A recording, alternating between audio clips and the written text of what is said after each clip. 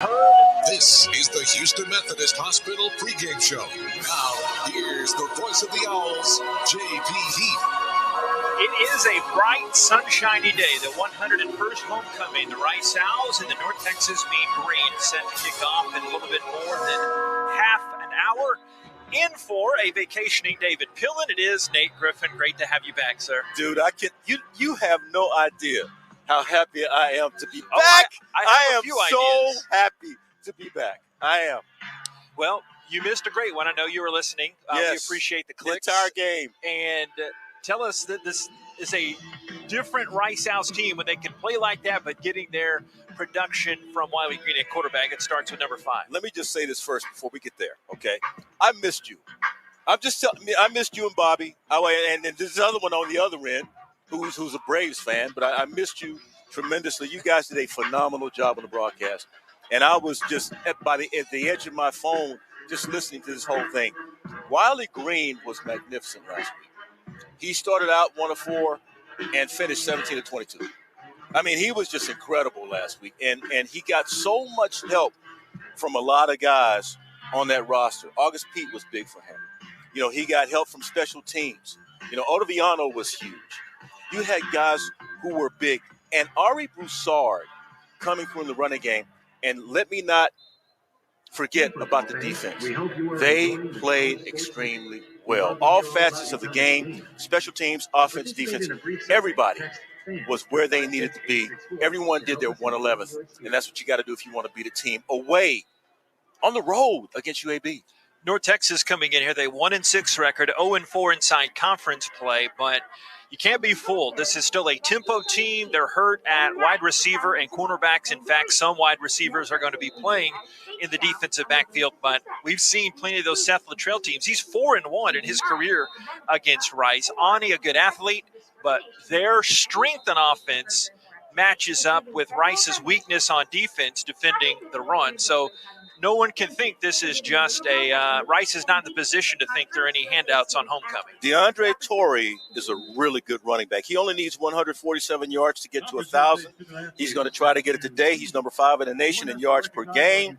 The only active player who recorded stats against Rice last season. So the guy is big. 19 carries, 102 yards.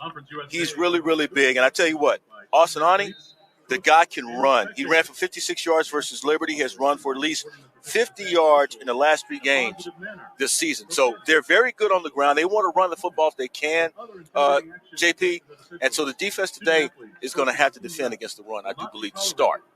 The third member of our on-air crew, at least here, is the one and only Jason Mentko. We ordered up some great homecoming weather for you, sir. First, how are you doing? And tell us what it's like down there right now. Happy homecoming, gentlemen. Yes, a very nice 69 degrees here on the field, and it is homecoming week, as you mentioned. This is the 101st homecoming game, gentlemen. Did not know if you knew that fun fact. The Owls taking on North Texas here today. While it began playing football in 1912, the tradition of homecoming here at Rice did not make its first appearance until 1919. The Owls, during homecoming games, 47, 50, and 3. Let's hope that changes to 48, 50, and 3 today, guys. Thank you very much, Jason. Good to have you back. And the Owls have won 10 of their last 14 in the homecomings, and this is their 3rd of 4 straight homecoming games on the schedule. Rice wearing their nice homecoming silver helmets with the cursive blue Rice script, and they've got the number on the side and those blue tops and those gray pants for a second time ever and second time this season. Stay tuned. Our Houston Methodist Hospital pregame. Nate will chat with the defending Conference USA Offensive Player of the Week, Wiley Green, coming up next. This is Rice football from Learfield. Rice fans need a place to stay while watching your Owls play ball? Located just steps from campus is the Hilton Houston Medical Center. Visit us today at houstonplaza.hilton.com or call 713-313-4000 to get that special Rice discount. Again, that's houstonplaza.hilton.com or call 713-313-4000 to get that special Rice discount now. You know who makes the world's greatest hamburgers? You do. Only Fuddruckers allowed you to completely customize your burger with endless ways to create your crave. You'll always have gourmet perfection in your hands. You might even earn a PhD in burger building while doing it. Visit Fuddruckers today. Every time you come to Fuddruckers, you have the power to create your crave. We like to call it CYC. CYC means you select your bun, the size of your burger, and the burger is cooked your way. And don't forget about our abundant variety of delicious toppings. CYC, only at Fuddruckers. Hey, it's JP here to tell you that, yes, there's more Rice Owls content out there for you to consume. Subscribe and download the official podcast of Rice Athletics, Rice Owls Insider. Rice Owls Insider provides a unique new look at a variety of head coaches, players, and other integral voices inside the Rice Athletics department. Plus, you can find archived coaches shows as well. For the best in Rice Owls content, subscribe to Rice Owls Insider, the official podcast of Rice Athletics. Available on Apple, Stitcher, and Spotify. Woo! Got my nachos, got my big TV, and my favorite chair. It's game time. But you know, the only thing that would make it a little better is if I could listen to my local broadcasters while watching the game. Oh, hello. You must have wished for your game to be synced with TV and radio. I sure did. Do you have a DVR? You bet. Do you have a streaming device? Yeah. Blammo! Your game is now synced. It's that easy. Oh, boy. To see if you can get synced, head to syncmygame.com from Learfield. Syncmygame.com? Syncmygame.com.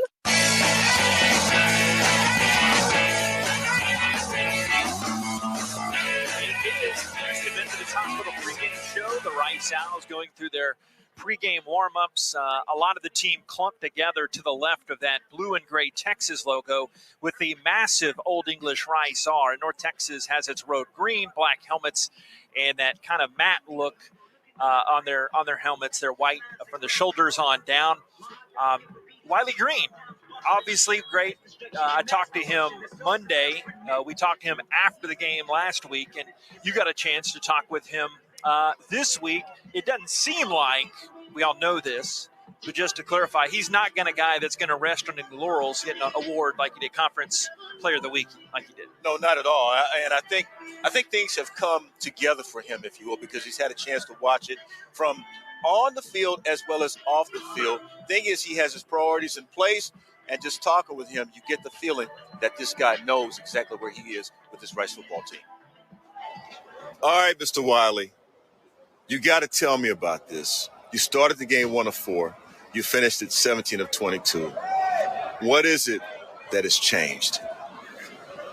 I mean, I'm just having a lot of confidence in myself. Even at the beginning of the game, going 1 of 4 to start the game, it's tough. But, you look back at the film, and those 4 are plays that I want back, obviously. But I kept the confidence in myself that I knew that we were going to be able to attack that defense and make sure I keep that confidence in myself no matter what's going on the field. That's not just any defense we're talking about, though. That's UAB. The team that's, been a conference winner for the last couple of years. Yes, sir. Again, it's that same thing. It's no matter who we're playing against, you just have to know that in yourself that, you earn this spot on this team and on this roster, and you've got to be able to perform in those situations. And having that green light mentality that Coach Bloom talks about is being able to have that confidence in yourself and just play fast, play physical, and be smart with the football. Were you able to spot your reads very quickly? You didn't spend a lot of time deciding on what you were going to do. No hesitation at all. Talk about that. Yeah, obviously, going into the film study that week was tough. That's a good defense that we played against last week. Coach Tui and Coach Bloom did a really good job preparing me.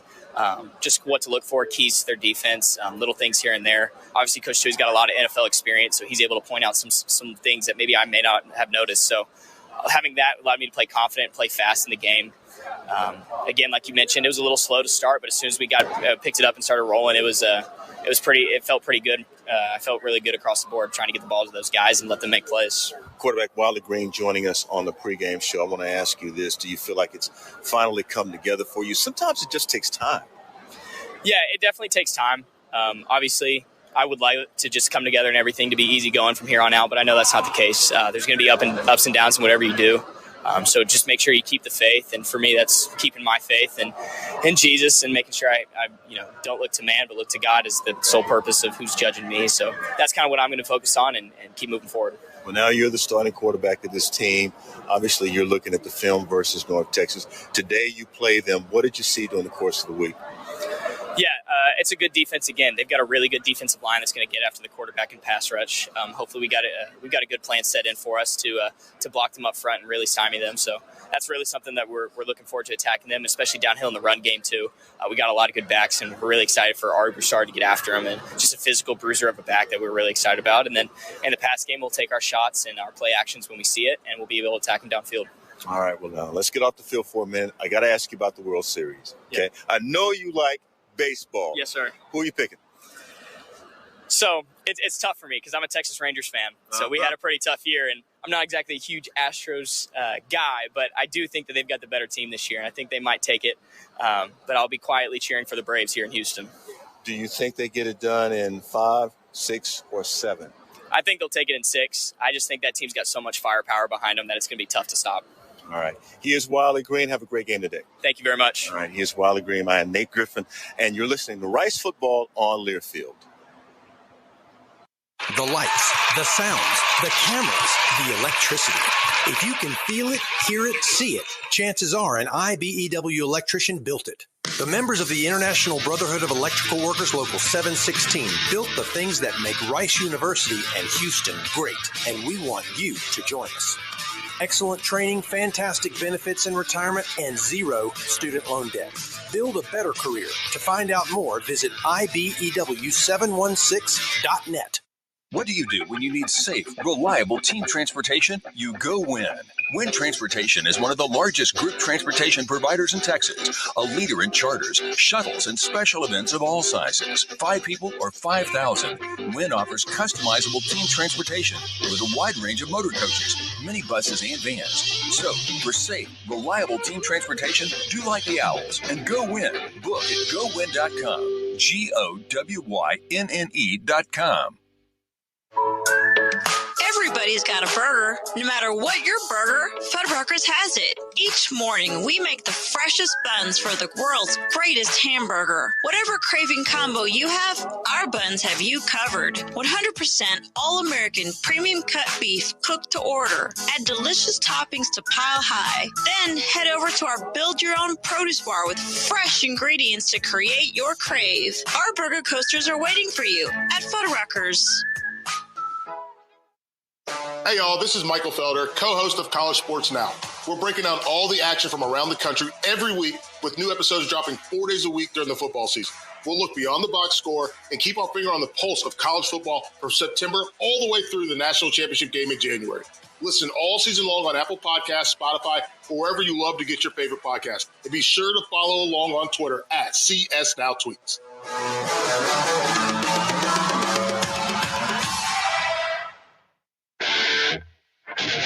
Time for a look at scores from around Conference USA and across the nation. Let's go inside the Little Woodrow Studios. Here's Ryan Stone.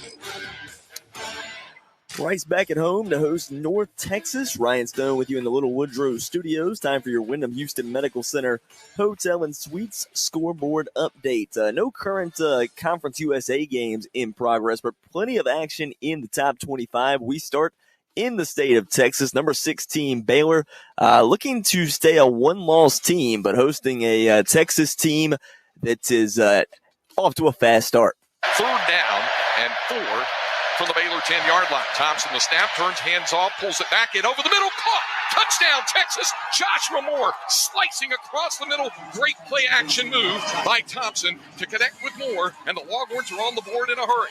Craig Way from Learfield on the call. Texas leads at the half, 14-10. Big showdown in the top 10 in Big Ten country. Number 6, Michigan on the road at 8th-ranked Michigan State. Wolverines leading 20-14. They are in field goal range just before the half, so could possibly make it a 2-possession game at the half. Number 2, Cincinnati on the road at Tulane. The Bearcats struggling in this one against a 1-6 Tulane squad. They lead just 14-12. At the half. Also in the Big Ten, number 9, Iowa on the road at Wisconsin. This one all Badgers so far, blasting Iowa. They lead 20-0. And in the ACC, another possible upset. Late first half, Miami on the road at 17th-ranked Pitt. Miami leading the Panthers 31-17 with 29 seconds to go in the first half. Some other big games in the top 25 today. Number 1, Georgia on the road at Florida. That's a 2:30 start time. 10th-ranked Ole Miss on the road at 18th-ranked Auburn. That'll get underway at 6. And later tonight at 6 as well, 19th-ranked SMU against Houston. 7-0 Mustangs against the 6-1 Cougars. Both teams undefeated in the American. That should be a fun showdown in Texas later tonight. Step aside for a break here on the pregame show. When we come back, we'll hear more from the guys as they continue to get you ready for kickoff. Stay tuned. You're listening to the Rice Sports Network from Learfield. Shoppers is proud to be your local John Deere dealer. The history of John Deere goes back nearly 200 years. When you think of John Deere, you think of words like iconic and legendary. We at Shoppers are committed to that history and committed to serving our customers. So if you need a John Deere tractor, gator, or lawnmower, you can find information by Googling Shoppers at SHOPPAS. Order your tractor from Shoppers today and be ready for work this spring. Shoppers is where your tractor story begins. Shoppers, all things John Deere. The lights, the sounds, the cameras, the electricity. If you can feel it, hear it, see it, chances are an IBEW electrician built it. The members of the International Brotherhood of Electrical Workers Local 716 built the things that make Rice University and Houston great, and we want you to join us. Excellent training, fantastic benefits in retirement, and 0 student loan debt. Build a better career. To find out more, visit IBEW716.net.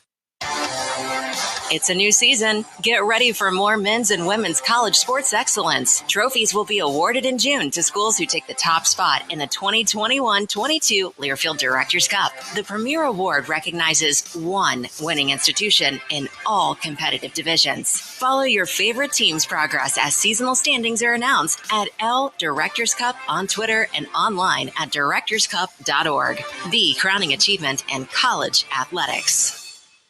The biggest schools. Grabs in traffic, comes down with it. Touchdown! Touchdown, Alabama! Ohio State. Oregon, LSU. The biggest moments. Incomplete! Michigan! Game over! Touchdown, Gators! How much? This is the College Football Rewind. That had to be a great game to watch. I'll tell you, unbelievable. Download on Sunday mornings on Apple Podcasts. Search College Sports now.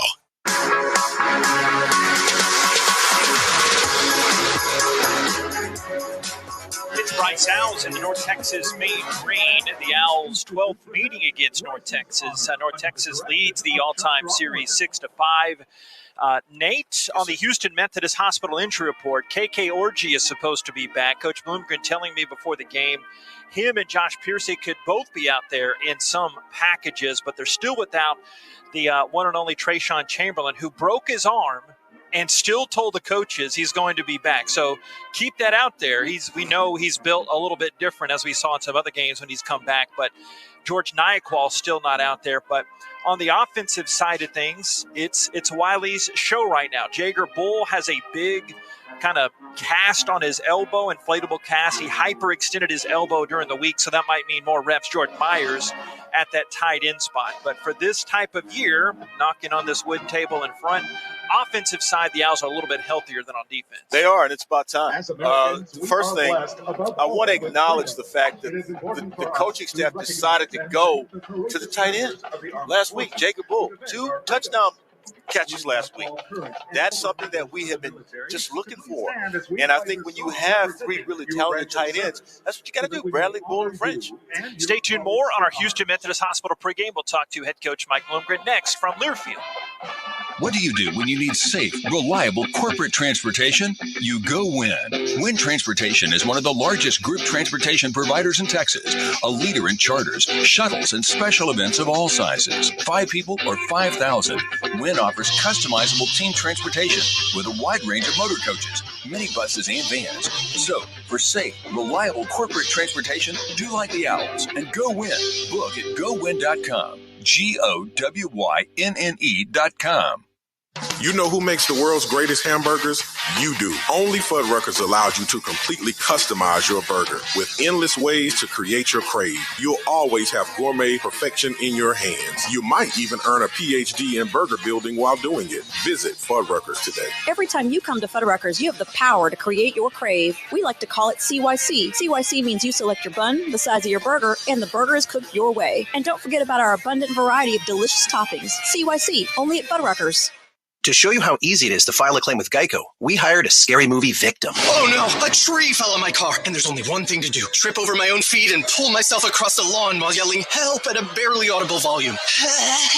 Sorry to interrupt, but you filed a claim with Geico, so you've got a designated claims team to help you. This Geico sounds suspiciously reassuring. Are you sure I don't end up getting surprised with an unexpected twist? Just that your Geico team will always be there to keep you updated. No! What is it? Oh, nothing. I just didn't see that coming. Geico, great service without all the drama.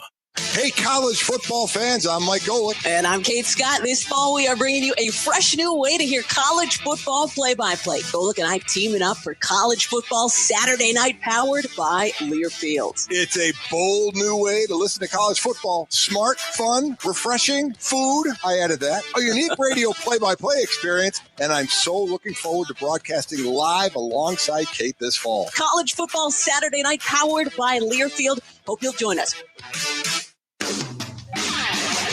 Kickoff is moments away, which means it's time for a visit with Rice head football coach Mike Bloomgren. Brought to you by Carbach Brewing Company. Carbach, it's crafted for serious fun. Now, alongside the coach, here's JP Heath. It's the 101st homecoming, the Rice Owls and the North Texas Mean Green. Dunleavy family head football coach Mike Bloomgren with us. And what do you think? Playing on homecoming, third of four in a row, kind of a weird quirk to the scheduling, but just homecoming, something different in the air for you? Yeah, it's exciting for the alums, and certainly walking around campus, we're running into a lot of them, and they're excited to be back for their reunion homecomings and for this game today. So I think it adds an extra layer for those that came before, and I think our players appreciate that. A lot of great stories last week against UAB. Segueing into this week, Wiley Green, how big is it for him to lead this offense and essentially this team as one of the captains, just keep up what he's been doing? Yeah, it's huge. As I've said before, every intangible has always been perfect with Wiley. And although, it's an imperfect game, coached by imperfect coaches and played by imperfect players, and he wasn't perfect last week, but dang, he was good. And if he can keep playing at that level, he's going to give us a chance to win every game left on our schedule. And that's not to put pressure on him. It is still green light all over the place. But, when he plays that way, he gives us a chance. Another green light guy, Gabe Taylor, since we last spoke, got a National Defensive Player of the Week award. And what are you seeing about his maturation that you knew was there when you recruited him, and kind of a late bloomer, so to speak, on the football field, but he's really showing his stuff, isn't he? Yeah, he is. He's playing great football, and it's not a surprise, right, that he's continuing to grow at such a rapid pace, I guess I should say, because he only played 1 year of high school football. He played in seventh grade, then he played senior year, and then he jumped out here last year and contributed, and now he's a big-time contributor. He's making plays all over the field. We always say the ball loves Gabe Taylor and loves his energy, but to see him create that fumble on the first defensive play last week was special. Seth Luttrell, a tough season, a difficult schedule, and they had Liberty on the ropes for a lot of that. What styles do they have? Same type of tempo and hard kind of hit you in the face defense? Yeah, they're a lot like the Bryles Baylor teams. They're going to line up and they can run 3 plays in 30 seconds without a problem. And so they're gonna absolutely test us to reset our OTA loop, make sure we can observe, orient, decide, and act whenever that ball is ready to be turned over. And then we've got to do a great job stopping their run game, because although everybody thinks about the Bryles passing game, when they spread you out that way, there's just not a whole lot of people to make tackles. So you got to tackle incredibly well. And that's really the challenge to our guys today. Yeah, speaking of, that was on my notes next. Torrey's averaged 91 yards a game in his career against Rice, and they're a top 20 rushing team in the nation. How do you focus on that but not give up other things? Yeah, I think it's just playing top down and understanding that we can't give up those shots. That's the biggest thing. So playing top down with the secondary, but at the same time, Coach Smith's going to have a great plan for how to take on that running game. And that's what we've got to do. We've got to make sure we do a great job playing the scheme and then also making tackles once we're there. Novell's such a dominant game last season. Hate to remind you, but what do you do to try to contain him? Like a little bit what you're saying during the week, the interior of your offensive line's improved to handle him better this year? Yeah, we have. I think all three of those guys are playing at a better level than our three were last year. So it's great to see those guys come around. It's going to be a great challenge now. He is an awesome player. And you talk about national awards. He won one after he played us last year. But we've got to do a great job. But I have a lot of confidence in Shea Baker's ability to handle him. And, man, that's going to be a great game within the game today. Ani at quarterback, how do you guard against his strengths? He'll throw it, but he's been running it more for them. He has been running it more. And, he's a very mature person, and he's actually, I think, is he 26 years old? 28, actually. 28 years old, golly. Yeah. So played pro baseball and obviously knows how to be a pro, and he's preparing the right way for them. But, hey, for us, it's no different whether he's 18 or 28. We've got to do a great job making sure we're reading our keys and then get him on the ground when he does run it, and then not letting him beat us over the top with his arm. This first kiddo coming in a few months, too. I read their notes. But, all right, you always talk about starting fast, staying focused. What are some other keys for a homecoming W? Those are really them. Those are them. We've got to be us. We've got to take care of the football on offense. We got to take it away on defense and get off the grass when we get third down opportunities. But it's going to be about starting fast, staying focused, and finishing strong for this football team today. Thank you, Coach. Thank you. Dunleavy Family Head Football Coach Mike Bloomgren. Starting lineup, opening kick next. Nate is back. This is Rice Football from Learfield.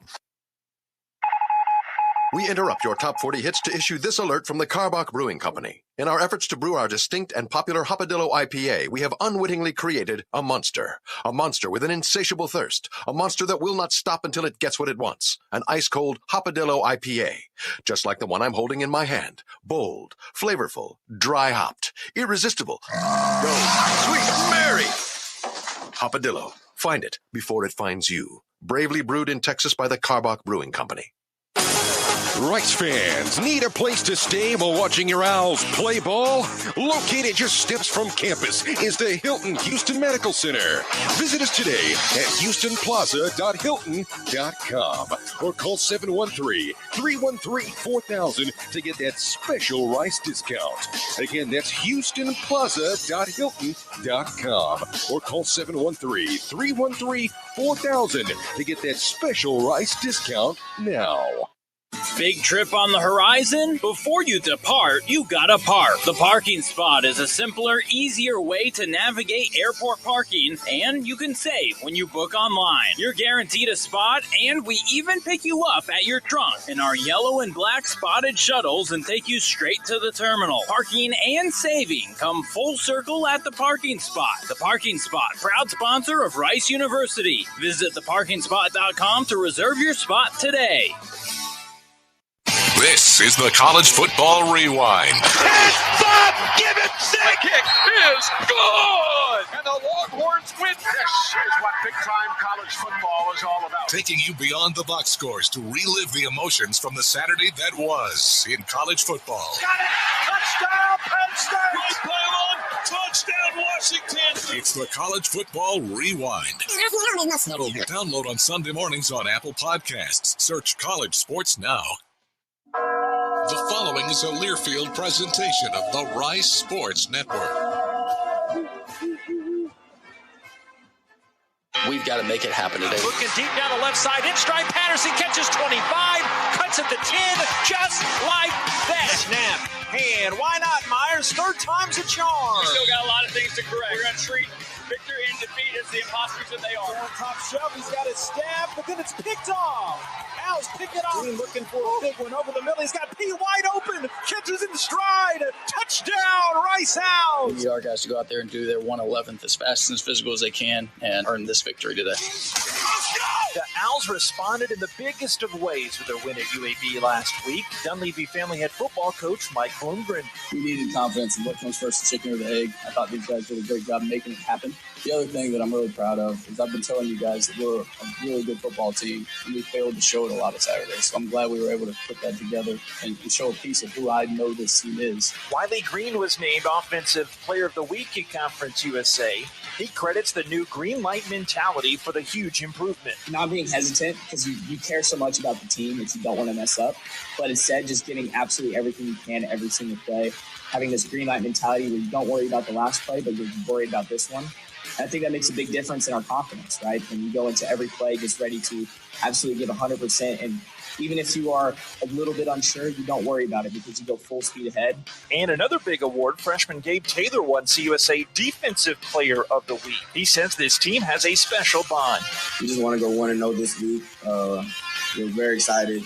Our teammates love each other. That's one thing about this team. Our brother is very strong here, and we're just ready for this week. It's the 101st homecoming. Rice and North Texas meet for the 12th time. It's all next from the Frankie Hicks radio booth. This is Rice football from Learfield. On the Rice Owls Sports Network from Learfield, welcome to live play-by-play coverage of Owls football. Owls football is brought to you by the International Brotherhood of Electrical Workers, Local 716, lighting up Rice University in Houston for over 100 years. By Karbach Brewing Company. Karbach, it's crafted for serious fun. And by The Parking Spot. The Parking Spot. We have airport parking covered. Now, let's head inside the stadium alongside Nate Griffin. Here's the voice of the Owls, J.P. Heath. Well, you couldn't order up any finer homecoming weather here. For the 101st homecoming, the Rice Owls hosting the North Texas Mean Green Owls about to come onto the field as we speak with that homecoming entrance as North Texas has already made their way onto the field. Owls actually out ahead of them. They're kneeling down for a pregame moment of silence. And the Rice Owls, with that win against UAB last week, shifted a lot of expectations and a potential turning point in Mike Bloomgren's fourth year. And Nate Griffin, nothing wrong with the burden of expectations, but the game against UAB doesn't mean as much if they can't follow that up with a win here today against North Texas. What do they have to do that? Yeah, I totally agree with you. First of all, I think a couple things. You got to play really good defense. You got to stop North Texas on the run. Again, you got a running back who's really, really good for North Texas, and that guy is number 5 in the nation in yards per game. You got to stop the run. DeAndre Torrey, number 1. Number 2, you have to dominate in time of possession. Last week, 38 minutes to UAB's 21:59. Rice is now number 14 in the nation in time of possession. Hold on to the football, do it right, you win the day. Here's the referee, Patrick Foy. Owls captains Wiley Green, Naeem Smith, Jordan Myers, and Trey Schumann have the coin toss right now on that blue and gray state of Texas with that massive Old English R at midfield. Here comes the toss. I'll let it hit the ground. It is heads. You have won the toss. You defer. You want the ball. Which way do you want to kick? So you guys come over here. So despite an aggressive start last week when the Owls got the ball first, they elect to defer to try to double up, and they score at the end of the half and the start of the second half. But North Texas will have the football first. And we'll go over those starters, but as you were saying, what's an Adidas under stripe key to a Rice Owls win? Stopping the run. Got to stop the run and dominate on time of possession. They're number 14 in the nation now, time of possession, and that's what they did last week against UAB. 38-01 to 21-59. Man, that's awesome. That's keeping the ball forever. Here's that North Texas starting lineup. The co-OCs, Tommy Maynard and Mike Bloch, last week they had 95 plays, 242 yards rushing. They fell to Liberty 35-29. Austin Ani, their quarterback, he's a grown man, 28 years old, expecting his first kid in a few months. A former longtime prospect in the Yankees minor league system. Threw for 212 yards last week against Liberty, a sophomore from Argyle. Started TCU, went to Arkansas in between playing some minor league baseball. The left tackle is Cole Brown. They have an entire Texas native starting line.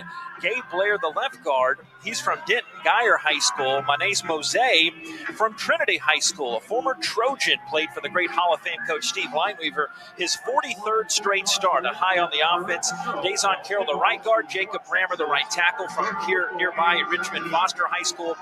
Their wide receiving corps is very decimated. They've lost their top 4 wide receivers. They've still got Jackson, who'll play some corner today. Burns, their leading wide receiver, a former walk-on, and Damon Ward as well. Their tight end mainly is Jason Pirtle and DeAndre Torrey, the running back. And I say mainly about tight end because they have an H-back, they have a tight end that do some different things blocking-wise, but we'll get to the Owls defense when they come out. Christian Van Sickle about to tee this one up right on schedule. Nate Griffin, welcome back, brother. Man, I'm so happy to be. It's a beautiful day for college football, gorgeous day. Good to be back with you, man, you and Jason. Great day for an Owls win. Owls getting hyped on the sideline again. They're wearing their road blues with their gray pants, and they've got those silver homecoming helmets as Van Sickle points his hand high to the sky under the lights here. A line drive kick that sails to the right of the returner, Torrey, and it goes out of bounds. Out of bounds on the opening kick. So North Texas most likely will choose to take this one up at the 35 unless they want to re-kick this one. Not a great way to start, says Captain Obvious. No, not at all. Look, you want to give your defense as many advantages as you can. And like last week against UAB, you want them to come out aggressively. That's what they have to do today to get off to a really good start. Well, as we wait for the Zebras to sort this one out, get some eyes on the defensive line. Elijah Garcia and Ikenna Ichukwu on the defensive line. Trey Schumann is indeed getting the start on the D-line, and Josh Piercy is out there. Both teams on the play. Okay. Kick out of bounds on the kicking team. Holding on the return team number 84. Those fouls offset, we'll re-kick. Nice. So we'll get to the rest of those starters in just a second. But, Nate, the one good thing about you not being on the trip last week, the only thing is you did not have to witness that massacre, one, of an officiating crew, and two, the length of that first quarter. It was amazing. It was beyond you were listening. You know how it went off on that. Yeah, it was a long time, but I got a chance to listen to you, which was great. So, I mean, you did a phenomenal job.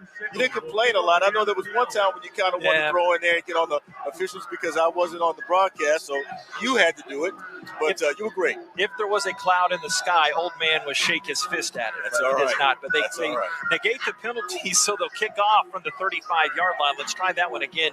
Torrey is the deep man, even with the numbers, but inside the 5-yard line right now.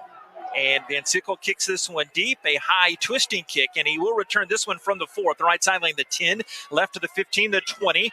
Gets hit high at the 26-yard line and slammed down. Good job by Adrian Bickham on the special teams unit for the Scholars. Now, as I was saying on the Niles defense, you've got Garcia and Ichukwu in the middle, and Piercy's out there. Trey Schumann's going to give it a go. Desmond Baker, Antonio Montero are the linebackers. And getting an eye, see if we see Kirk Lockhart out there. Yes, he is the Viper out there. And the Owls safeties, Gabe Taylor and Naeem Smith. And just to check, they do have Dunbar and McCord at the corners. Just starting this one, nothing. First down from the 28. Snap on. He looks left, throws left, caught by the North Texas receiver near the sideline, and he is thrown out of bounds. That's Thompson at the 31-yard line. Jackson, who is thrown out for a gain of 8-yard line. Gain of 8, wrestle down. 2nd and 2. Lot of tempo in this one here. Yeah, Jackson out of Kingwood Park. These guys they're going to want to go fast today against this defense. Torrey the back. Here's the snap. Give to him. He plods his way to the left side. Dance by Schumann. Went up between the numbers and the hashes. Got a first down to the 40 before he was brought down by Ichukwu. 4 yards. Now first down and 10. Left to right, North Texas on a crystal clear day here in Houston, just off the Medical Center. Yeah, crystal clear as to what North Texas wants to do with the football, too. They want to run that ball.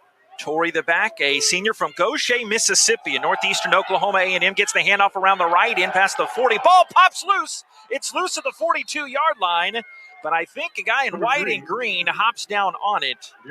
North Texas has the football, but Naeem Smith and Antonio Montero around Damon Ward, who's there to recover it. Josh Piercy forced that one loose. First down and 10 second down and 10 at the 2nd and 9. They do mark it for a gain of 1. Yeah, part of the game plan is to punch that ball out real early. Io Adey in there at the back, and he takes the handoff and runs around the right end and dashes upfield past the 45-yard line, and he's up to the 47 for 6 yards on that play. Desmond Baker, junior from Clinton, Mississippi, brings him down. They will need about 3 yards here. They gave him that extra little scoot for a 7-yard gain. 3rd down and 3. Yeah, you talk about Adey. That guy had 16 carries for 99 yards and a touchdown last week against Liberty. He can run the football as well. They have a 2-man punch there. And they flip-flop backs. The other hand of that punch is Torrey comes in there. 3rd and 3, the 47. Snap back to Ani, the 28-year-old sophomore. Flings it to the right of the sideline. It's caught.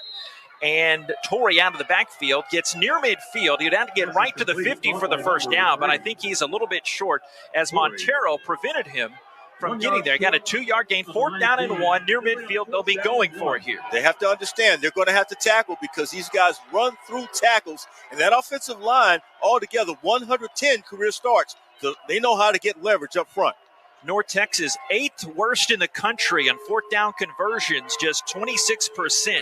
Pistol set, snap to Ani, hands it left side. Torrey finds a hole to the right, gets the first down, and a little hip wiggle inside the 45 down to the 44-yard line. He got 6 yards. Brought down by Gabe Taylor.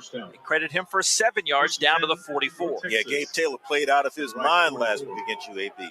National Player of the Week announced Thursday. Snap, Ani flings it deep post, and it's high and incomplete at the 20-yard line as Taylor there in coverage. So 2nd and 10 at the Rice 44-yard line. They're trying to get it to Burns across the middle. There's no score. 12-14, the clock halted here as North Texas matriculates left or right. Part of the field where Ani becomes a runner, so you have to be very aware if you're on defense, if they want to throw the football, nobody's open, look for him to hit that crease.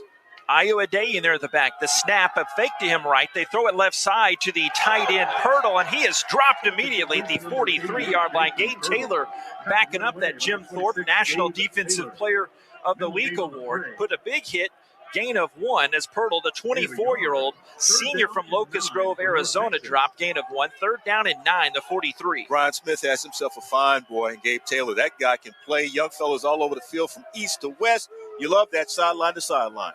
Adei back in there as the back. Shotgun. Now show a little pressure, but back off. Lockhart almost jumped off sides. 3rd and 9, the 43.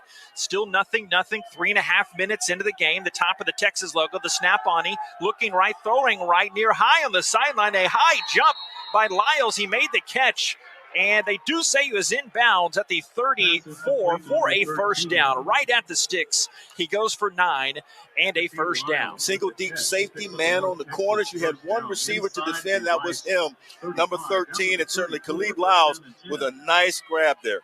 Yeah, Lyles, the catch, had 2 for 19 yards last week. That coverage for the Owls was Gabe Taylor. 10th play of the drive here. Snap from the 34. First down throw, left side to Lyles. Back-to-back catches, matching his output last week.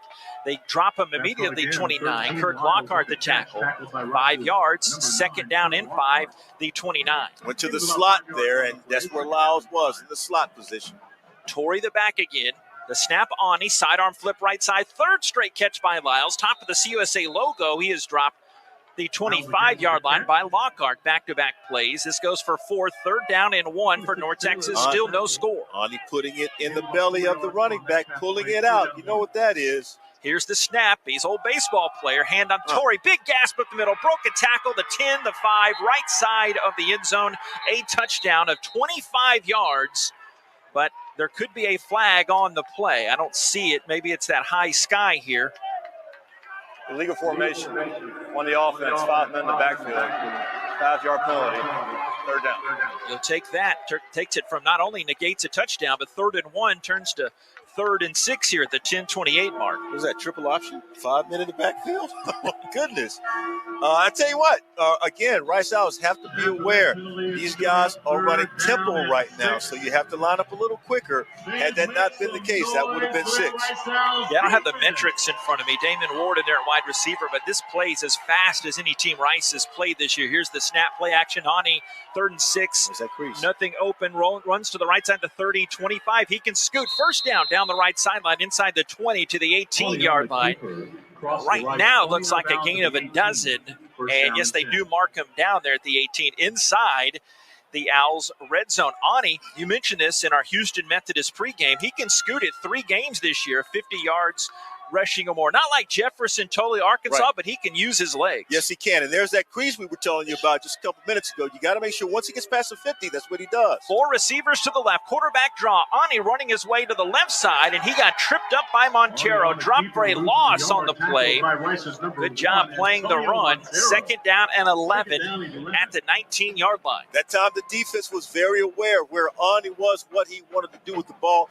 And credit the coverage because there was nobody to throw the ball to back there. Isaiah Johnson, a freshman running back from Lubbock, in there to the right of Ani. Twins right, second 11 to 19. Play action. Look over the middle. The slant knocked incomplete by Taylor. Gabe punching himself in the helmet, upset that he did not get that pick as they were looking for Burns. He's a former Lamar Texan from just down the road. But now they're behind the chains, third down and 11 at the Rice 19. Gabe's going to look at the film, and he's going to say that should have been a touchdown. The 15th play of the drive coming up.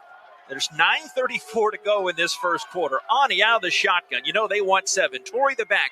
Here's the snap. Looks right. Pressure comes in. Dodges a sack. Runs up the middle. Garcia jumps on top for a little ride down to the 17-yard line. They got 2 yards on that play, but they'll have to settle for an Ethan Mooney field goal attempt. Looks like they're bringing on the specialist here. Nice job by the defense that time. Very aware. What we are seeing from the Rice House defense is that in the last few weeks, they've really constricted and restricted the red zone and not allowed those big gains. Good to see that from them. Officially be a 35-yard attempt. Mooney was hurt, did not kick last week. Here's the snap. The kick is up end zone to our right. It is through the uprights and into the vomitorium. And North Texas took a big chunk of that first quarter clock, and they only got 3 points to show for it. And we have a timeout on the field. It's North Texas 3, Rice nothing. We'll give you the Owls starters in offense, and when we come back, this is Rice football from Learfield. From the slightest bend to complex motions, your body is made to move. At Houston Methodist Orthopedics and Sports Medicine, our teams are using advanced technology and imaging to develop custom treatment plans, and our minimally invasive procedures can help you heal faster. We have the expertise to keep you moving because every movement matters. Find the care you need at locations throughout Houston. Houston Methodist, leading medicine. Head on over to Little Woodrow's in Rice Village. They've got post-game drink specials a college student can't refuse. On Thursdays, enjoy college nights with $2 domestic drafts and $3 shots. Any other day, bring your Rice ID and get more great specials. With a large patio deck, board games, and trivia nights, Little Woodrow's is definitely the place to be. Follow us on Facebook and Instagram to stay up to date with our upcoming events. Little Woodrow's, the official Rice Owls game day headquarters.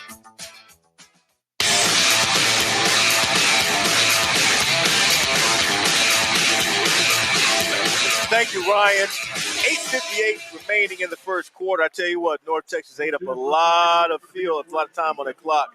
16 plays, 55 yards, and 6:02. 35-yard field goal from Ethan Mooney. JP. Thank you very much, Nate. Yes, sir. Great to have you back, and the Owls will have the ball on the offensive side right now.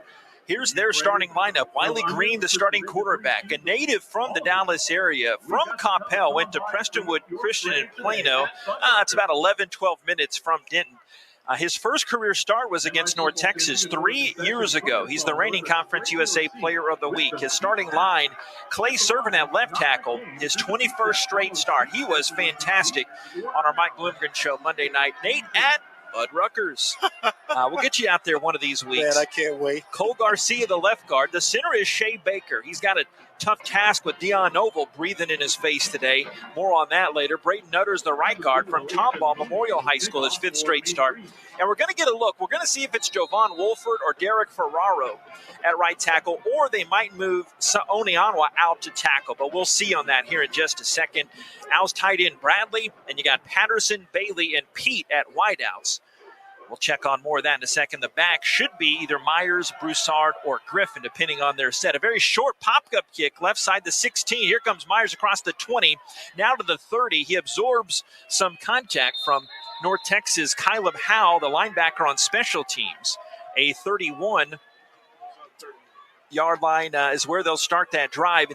The 13-yard return. Bailey does come out at wideout, and it is Ari Broussard starting the game at that running back. And why not? And what a story for the Rice Owls. And Ferraro does get his first career start. Remember his dad, Dave, that we talked to earlier in the season? How proud are they in New Rochelle, New York?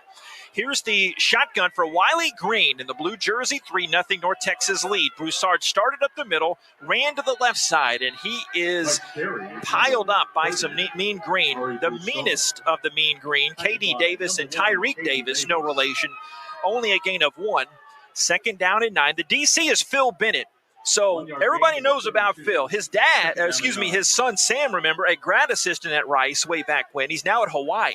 They're correct. Phil Bennett was at Baylor. Yes. At one time. That was his last coaching job was under Todd Graham at Arizona State in 2017. His defensive starters in a second and 9, Green, 3-step drop, looking right, throwing right, outright to Pete, out of bounds, and it skips at the 37. His lineup, the Murphy twins, Grayson and Gabriel. Yeah, they're twins. They play defensive end opposite each other from Dallas and Bishop Lynn's High School. Deion Noble, National Defensive Player of the Week last season after a 5-tackle for loss game. Colvin, the other defensive tackle, mentioned Davis and Wood at the linebackers. Sanders and Faulkner at safety, and Tejada and Williams at corner. The latter, Williams, a true freshman, his first career start. Myers the back, 3rd and 9 to 32. Rice down 3-0. Here's Green, back to pass. Nothing to the right, runs up the middle, grabbed by a shoe top, throws left, complete the 40, lunging forward. Myers breaking a couple tackles into North Texas territory, down to the 47. What a job by Myers brushing off that contact for 21 yards. He met Sean Thomas Faulkner and Mikhail Sanders to bring him down. 3-0 North Texas, almost halfway through this first quarter. A great job by Jordan Myers to get the first down, but a better job by Wiley Green going down. This play is under further review. I think that's going to be a good pass. They're checking to see if his knee was down. But I believe that his knee was still up as he was throwing the ball. A phenomenal job to be able to look up, and he kept his eyes down the field to make sure that his receiver was open. I think that's going to be a good pass, JP. Get a look at the replay on the big jumbo screen to our left side. It was close, but I think he got it off. I think he's up. Yeah. Of course, I've got the blue and gray contact lenses in right now. But well, we have to be fair. We don't want to give our audience the wrong idea, that we are strictly blue and gray, because the referees will correct that. But based on what I saw up here, I think his knee was up. I think he made the play before he went down. Reminder, Owls fans, number of ways to watch us. As they're going to tell us something here? Nope, they're not. They're just teasing us. You can watch us in the booth should you desire. That's the Owls YouTube and Facebook pages. In addition to, you can catch us 95.3 inside the stadium, of course, ricehouse.com, and the Varsity Network app too. And the best way is the Rice House Game Day app. You can bring your faithful audio companions anywhere you so choose. I'm looking for, okay, there's the green vest. Jason Metco, can you make any sense of what's going on down there? Well, it was borderline. This has taken a long time, guys. I believe his knee was up as well, but the longer this goes on, maybe the more advantage for North Texas. But I'm with you guys. I do believe this is a first down. Up, but barely. Yes. It would negate a 21-yard run if they would overrule this. North Texas leads 3-0. Mooney had a 35-yard field goal. After review, the call on the field stands is called. Completed pass, first down for Rice. The Owls have it left hash of the 47-yard line. Against this North Texas defense, they give up 35 points per game, 422 yards. That was just a heck of a play. When you go back and you look at it on the film, his eyes are up. He doesn't care about the defenders. His eyes are up. He's looking for a man downfield. Check down was Jordan Myers. Great play there by Wiley Green. Myers the back, Bull the tight end under center. Green. Rice down 3-0, nearly halfway through this first quarter. Green the snap, straight give to Myers. Gets a helmet in his chest as he thrusts forward downfield to the 45. He got a couple on that play. Second down and 8. Tyreek Davis, their Eagle backer from Ryan High School, fifth-year senior, his fifth career game against the Rice Owls. And I want to elaborate a little bit more on that last play. Okay. That's what makes Wiley Green right now in the last couple of games unique, because he's willing to make those plays that's sacrificing all to get that first down. That's what you got to do if you're quarterback of this team. Myers the back. The tight end Bradley to the left. Pete out wide to the right. Bailey in motion. 2nd and 8 to North Texas 45. 3-step drop. Look right. Nothing there. Running left after he dodged a sack. Hard pass to the left, caught at the 37. And they say it was right in front of the North Texas coaches. Cedric Patterson got that on the sideline for 8 yards right at the chains. Pick up those sticks, and a Rice Owls first down. Boy, again, nice play by Green. He saw the defender, was able to duck underneath him, and all he got was air. The defender was able to make that throw, and all of a sudden, first down, you said, JP? First down. Another first down. He's making plays, man. Yeah, I think I erroneously said North Texas bench, but of course that's the Rice bench to the near way. August Pete having himself a good season here. At career high 6 for 108 last week. A handoff to Myers, trudges his way down forward behind a servant block. He will shift his way down to the 32-yard line for 5 yards. And Deshaun Gaddy was a cornerback last season, playing safety. Former Lamar Viking from Arlington. And they'll call it 2nd and 5 at the 32. Right in the middle of the field here. Rice trailing North Texas 3-0, 6:10 in the clock, moving down to this sunny sky and beautiful Houston, Texas. That's 5 yards right there. Offensive line getting some leverage. They're showing you they want to run the football. Those guys love to get that done. 2nd and 5 to 32. Broussard the back to snap. No, they did give it to Ari. He sheds one tackle behind the line of scrimmage from K.D. Davis. And Ari snuck inside the 30 to around the 29. Sean Thomas Faulkner and Deion Noble, senior from Abilene Wiley, former Bulldog, team up on the tackle, but third down and very short coming up after that 4-yard gain, 3rd and 1 official. Ari changing directions on a dime, and I love the way he sees traffic. He's seeing it quickly and able to get out of the way of the defender. He picked up 4 yards on that play, and I believe we're looking at a 3rd down and 1. There you go, very short, very gettable first down opportunity here. Jerry Johnson, the fullback, in. And here comes a flag. This could be illegal participation, 12 men. Legal substitution on the offense. 12 men on the field. 5-yard penalty. 3rd down. Can't do that. No, you can't. And that's what you don't want to have. You don't want to have those penalties. Last week, UAB had 10. Rice was a lot better than that. And you don't want to start the game when you have a 3rd and 1. Now you have a 3rd and 6. It changes the play call, and that's the last thing you want to do. Again, 3rd down, easy. I won't say easy, but at least, it's gettable. Relatively, yeah. Relatively easy. 3rd and 1. You have more confidence than a 3rd and 6. Pete and Bailey and French, receivers to the right side, 3rd and 6. Here's the snap. Green, looking middle, surveying on the tips of his toes, dashes to the left, runs in traffic, and he is sandwiched, crunched, bit like a pretzel and thrown back. The ball came loose. And North Texas' Gabriel Murphy says he has it, and Wiley Green is late getting up off the turf. Cameron Hill, Roderick Brown, the other one besides Murphy, hitting him. Yeah, it was too many guys. 8-yard loss on that sack. 4:42 of this first quarter. There's 4:42 left, and North Texas leads 3-0. Way too much. I mean, they found out on the field. I tell you what, the defense converged on him, and there was nowhere for him to go. And defenders, that's what they'll do. They're going to try to take the quarterback out. Right now, Wiley Green's down on the ground, and his offensive lines they're with him. Yeah, you've got his line and French, the tight end, in there, and Myers, the back two. It's like a semicircle. They're kneeled down just below that State of Texas logo, and Wiley has about 3 or 4 medical personnel, and head trainer Dean Miller is making his way out there. And we'll get word from sideline reporter Jason Metko in a second. And there is a timeout on the field. 3-0. North Texas leads Rice. We'll sort this out. 4:42 this first quarter. This is Rice football. The 101st homecoming continues in a moment from Learfield. Everybody's got a burger. No matter what your burger, Fuddruckers has it. Each morning, we make the freshest buns for the world's greatest hamburger. Whatever craving combo you have, our buns have you covered. 100% all-American premium cut beef cooked to order. Add delicious toppings to pile high. Then head over to our build-your-own produce bar with fresh ingredients to create your crave. Our burger coasters are waiting for you at Fuddruckers. Big trip on the horizon? Before you depart, you gotta park. The Parking Spot is a simpler, easier way to navigate airport parking, and you can save when you book online. You're guaranteed a spot, and we even pick you up at your trunk in our yellow and black spotted shuttles and take you straight to the terminal. Parking and saving come full circle at the Parking Spot. The Parking Spot, proud sponsor of Rice University. Visit theparkingspot.com to reserve your spot today.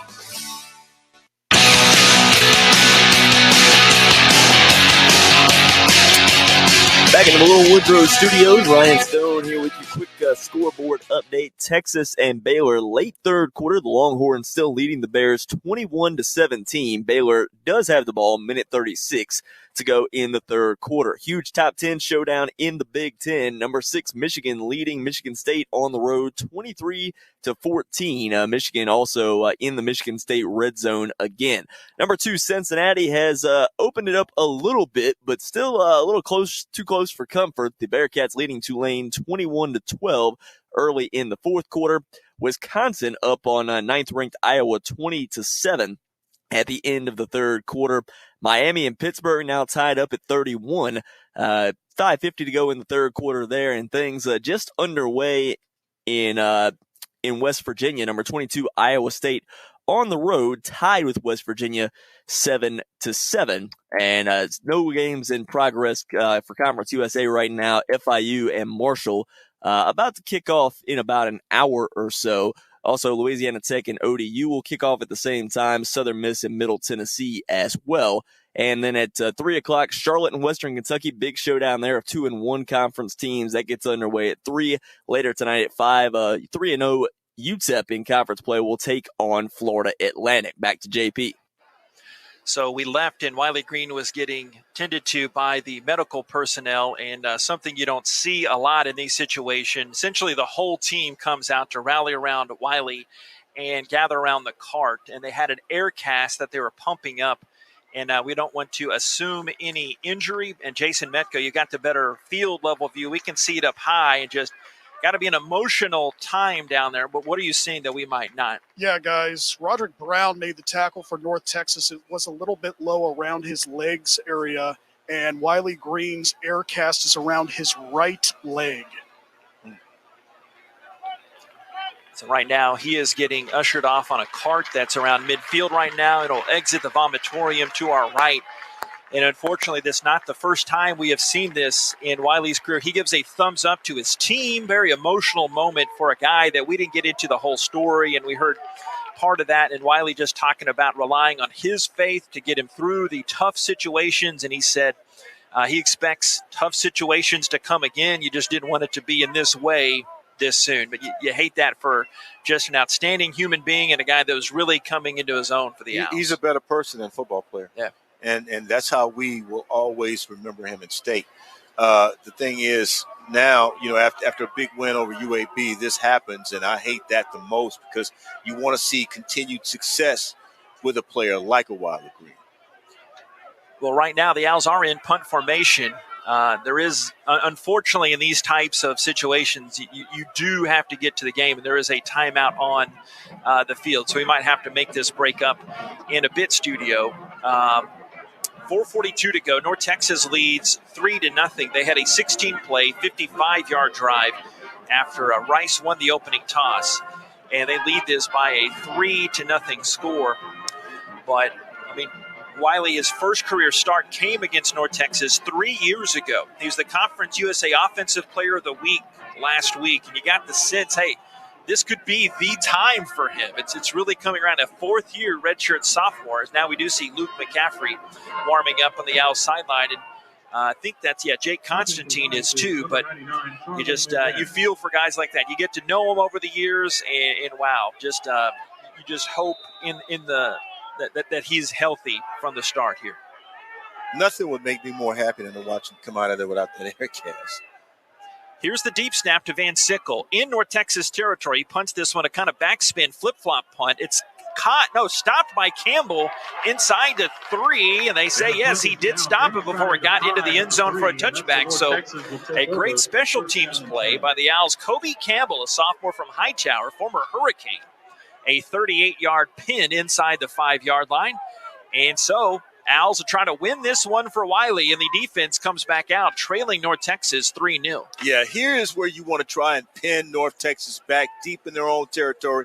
See if you can't force a turnover. That would be right on time, as you say, because you really wanted to get something out of your offense in that last drive, but you didn't. So you have to try to make it up on defense if you can. Torrey, the running back, as Ani's the shotgun, takes the snap. Blitz comes in from Smith. They run right into that blitz. And actually, it was not Smith because Naeem there was in there on the near the stop. Garcia there on that tackle with Kurt Lockhart as well. Got a couple yards upfield. And yeah, they'll give him 3 on that play, or maybe 4. But second down coming up. Good to see 7 out there on the field. Trey Schumann, they'll make some plays with that guy on the field. Second down at 7. Rolling to the pocket on the left side. Ani floats one to the left sideline. It's deep and incomplete for Burns at the 20. The pass is incomplete. Owls had Gabe Taylor, a strong safety, shifting over there. And third down now in 7. North Texas, its own 7. They lead Rice 3-0 under the 4-minute mark. Only in the first quarter here, a bright, sunshiny day here. North Texas 2 for 4 on third downs. They had a 15-play drive to get that field goal. Torrey, the back, trips to the left side for Ani, the quarterback. 28-year-old young man takes the snap, looks left from the end zone, hums a spiral to the left, knocked down by Orji, incomplete at the 22. KK dove with his back to the defense and almost had that one, but he knocked it down. The Owls get a quick 3 and out. That pass was intended for former Westbrook Bruin, Damon Ward. So fourth down, they'll punt. He fooled me, JP. I thought it was a pick. I was hoping for a pick there, JP, but it wasn't. But a nice knockdown, if you will. And certainly now Rice should have great field position with this punt. Remember, that came back to that 38-yard punt. They pinned him inside the 5. Deep snap comes back, and the punter, Bernardo Rodriguez, K-State transfer, hits a high one that backs the Owls fresh back up to his 42. Runs the looping direction back to the right, picked up a block to 45, and lost the ball as it went out of bounds, and a flag comes in. This is probably in the direction of a foul on the Owls. I don't see how they're going to call that. And can you review that? I just, illegal block. I don't see where there was an illegal block. A 50-yard but they're going to call it a hold. 7-yard return. See if it's a hold or legal use of hands. Either way, it's against Rice, we believe. During the return, illegal block in the back on the return team number 35. Penalty is 10 yards from the spot of the foul. First down. Timeout on the field. We'll take it with them. 3:39 first quarter. North Texas 3 and Rice nothing. We'll see who the Owls quarterback is coming up next. This is Rice football from Learfield. The lights, the sounds, the cameras, the electricity. If you can feel it, hear it, see it, chances are an IBEW electrician built it. The members of the International Brotherhood of Electrical Workers Local 716 built the things that make Rice University and Houston great, and we want you to join us. Excellent training, fantastic benefits in retirement, and 0 student loan debt. Build a better career. To find out more, visit IBEW716.net. Woo! Got my nachos, got my big TV, and my favorite chair. It's game time. But the only thing that would make it a little better is if I could listen to my local broadcasters while watching the game. Oh, hello. You must have wished for your game to be synced with TV and radio. I sure did. Do you have a DVR? You bet. Do you have a streaming device? Yeah. Blammo! Your game is now synced. It's that easy. Oh, boy. To see if you can get synced, head to syncmygame.com from Learfield. Syncmygame.com? Syncmygame.com.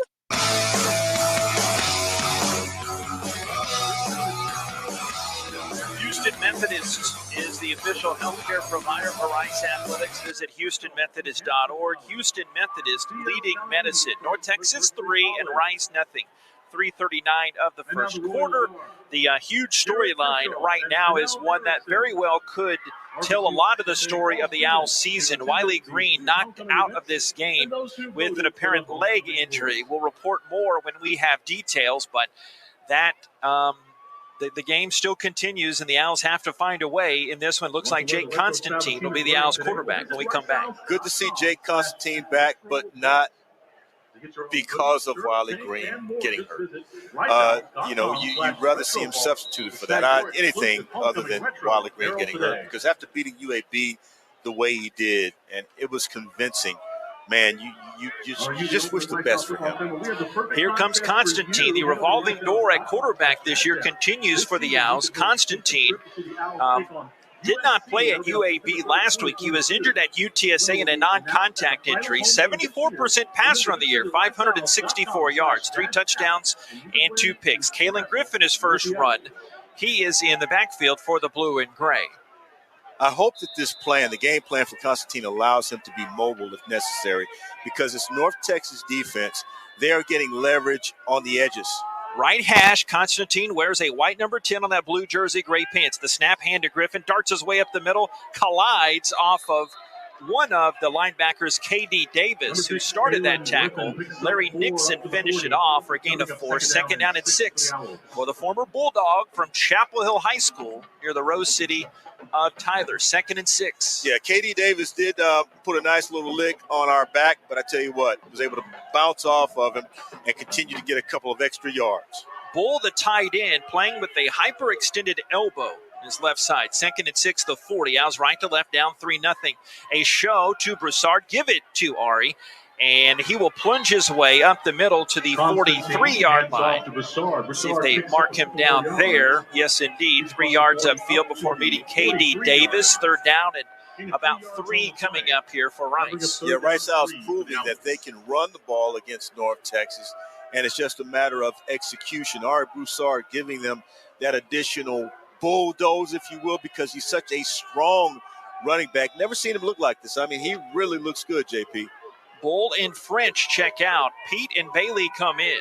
Wide receiving core. 3rd and 3, they're on 43. Patterson, receiver to the left. Broussard to the right of Owls quarterback Constantine. Shotgun snap, looking right, throwing right. Wide of Pete, incomplete at the 50. And it'll be 4th down for the blue and gray. You know, a thing to talk about, Jake did not practice early in the practice week. Wiley got most of the subs, so he might need a series or 2 to get that momentum going. Yeah, I think so. You're going to have to do something to allow Jake to get into a little bit of rhythm.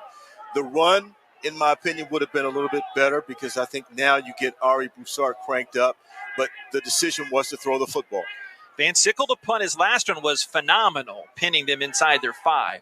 Unleashes that right-legged cannon, a high spiraling punt over the leg of Barnes, and pops straight up at the 4, comes back, and it stopped at the 8-yard line by guess who? Kobe Campbell, sprinting down there as a gunner on special teams.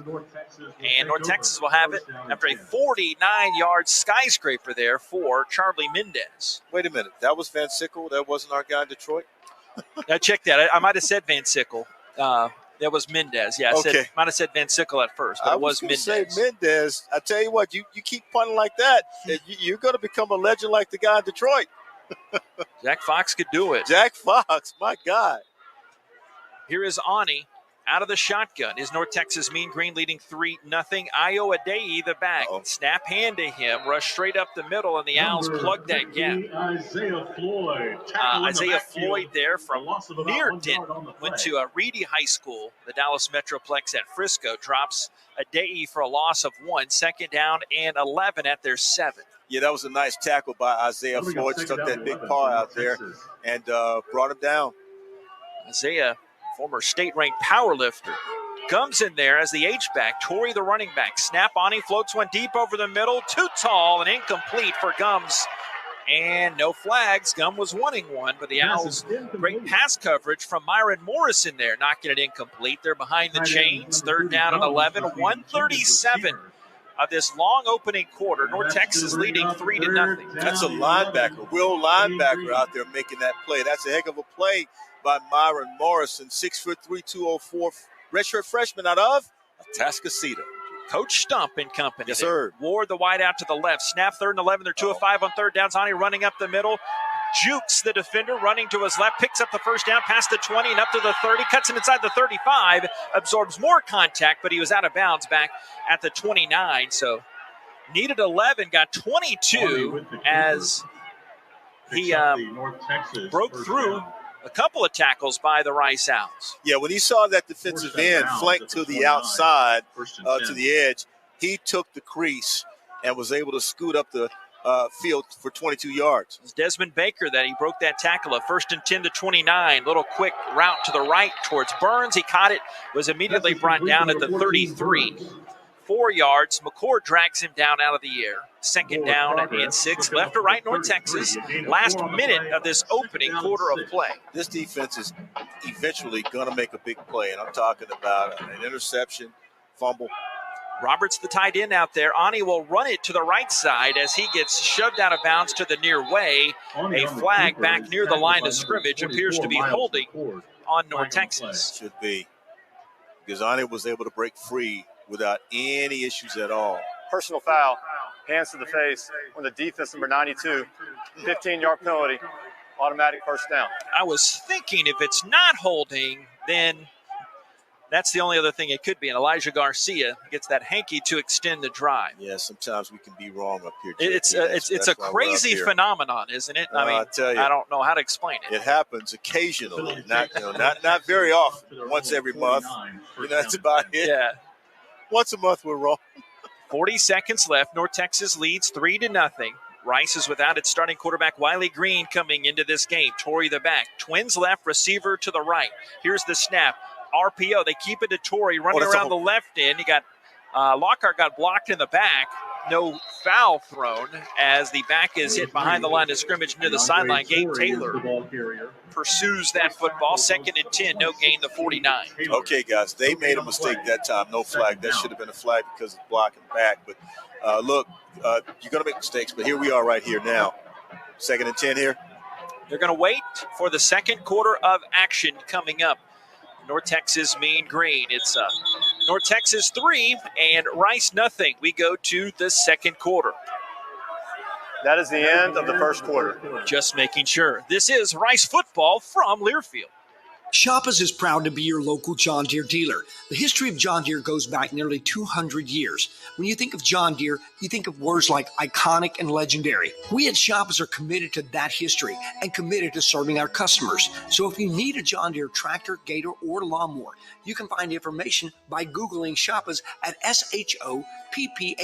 Order your tractor from Shoppers today and be ready for work this spring. Shoppers is where your tractor story begins. Shoppers, all things John Deere.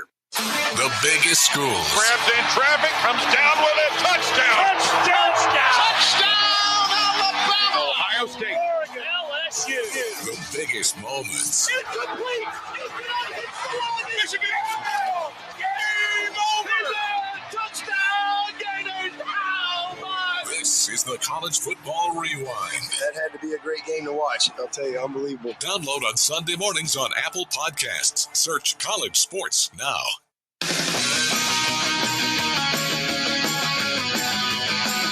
Brian Stone back with you in the Little Woodrow Studios for a quick scoreboard update in top 25 action. Texas has actually fallen behind 16th ranked Baylor. They now trail 24-21. 9:23 to go in that one. Also, Michigan State has cut it to a one-score game with a 2-point conversion. They now trail 6th-ranked Michigan 30-22, 3:58 to go in the third quarter. Number 2, Cincinnati still up on Tulane, 21-12 midway through the fourth. Wisconsin still taking care of Iowa. They lead 27-7 early in the fourth. Miami up on 17th-ranked Pitt, 38-31. Pitt is at the Miami 5-yard line. And 22nd-ranked Iowa State up on West Virginia 14-7, 4:29 to go in the first there. JP. Thank you very much, Ryan. Bit of a separation Saturday, I think the folks at ESPN calling it today. That makes sense. Looking at our Houston Methodist leaderboard, North Texas 3 and Rice nothing. Fresh 15 on the clock as they flip both ends. Only 111 combined yards, 88 of those at North Texas. But North Texas, excuse me, I think the Rice math guy over here, I was reading his wrong columns. You mean Bobby? But it wasn't much more. He had it right. This less than the Rice educated guy, 128 total yards in the game, 88 of those for the North Texas Mean Green. Jason Metco down on the Rice Owls side of the turf. What say you, Metco? A very professional and business-like manner down here on the Rice sideline, guys. You mentioned the 88 yards, and North Texas had a touchdown taken off the board because of a penalty Rice defense, I think, has played extremely well. They've held North Texas to just a field goal. And really, it's next man up right now with Wiley Green out. Luke McCaffrey and Jay Constantine have both seen plenty of time so far this season, so it's not like they're having to go to someone who hasn't played this season. And right now, I still think you're in an excellent position here. And like I said, the defense has really come to play today. Let's see if the offense can make some plays of their own here once we see a settled down Constantine. Yeah, I'm glad you said that, Jason, because, Nate, once the emotion, you kind of separate that and pray for Wiley and hope that he is better. They've got guys that have the experience still to win this game, obviously. Yeah, Jake Constantine showed you that he can throw the football, and that's what you need to see. He can also do things with his legs when necessary, but I think you've got a lot of help in the backfield.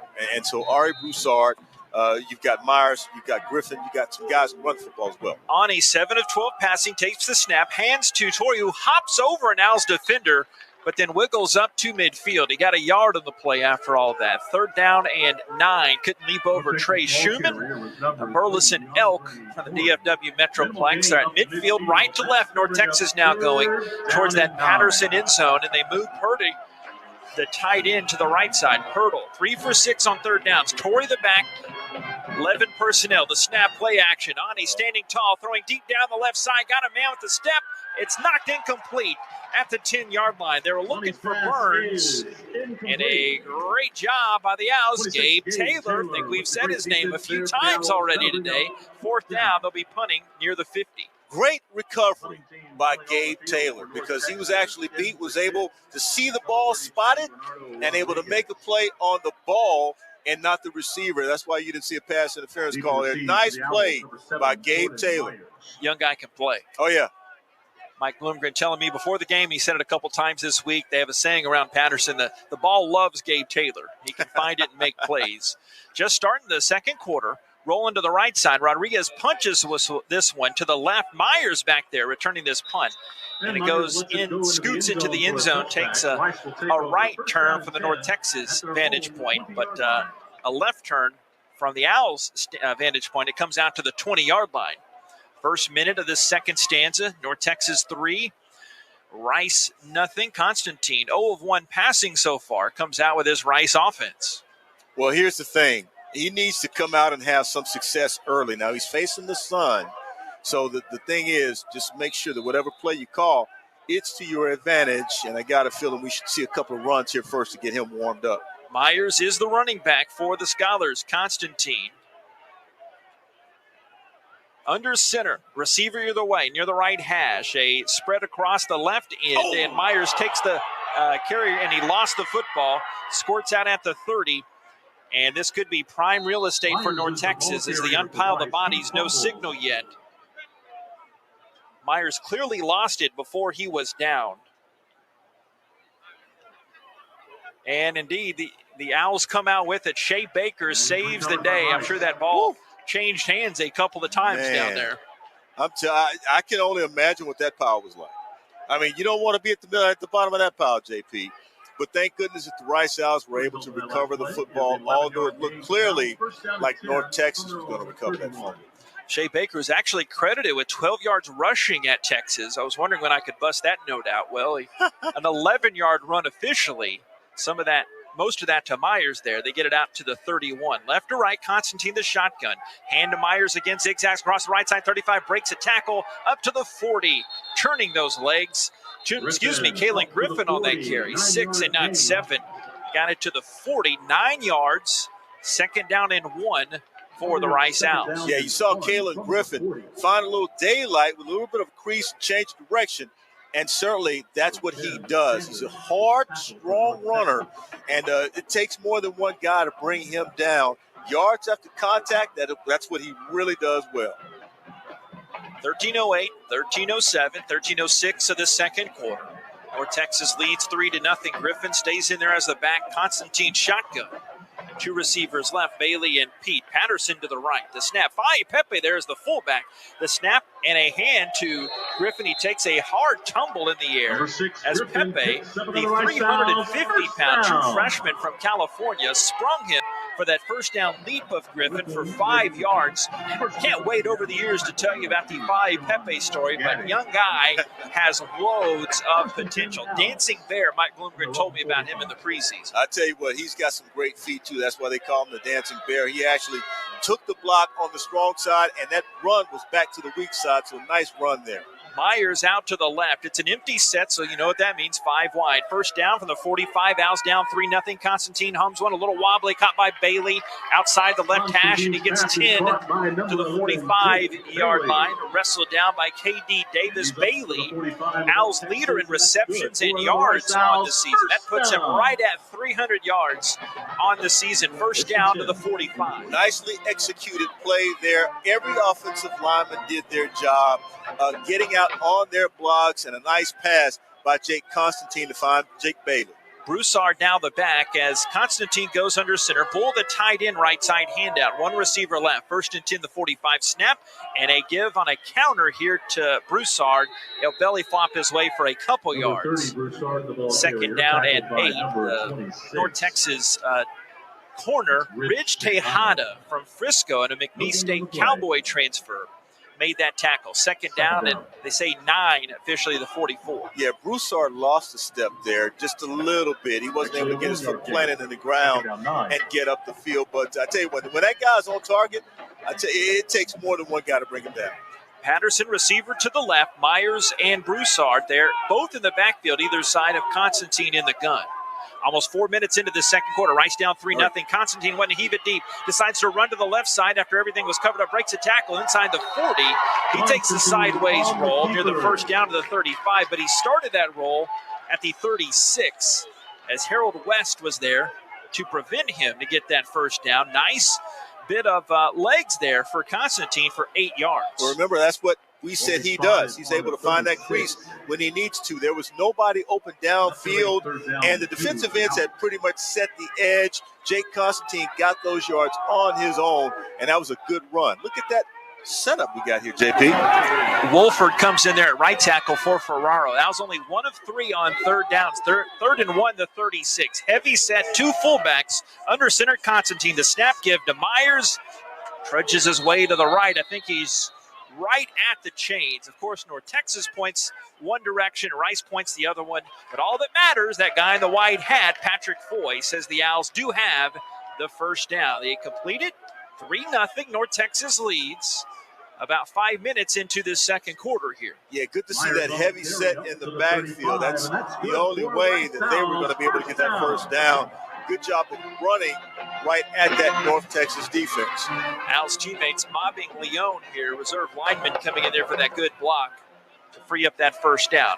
First and 10 at the 35-yard line. Rice left to right, Constantine. The power toss, Broussard chooses the right hole, and he is brought down by 2 North Texas players as Bull might be in here for a hole. Wood and Faulkner combining on the tackle. I did not read much Faulkner growing up. On the offense for 82. 10-yard penalty. Still first down. Yeah, a few thousand folks saw that one as Jager, understand, essentially playing one arm today with that hyperextended elbow. Yeah, needs all the help he can get right now, especially against those feisty North Texas defenders. But look, I think now is when you want to call upon your big tight ends to try and make a play. Give Jake Constantine an additional option. We've been crying for that all year. You want some optimism. Yes. I know you missed that from me. Yes. The Rice offense in the first quarter, 40 yards. On this drive, 45. I like it. That's something. They got started slowly. First down. While he got hurt. True. And that's the big storyline of this game. If you just punching us up. Wiley Green out of this game with an injury. First and 20, the 45 after the hold. Owls down 3-0 at the 9.5-minute mark. Snap, pass right side. Constantine to Patterson, the 41. He is shoved down by a couple mean green folks. The meanest of green, Gaddy, comes over there to tackle him. Gain of 5 yards, so second down at 15 to 40. Yeah, good to see your favorite, Cedric the third, out there, and I'm sure Ms. Patterson is probably listening right now as the son just caught a pass. Need to get that young man involved, and hopefully, with this set, you got twins left. Single receiver to the right. He'll get involved right now. And Myers and Broussard the back. Second and 15, the 40. Constantine taking that snap. Dashes to the right, throws across the body, caught in traffic by Bailey inside the 25, and he is spun down. First down for the Rice Owls as Murphy and Sanders trying to sandwich him, but 17 yards to Big Jake just outside the red zone. They finally picking on the middle, and you know, we talk about this all year long. The middle of the field is open because of the tight defense and the scheme with which North Texas lines up. Basically a 4-2-5, if you will. So the middle is going to be wide open because those linebackers are going to spread out, try to cover up those tight ends whenever Rice has a slot receiver. The tight end now is Bradley, hand down right. Cameron Griffin the back, snap. Constantine whips one out to the left side again to Bailey, trying to wrestle his way there out of the big throng of North Texas players, but to no avail. About 4 guys immediately just gravitated towards him. Tejada on the stop, no gain. Second down and 10 at the North Texas 23. Under 8 minutes, second quarter. North Texas 3, Rice nothing. The only scoring, a Mooney 35-yard field goal in this game. If I'm right, that play sets up this next play for the defense. Let's see if the middle of the field is open here, JP. You've been known to be right as well. Pete and Bailey receivers to the right. Second and 10 to 23. Snap. Constantine on the run, back to his right. Heaves one towards the end zone, knocked incomplete. Trying to get it to Bailey. A late flag comes in on the play. Tejada, the corner, is the one that was nearest there. Should be holding. Let's see if they call that on him.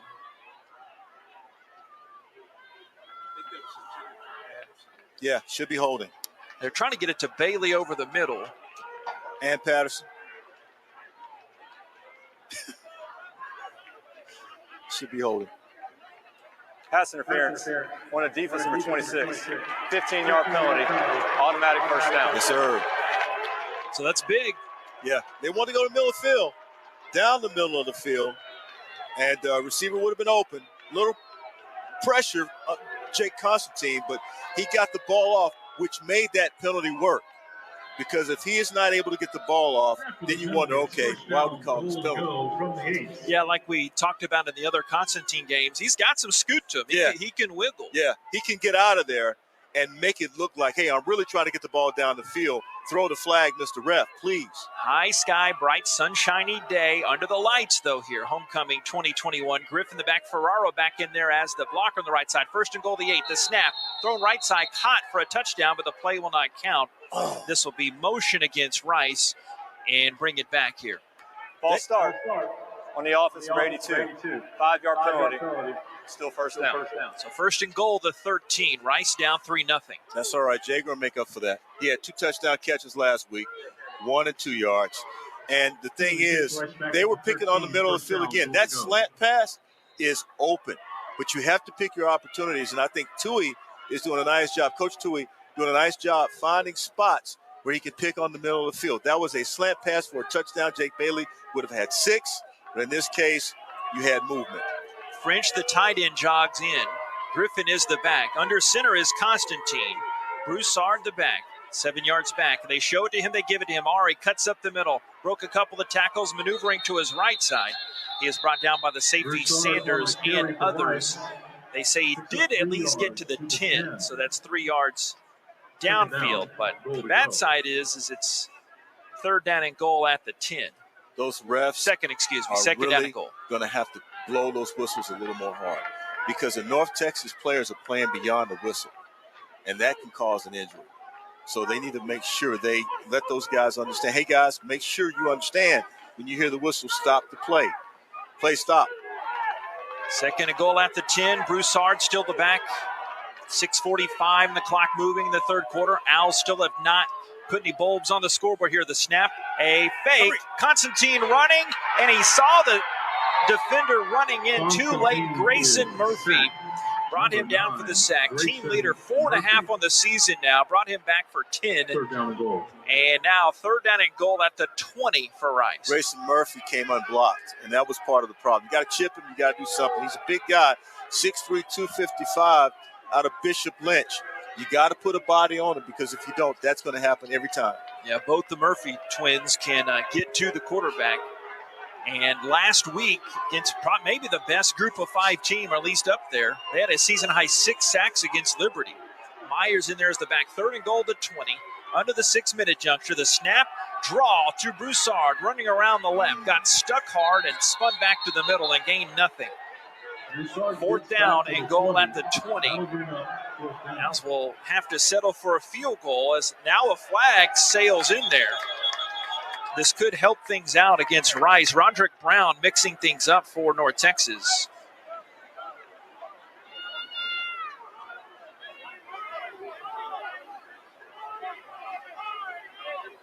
Their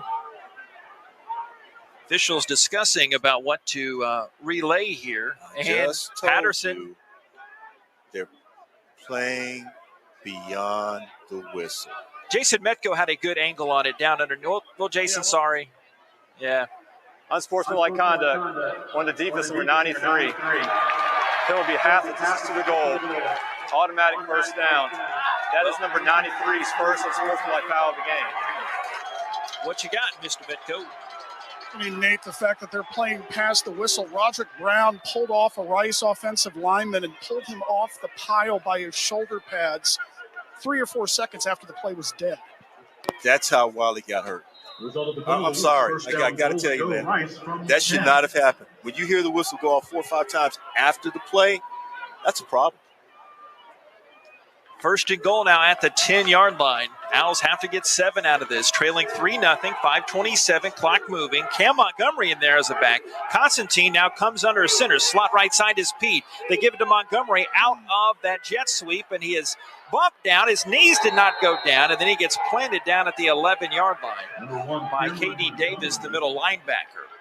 So no gain, 2nd and goal at the 10-yard line. 2nd down, goal to go from the 10. Got to get 7 here, Mr. Griffin. Well, that's short side of the field, right? So if you're going to run a fly sweep, you want to hit that hole quickly. In this particular case, the block wasn't there. So he wasn't able to cut it up the field because the block wasn't there. He had to run wide. Patterson, 1 receiver to the left. Ball's on the right hash. Myers motions out of there. Empty set. 2nd and goal, the 10. Owls trailing 3-0. Shotgun snap to Constantine. Looking middle. Tosses back across the middle. Incomplete to Pete. Middle of the end zone. High for Pete. Flag on the play. And a flag is on the field. They had Tejada the corner. Holding. Maybe that's Faulkner on the behind offense, him. number 71. 10-yard penalty. 2nd down. Guy Clay Servin got whistled for that infraction. Well, the reason for that, he's trying to block Grayson Murphy. And we talked about that 2 plays ago. Now, here's the other thing. Actually, Constantine had a touchdown. I don't know if he saw it, but he had about 7 yards of timeout in front of him. North Texas, Gabriel Murphy, a knee down there. And now he is helped off. He doesn't need any help, actually. He jogs off with the assistance of a trainer. Rice possession, 2nd down and goal at the 20-yard line. Mentioned that about that Servin, but he joined us on the Mike Bloomgren show this past week. All-district soccer player for the Pierce Mustangs up in Richardson. Started playing football his sophomore year in high school. Great young man. And now they're back to play. 2nd and goal at the 20. We'll get you break, studio. Cam Montgomery is the tailback for the blocking back Suckley. Constantine under center. Takes the snap. Gives to the fullback Suckley, trudging his way to the left side. His 5th carry of the season. Number 85. And he got a Brendan yard Suckley to the 19-yard line. He's swallowed up by Dion Noble. Loves playing Rice. 1st team all-conference last season. Had 5 tackles for loss in the first half last year at Denton. That is amazing. But I want to say this about Clay Servin. If he doesn't get that block on Grayson Murphy, you might get your quarterback hurt. You got to do what it takes to protect your quarterback, even if it costs you 5 yards. 2nd. And he knows this. This drive has lasted over 10 minutes. It started at the 14-19 mark. Broussard is the back to the left of Constantine, the shotgun. 3rd and goal to 20. Snap Constantine, hand Broussard around the right end, grabbed around the ankles, and he is shoved and pushed down. Got to the 17. And another flag comes in as Broussard is tussling with a couple of the North Texas players. He has to be held back. Sean Thomas Faulkner is mixing it up with him. He's being ushered the other way.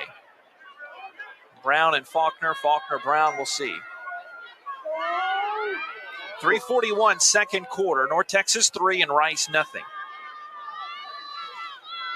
I'll say this. Guys are going to be after the play is over, unsportsmanlike conduct on the defense, number 25, will be a 15-yard penalty and an automatic first down. That is on Faulkner's first unsportsmanlike foul of the game. So 2 on this drive for North Texas. Faulkner going to the knee area there.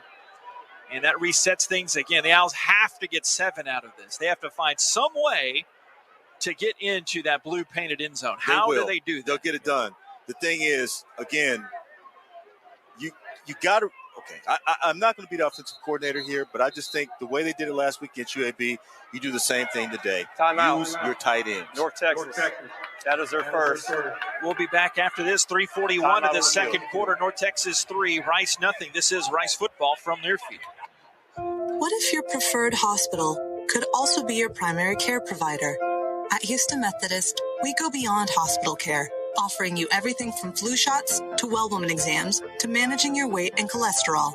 And our primary care doctors and specialists are connected all across the city. So whatever the need, wherever you live, we can be there for you. Visit HoustonMethodist.org to find the care you need at locations throughout Houston. Houston Methodist, leading medicine. Hey, it's JP here to tell you that, yes, there's more Rice Owls content out there for you to consume. Subscribe and download the official podcast of Rice Athletics, Rice Owls Insider. Rice Owls Insider provides a unique new look at a variety of head coaches, players, and other integral voices inside the Rice Athletics department. Plus, you can find archived coaches shows as well. For the best in Rice Owls content, subscribe to Rice Owls Insider, the official podcast of Rice Athletics. Available on Apple, Stitcher, and Spotify.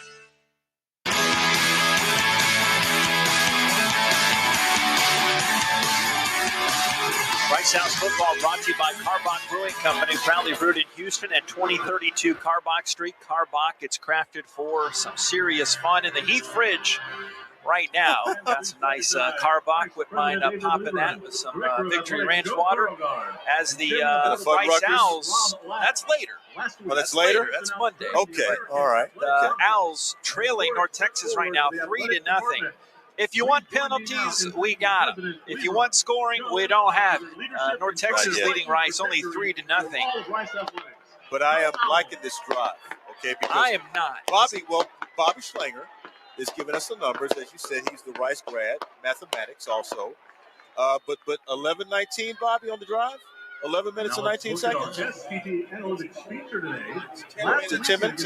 10 minutes and 32 seconds. So 10 minutes and 32 seconds on this drive, JP. And we've had 5 penalties. 1 North Texas defender ejected. And 1, he was not, okay, so just a penalty. So we've had 2 North Texas defenders with penalties so far. And so with personal fouls. And so now, and a PI. So now what you need to do is just turn this into 6 points if you're Rice. First and goal at the 8-yard line. Offensive symbols pull the tight end there. Broussard is the back. Got Bailey and Patterson to the left. My tight ends are? Well, Bull's one of them. This season. And Bradley is the other. Have shotgun here. Constantine give to Broussard. Slips down as he ran around the left end and lost a yard or 2, actually. Do they mark him down more? Cameron Hill from nearby Fresno and a former Abilene Christian Wildcat there. So second goal at the 10. He gained nothing and lost nothing on that play. Well, those DEs have been setting the edge all day long. The middle has been a little softer, and when the DEs aren't making the plays, they're helping to set up the plays for the linebackers to be coming up. So that's why there was no gain on that play. Fai Pepe, the extra tackle to the left. Broussard to the left of Constantine. Second and goal, the 10. The snap, hand to Broussard, spun around the backfield, not going anywhere. And he is pushed back to the 11-yard line. K.D. Davis, back-to-back honorable mention All-Conference USA selection. Started the tackle. Larry Nixon helped out. They push him. They give him a loss of 2 yards on the play. So third and goal at the 12. North Texas 3, Rice nothing. I think you can attack this defense in the air because they have been so bullish against the run. So now would be a great time.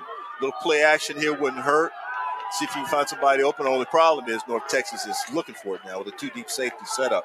And Constantine, 4 of 5 passing, 32 yards. Broussard the back, snap, play action to him. Constantine looking left, throwing left towards the end zone. Incomplete, the back of the end zone to Pete. The pass is incomplete. And after all that, Owls will attempt a field goal. Rich Tejada there in coverage. Yeah, that play would have probably been a little bit better used during second down.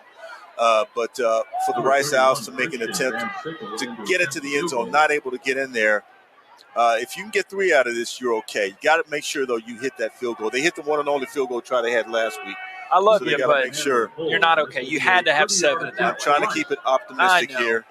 I really am. A lot has changed since you've been here. No, just Van Sickle had a big field goal last week, 27 yards, big in that UAB win. This would be from 30. Ball spotted middle of the field. McMahon the hold.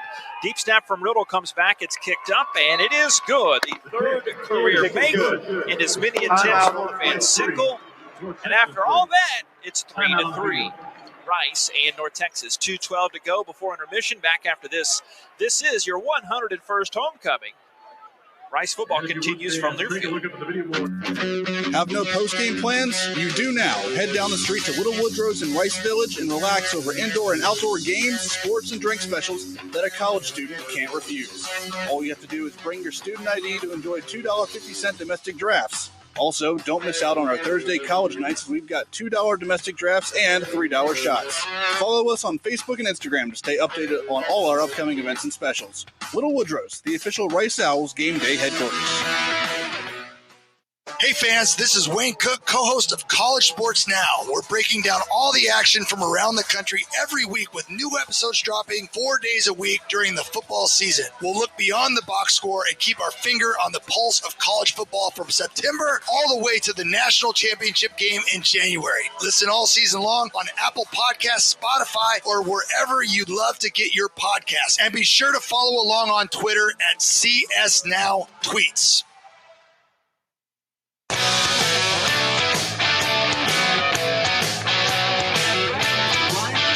All right, thank you, Ryan. 2 minutes and 12 seconds remaining in the second quarter before the half. Rice 3, North Texas 3 on the strength of a 19-play, 68-yard drive that took 12 minutes and 7 seconds off the clock for the Rice Owls. A 30-yard field goal by Christian Van Sickle. And this after you had first and goal from the 8 twice. Rice Owls got 3 points out of it, JP. At least you got 3, right? You got 3. And the R Association. That's a psychological uplift. Psychological lift, rather. It seems right now with the offense at a premium both sides, you got to get those 7s when you can, and they just were not able to get those in there, at least yet. And dedication. Always time, right? Remember, Rice does get the football to start the second half. 3-3 game right now. We need to point out, though, a couple things have changed. Again, Wiley Green hurt, that changed the game. Where you probably would have had 7 or maybe even 14 by now, you only have 3. But Jake Constantine has to be the guy who drives this offense and gets points when you get in the red zone. Got to get that done. They had it, and there was a penalty, which negated the touchdown. So don't be afraid to throw the football. If I'm a wideout, that's what I'm saying. Give me an opportunity. Better not be a wideout. They always want you to be a wideout. That's true. I don't know what I'd do if you weren't. North Texas brings it across the 10, stopping at the 20. Torrey lunges forward and kind of squats underneath the Owls special teams. Brought down around the 21-yard line.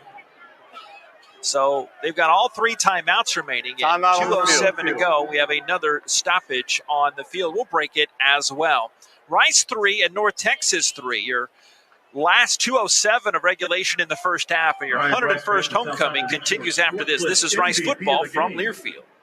You know who makes the world's greatest hamburgers? You do. Only Fuddruckers allows you to completely customize your burger with endless ways to create your crave. You'll always have gourmet perfection in your hands. You might even earn a PhD in burger building while doing it. Visit Fuddruckers today. Every time you come to Fuddruckers, you have the power to create your crave. We like to call it CYC. CYC means you select your bun, the size of your burger, and the burger is cooked your way. And don't forget about our abundant variety of delicious toppings. CYC, only at Fuddruckers. The Wyndham Houston Medical Center Hotel and Suites is the preferred hotel for anybody visiting the Medical Center, the Museum District, or Rice University. We offer the largest suites in the Medical Center, complete with full kitchens, and our full-service restaurant and outdoor pool will make your stay complete. We look forward to having you experience the Wyndham Houston Medical Center Hotel and Suites soon. And if you need a group rate or need 10 or more rooms, don't forget to call 713-528-7744. That's 713-528-7744.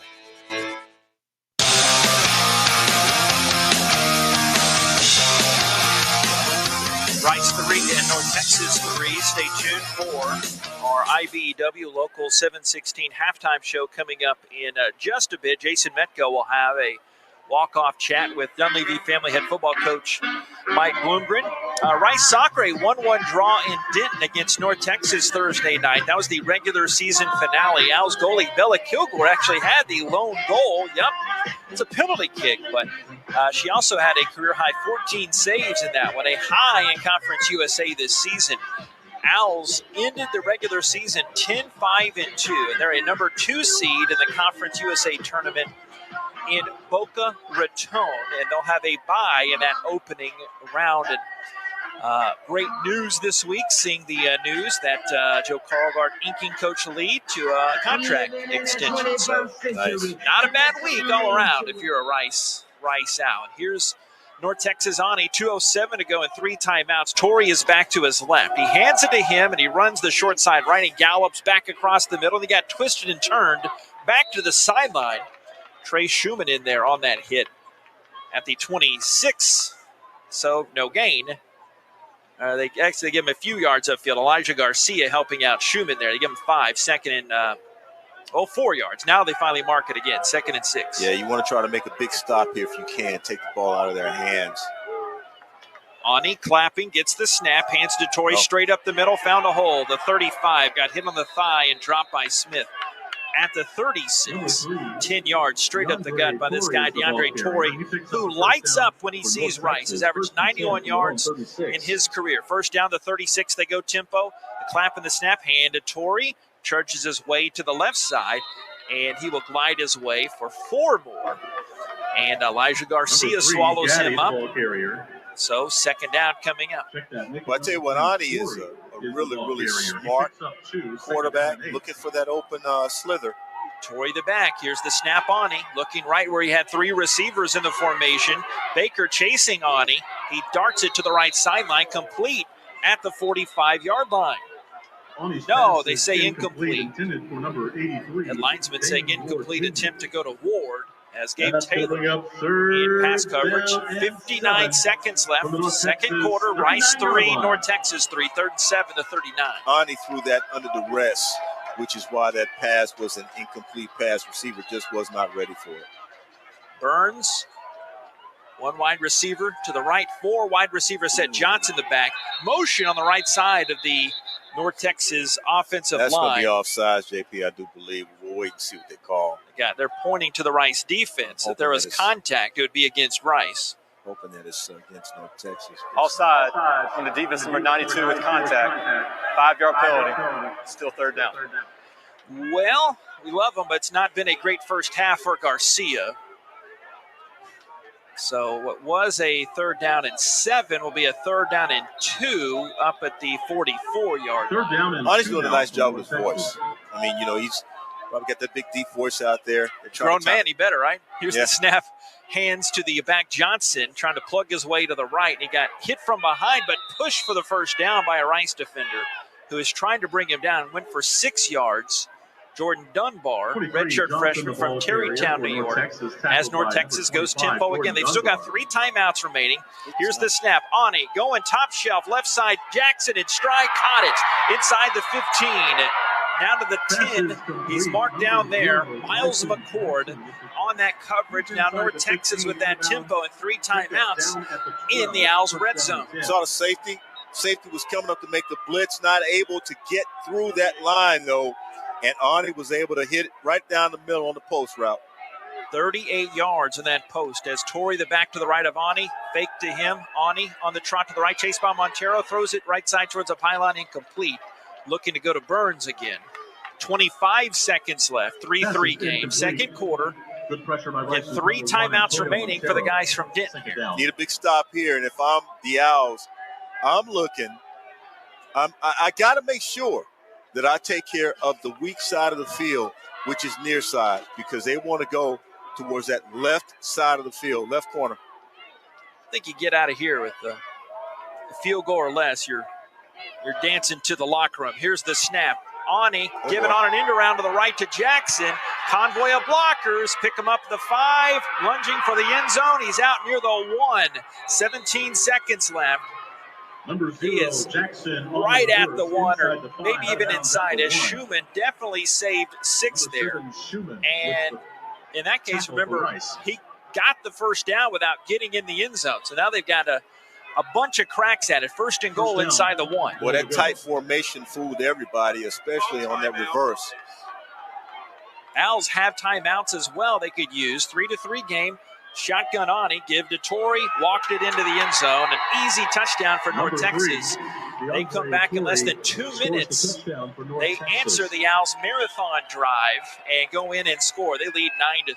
Yeah, 2-minute drive there, and certainly that's what they did. They executed on their 2-minute offense quite well there with a couple of plays you don't expect. The reverse, number 1, and then you have the big pass play, which is right down the middle. And they hit you with the pass when you don't expect it. Extra point kicker Mooney coming out from Timberview High School in the town of the Cow in Fort Worth. And he goes up and he makes it good. And it's now 10-3 North Texas. That's the kind of play that makes you angry because, you have less than 2 minutes to play. And you're thinking, okay, we're going to go into the locker room with a 3-3 tie here. And it just doesn't work out that way because, they make plays down the field you're not looking for them to make. North Texas 1-yard touchdown run by DeAndre Torrey. Again, he lights up playing against Rice. His 4th career game. Remember back in 2018, as a freshman, he had 130 yards rushing, 3 rushing touchdowns, and a receiving touchdown. And we talked about his exploits earlier. 5th in the nation in rushing yards per game. Doesn't take a football expert to realize they're going to feed him, and they have in this first half. Yep, 9 plays, 78 yards, took a minute 52, and DeAndre Torrey scores a 1-yard touchdown run, and that's less than 2 minutes in the half, JP. Owls will get it, but probably a kneel and then go into the intermission and get the ball back. Here is the shallow kick coming at the 12. Myers across the 15. They saying that he called fair catch. Maybe he wasn't meaning it as a fair catch, but the officials took it as that. And either way, it'll be 12 seconds left. I mean, I know what you want to ask me. Go ahead. Well, I don't. In this case, there's probably you want to go things. to CP3? You want to go to CP3 on this? There's probably a few things, but down the middle of the field. The frustrating thing is they didn't have to use any timeouts of that, and they made it look really easy to go down the field like that. Well, again, because those were not plays that I'd only can assume the defense wasn't expecting. They made big plays down the middle of the field, especially on that long pass to the post. They're lining up with Griffin as the back. Constantine shotgun. Hand to Kalen. A run short side right. Gets stood up and pushed back. And no go. We'll hear from Coach Bloomgren here in just a moment. North Texas 10 and Rice 3. That is the end of the first half. What do you think, Nick? I think the game plan changed because Wiley's out. But right now, they got to find a way for Jake Constantine to win this game. All right, go for it. Go ahead. Coach, your thoughts on your defense other than giving up that last touchdown late? How do you think your defense fared in the first half? Well, aside from that, I mean, they didn't have to defend many plays, so we've got to be better than that. We can't have a drive end in the box like that, especially in a critical situation of just 2 minutes to go in the half. Offensively, Wiley Green's out. Do you know his status? And what do you make of Jake Constantine coming in on relief here? Yeah, we trust Jake, but we've got to get him going. We've got to be able to execute some simple things. We've got some people really wide open, and we've got to be able to hit them. Appreciate it, Coach. Thank you. Thank you. Guys, back up to you. Thank you, Coach, and thank you, Jason. He's not happy. He is not happy. Would be. No. It's understandable. He's not happy. And when you look at that last drive, you only get 3. He's absolutely right. You have to be able to hit some strikes in the end zone without having to work that hard to get them. And I'm thinking, he's probably thinking, that doesn't make sense. You got to be able to execute some plays, but you got to call the right plays for Jake. Let's pay some bills. We have the IBEW Local 716 halftime show. North Texas 10, Rice 3 at the half. This is Rice football from Learfield.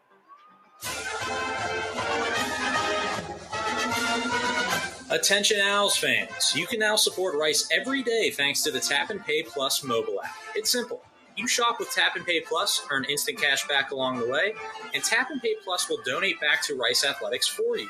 Just go to the App Store and download Tap and Pay Plus, select Rice Athletics as your cause, and start rewarding yourself while supporting your school.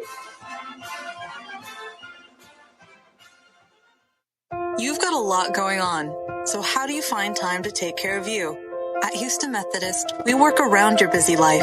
There's same-day primary care appointments, online scheduling to see our world-class specialists, access to all your records through MyChart, and video visits 24/7 if you need urgent care, bringing you Houston Methodist's expertise wherever, whenever you need it. Visit HoustonMethodist.org to find the care you need at locations throughout Houston. Houston Methodist, leading medicine.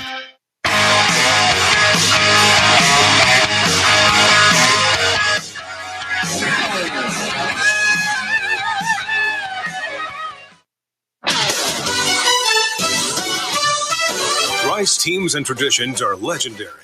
Our team as strategic wealth designers are proud to be a partner of Rice Athletics. What an honor to be working together. When you're ready to discuss your financial future, call the team the Owls trust. We look forward to creating your winning strategy for retirement. Visit us at swdgroup.com today. And go Owls!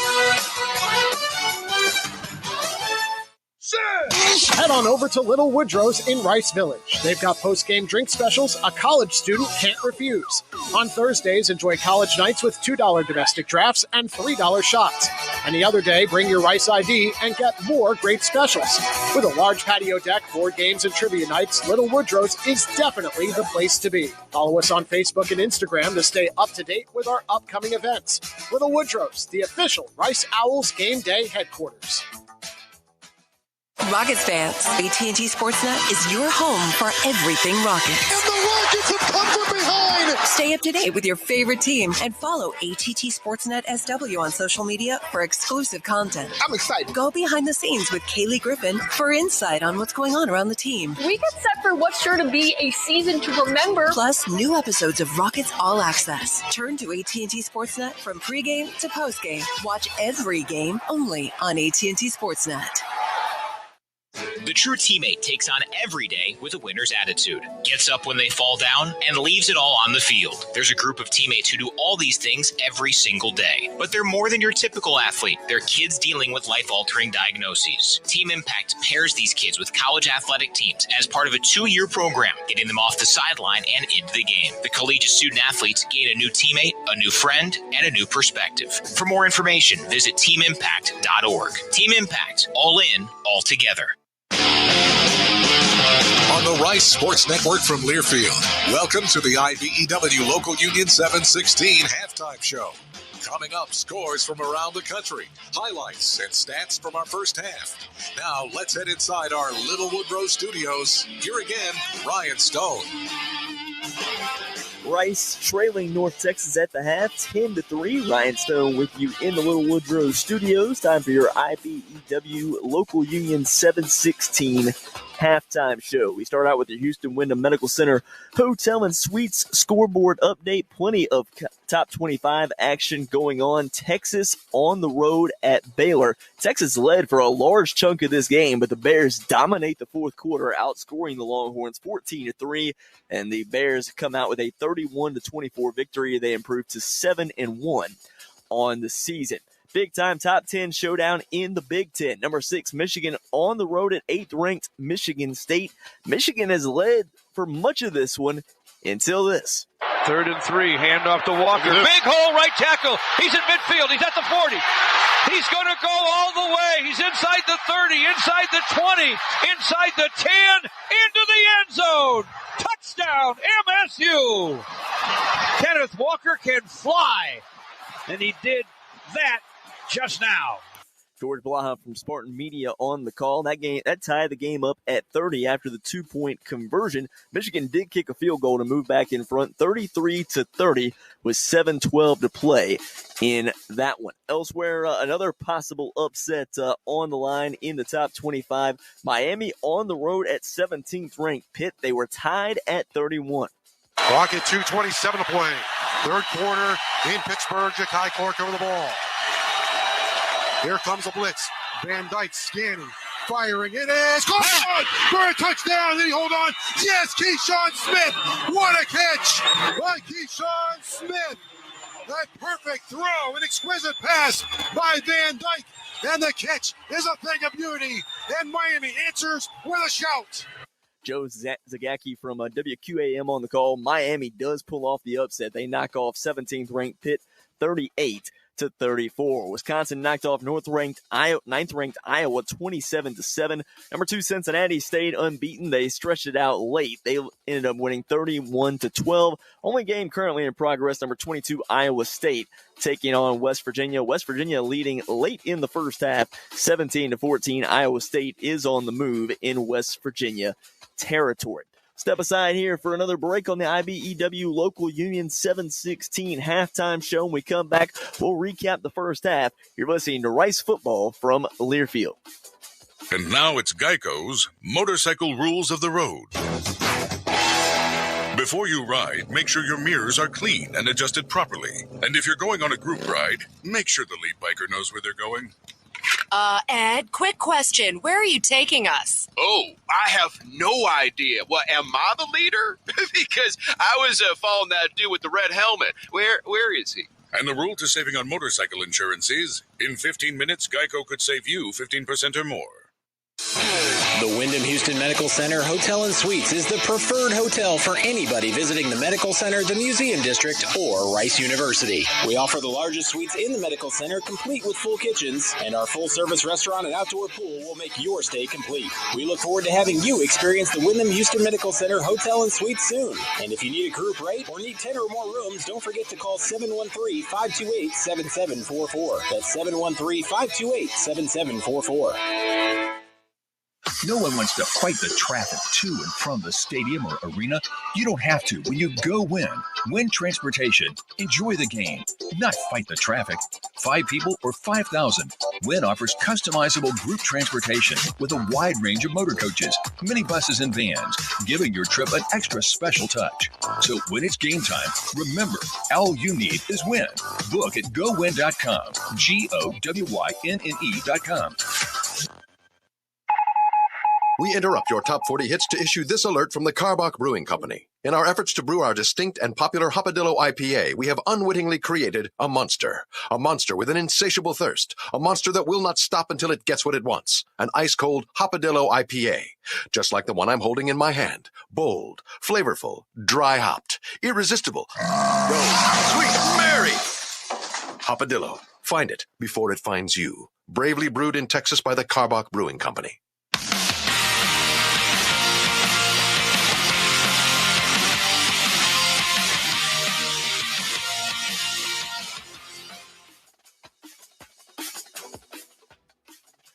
Excuse me, Ryan Stone back in the Little Woodrow Studios. Rice trailing North Texas 10-3 at the half. Ryan Stone back with you in the Little Woodrow Studios on your IBEW Local Union 716 halftime show. Let's take a look at the first half recap. Not a ton of highlights in this one, just 260 total yards of offense between the two teams. On the opening drive, North Texas would go 16 plays for 55 yards in just over 6 minutes.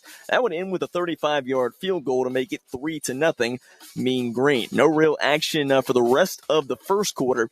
In the second quarter, Rice would take a long 19-play, 68-yard drive that lasted over 12 minutes, but it culminated with only this. Van Sickle had a big field goal last week, 27 yards, big in that UAB win. This would be from 30. Ball spotted middle of the field. McMahon the hold. Deep snap from Riddle comes back. It's kicked up, and it is good. The third career make in as many attempts for Van Sickle. And after all that, it's 3-3.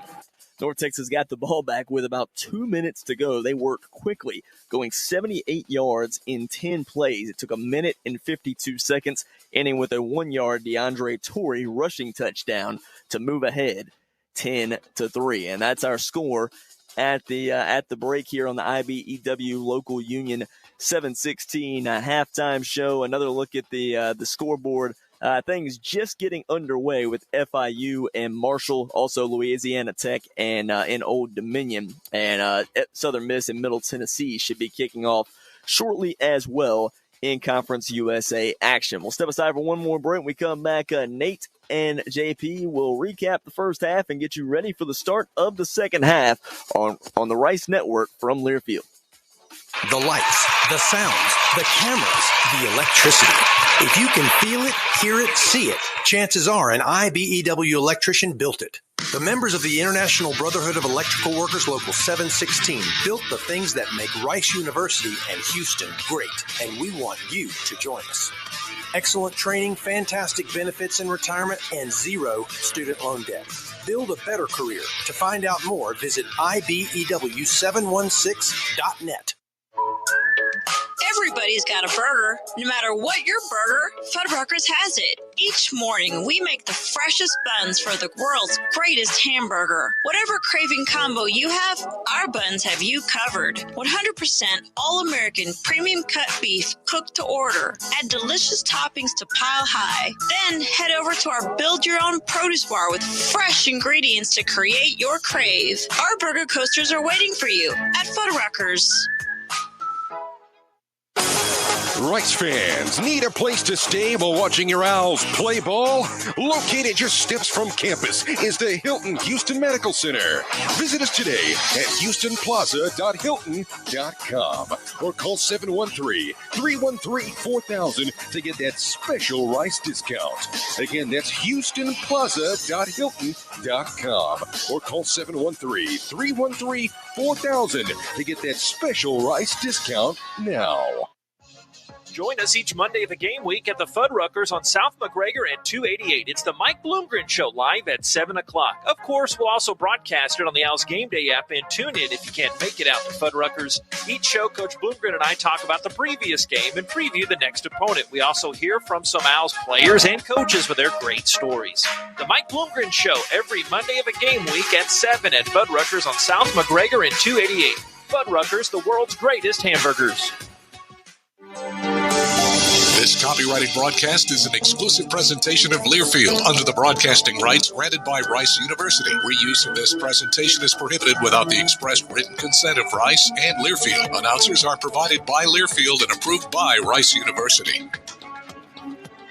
North Texas Mean Green lead Rice Owls at the half 10-3. This halftime is brought to you by IBEW Local 716. Looking at the total yards, visitors from Denton 162 yards, Rice 101. Penalties, 11 combined penalties, 7 of them for Rice for 60 yards. The big story was that Rice was without its starting quarterback Wiley Green for most of the first half. Now the other side of that is Jake Constantine started a couple games this year too, so it's not like they're without experience on that ledger. North Texas has averaged about 5 yards per play, Rice about 3.5 yards per play.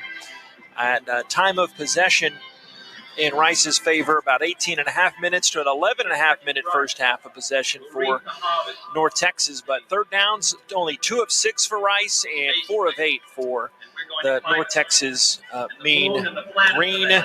Your thoughts again, first half, as stats got a little bit better. It's crazy to say, you only have 101 total yards in that first half, but after 20-something odd yards in that first quarter, anything was better than that. But the big story, Wiley Green going down, but Constantine has proved very capable in the past. Yeah, but you have to have a game plan for him. And certainly what happens is in games like this where Wilder Green was so dominant last week, you expect him to be the guy for the entire game. You don't have that now. So you go into the locker room at the halftime, and you try to construct a game plan for Jake Constantine on the fly. And hopefully this was enough time to put something together for him so that the Owls can get some touchdowns, because they had an opportunity to get a touchdown here right before the half. Weren't able to do it. You saw what happened. 12 runs, 4 passes. The one pass and the one catch in the end zone should have, by Jake Bailey, should have been a touchdown, but you had a procedure penalty called against the offensive line. So that didn't work. Okay? So now you got to find something that's going to work for Jake Constantine in the second half. He should be on his game. And remember, I think, if I'm correct, I thought Rice was behind in the first half last week versus UAB? Were they behind? They led at the half. So they led at the half. Okay, all right. Well, they've been down in games before. And so now it's time to prove that you can actually come back after the half and take the lead and win a game. The Owls at the break have Constantine 4 of 6 passing for 32 yards, Wiley 2 of 3 for 29 yards. Owls' leading rusher was Kalen Griffin, 4 rushes but only 20 yards at the break, and Jake Bailey, 3 catches for 27 yards. North Texas, Austin Ani, 8 of 16 passing, 71 yards, but led that very quick strike scoring drive to give them this 10-3 halftime lead. Torrey has 10 rushes for 33 yards, but Ani called his own number 3 times for 35 yards.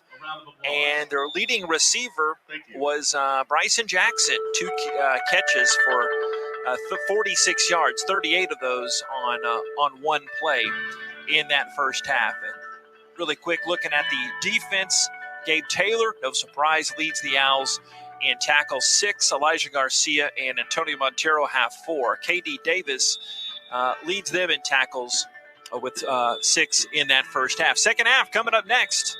North Texas 10 and Rice 3. This is Rice football from Learfield. We interrupt your top 40 hits to issue this alert from the Karbach Brewing Company. In our efforts to brew our distinct and popular Hopadillo IPA, we have unwittingly created a monster with an insatiable thirst, a monster that will not stop until it gets what it wants, an ice-cold Hopadillo IPA, just like the one I'm holding in my hand. Bold, flavorful, dry-hopped, irresistible. Go, sweet Mary! Hopadillo. Find it before it finds you. Bravely brewed in Texas by the Karbach Brewing Company. Shoppers is proud to be your local John Deere dealer. The history of John Deere goes back nearly 200 years. When you think of John Deere, you think of words like iconic and legendary. We at Shoppers are committed to that history and committed to serving our customers. So if you need a John Deere tractor, gator, or lawnmower, you can find information by Googling Shoppers at SHOPPAS. Order your tractor from Shoppers today and be ready for work this spring. Shoppers is where your tractor story begins. Shoppers, all things John Deere. Hey, college football fans, I'm Mike Golick. And I'm Kate Scott. This fall, we are bringing you a fresh new way to hear college football play-by-play. Golick and I teaming up for college football Saturday night, powered by Learfield. It's a bold new way to listen to college football. Smart, fun, refreshing, food, I added that, a unique radio play-by-play experience, and I'm so looking forward to broadcasting live alongside Kate this fall. College football Saturday night, powered by Learfield. Hope you'll join us. Join us each Monday of the game week at the Fuddruckers on South McGregor and 288. It's the Mike Bloomgren Show live at 7 o'clock. Of course, we'll also broadcast it on the Owls Game Day app and tune in if you can't make it out to Fuddruckers. Each show, Coach Bloomgren and I talk about the previous game and preview the next opponent. We also hear from some Owls players and coaches with their great stories. The Mike Bloomgren Show every Monday of a game week at 7 at Fuddruckers on South McGregor and 288. Fuddruckers, the world's greatest hamburgers.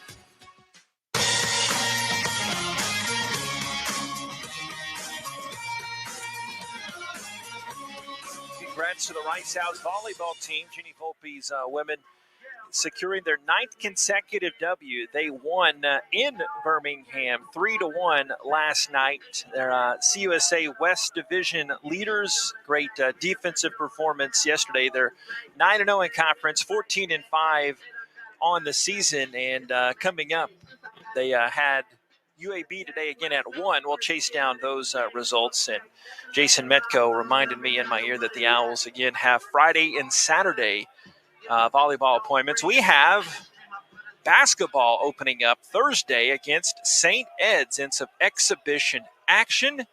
And it's volleyball against UTSA coming up. So we are knocking on the door of crossover season. Well, here just ending the IBEW Local 716 halftime. It's North Texas 10 and Rice 3. Got some time to take a deep breath and adjust at the half. What are you looking for here as the Owls get the ball to start this second half? Well, I wanted to say something about Jenny Volpe before you left volleyball. Oh, I'm sorry. Like, man, one of the nicest people you ever want to meet. She's also a pretty good coach, too, by the way, just in case you didn't know. But anyway, as far as Rice is concerned, Jake Constantine needs to get cranked up.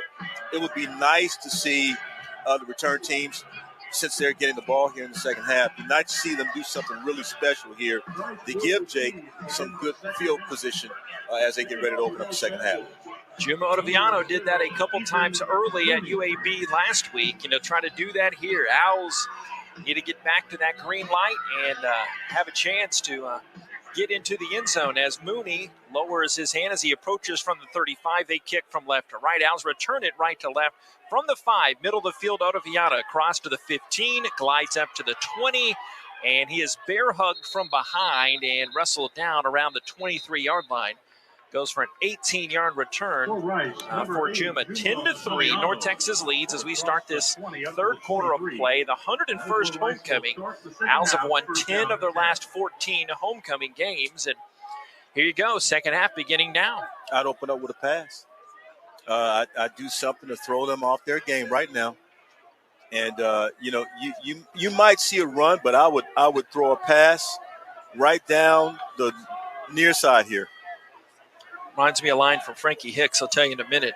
He had a few of those. Myers the back, snap Constantine, hand, and Jordan goes straight up the middle and gets drugged down by Sanders, the free safety, up to the 29 for 6 yards. And I said, Coach, he just celebrated his birthday. We all got him a card, and he texted me back, hey, thanks, by the way. I said, Coach, what do you think? We called each other Coach. He goes, punt on first down, Coach. So let's not do that, but you're either going to run it or pass it. My point being there are two options there. I think he had the right idea.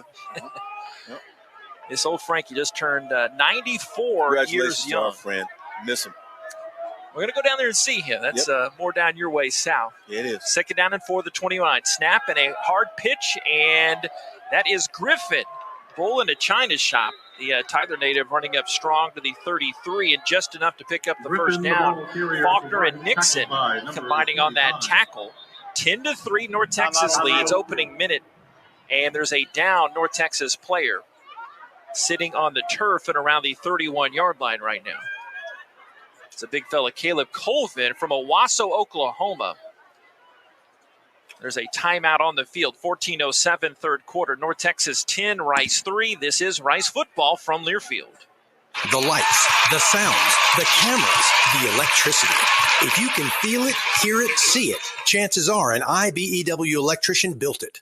The members of the International Brotherhood of Electrical Workers Local 716 built the things that make Rice University and Houston great, and we want you to join us. Excellent training, fantastic benefits in retirement, and zero student loan debt. Build a better career. To find out more, visit IBEW716.net. What's up, fans? This is Roddy Jones, co-host of College Sports Now. We're breaking down all the action from around the country weekly, with new episodes dropping 4 days a week during the football season. We'll look beyond the box score and keep our finger on the pulse of college football from September all the way to the national championship game in January, from the East Coast to the West Coast. Listen all season long on Apple Podcasts, Spotify, or wherever you love to get your podcasts. And while you're at it, be sure to give us a follow along on Twitter at CSNowTweets.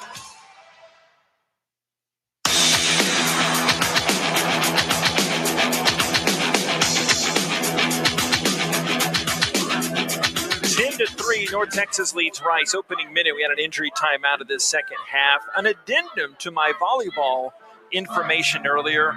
It's not too often you have the Jason Metco here to update us on some volleyball info, but our man on the spot with some more volleyball info, young Metco. I wouldn't call it an addendum. I'd call it some supplemental information. Okay. Volleyball victorious today, 3-0 versus UAB. They're now 15-5, 10-0 in conference play. And yes, Texas San Antonio, UTSA, is here on Friday night at 6. That's senior night. One of many seniors on this roster, Nicole Lennon, who picked up her 2,000th career kill last week. She's only one of 2 active players in the country to have that going. So that's at 6. And then the chapter of the season closes, regular season, 2 o'clock on Saturday. And you'll be on the mic in some way or another, right? Yeah, I think so. Perhaps. Now, that has not been finalized. My people are still talking with other people. Yeah, that's right. Trying to get it done. Yes. You're a man of many, many means and people in high places. North Texas leads Rice 10-3. Owls will have the football after this timeout on the field. You got Griffin there as the back.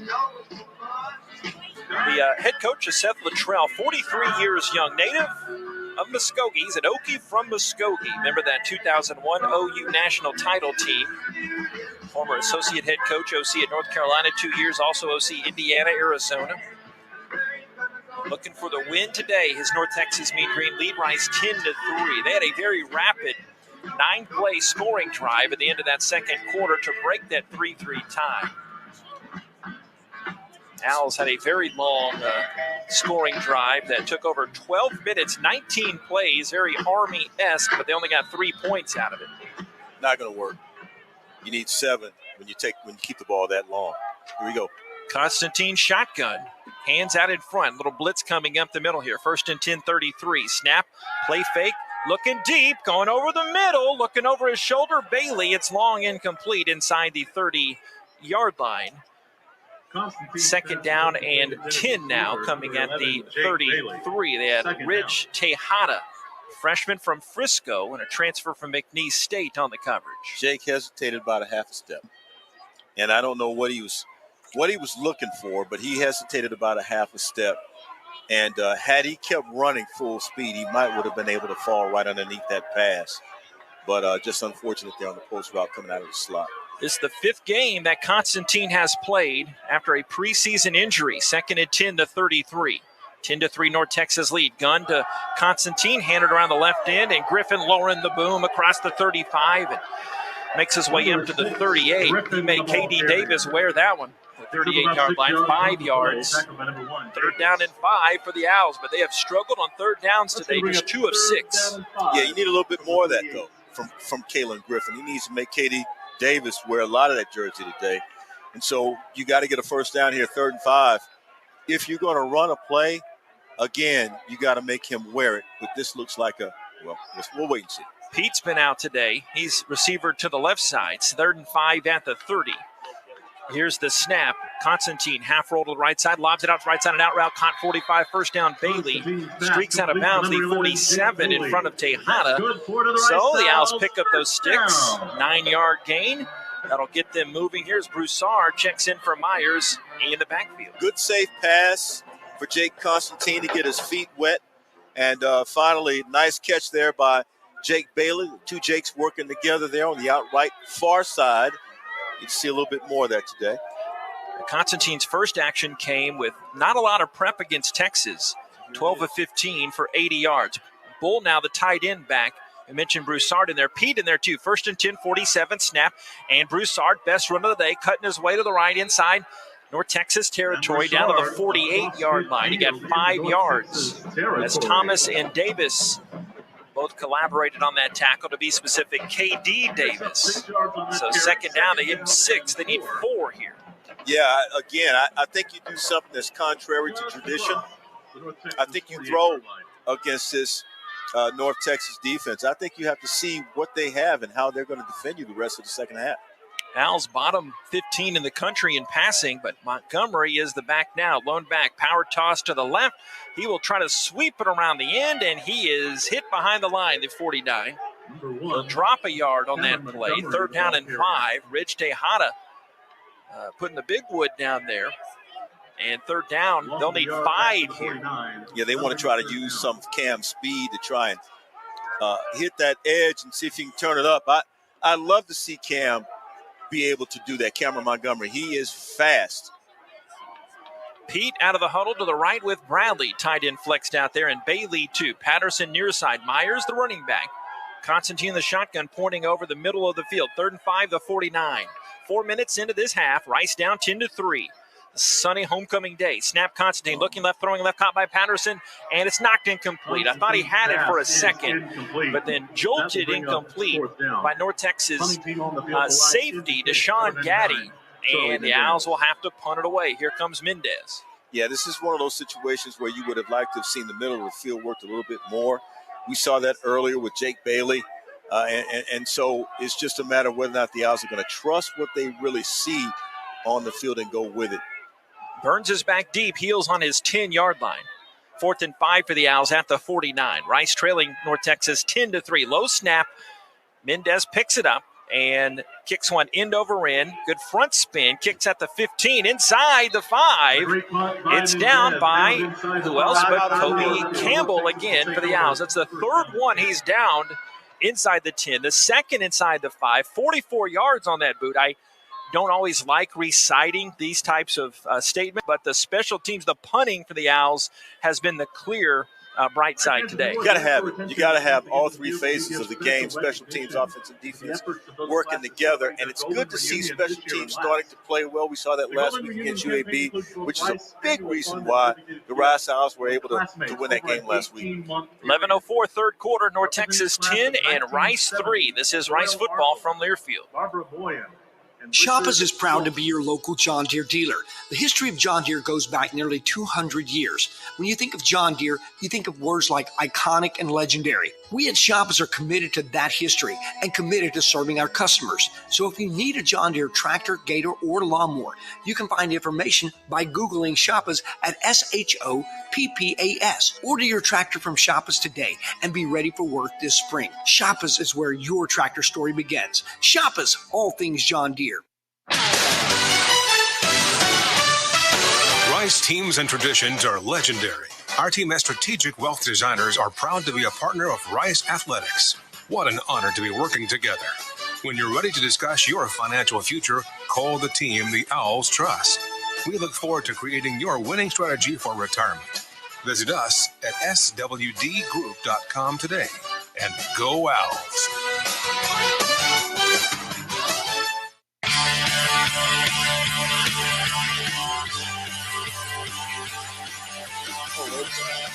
They have the ceremonial big checks here, special homecoming class. They've been presenting different classes throughout the afternoon, and a recent $11 million check. We call that in the booth. Bob Schlanger walking around money. North Texas 10 and Rice 3, 11:04 of this 3rd quarter of play. Rice football this season is brought to you by IBEW. The Owls are so proud again to be partnering with IBEW, International Brotherhood of Electrical Workers, Local 716, lighting up Rice University and Houston for over 100 years. Yes, sir. Well, I was waiting. I see where you emailed the read. Didn't hit me until a minute ago. Wait a minute, he emailed the reads to me. And you know which one I wanted to read, right? We're waiting for it. No. Got to let it build. Oh, my goodness. That Fuddruckers read, we're waiting Yes, it's taking forever to download. So I'm a little... It's okay. I'm a little disappointed by that. These are the things I know, but I do not say. 10 years of doing this together. North Texas 10, Rice 3.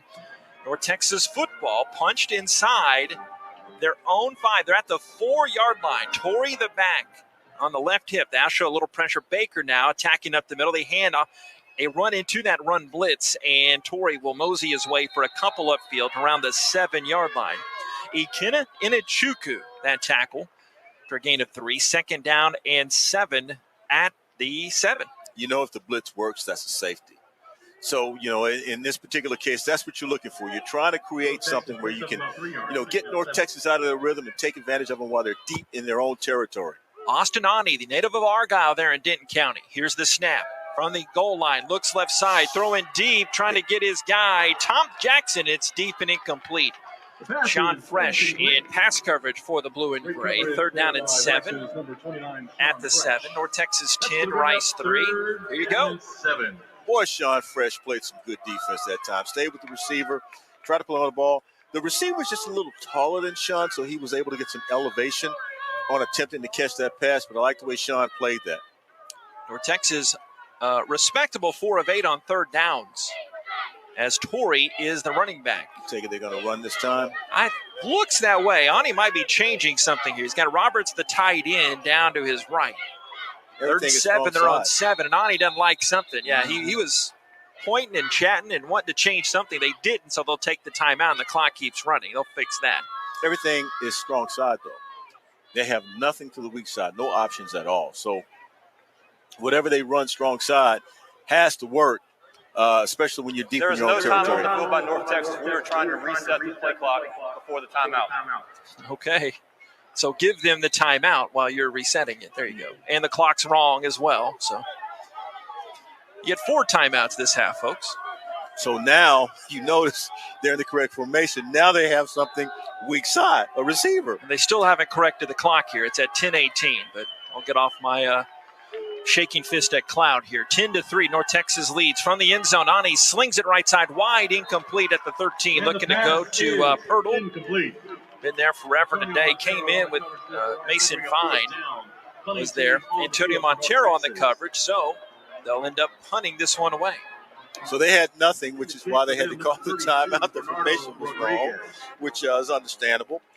And so now here's a great opportunity for Rice to have great field position. You got Sean Fresh back deep to return this punt. Let's see what they do.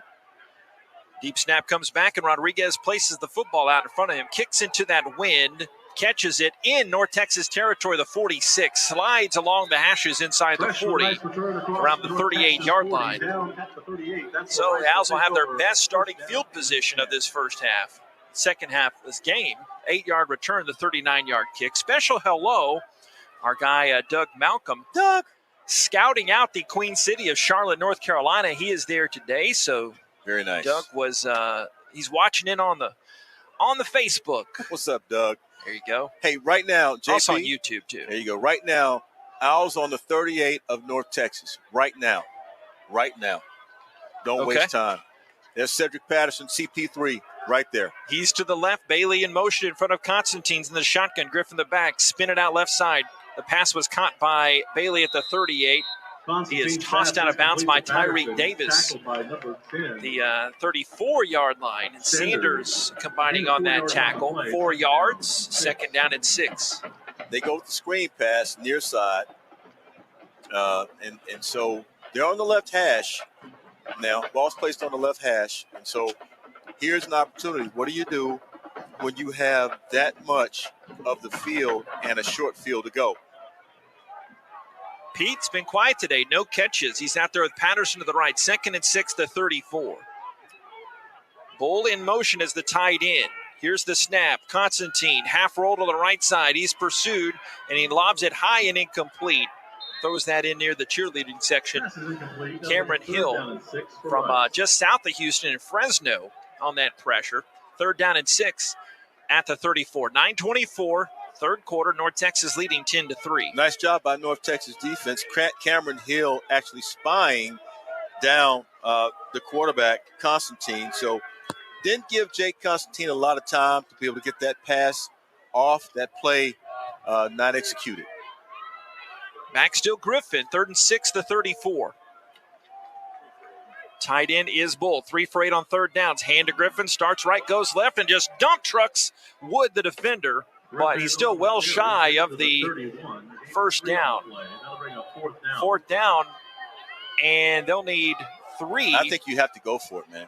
Yeah, Coach told me during the week, the way the analytics are these days, between the 20 and the 35, you're going for it. So here's a 4th down try. You almost have to go for it here.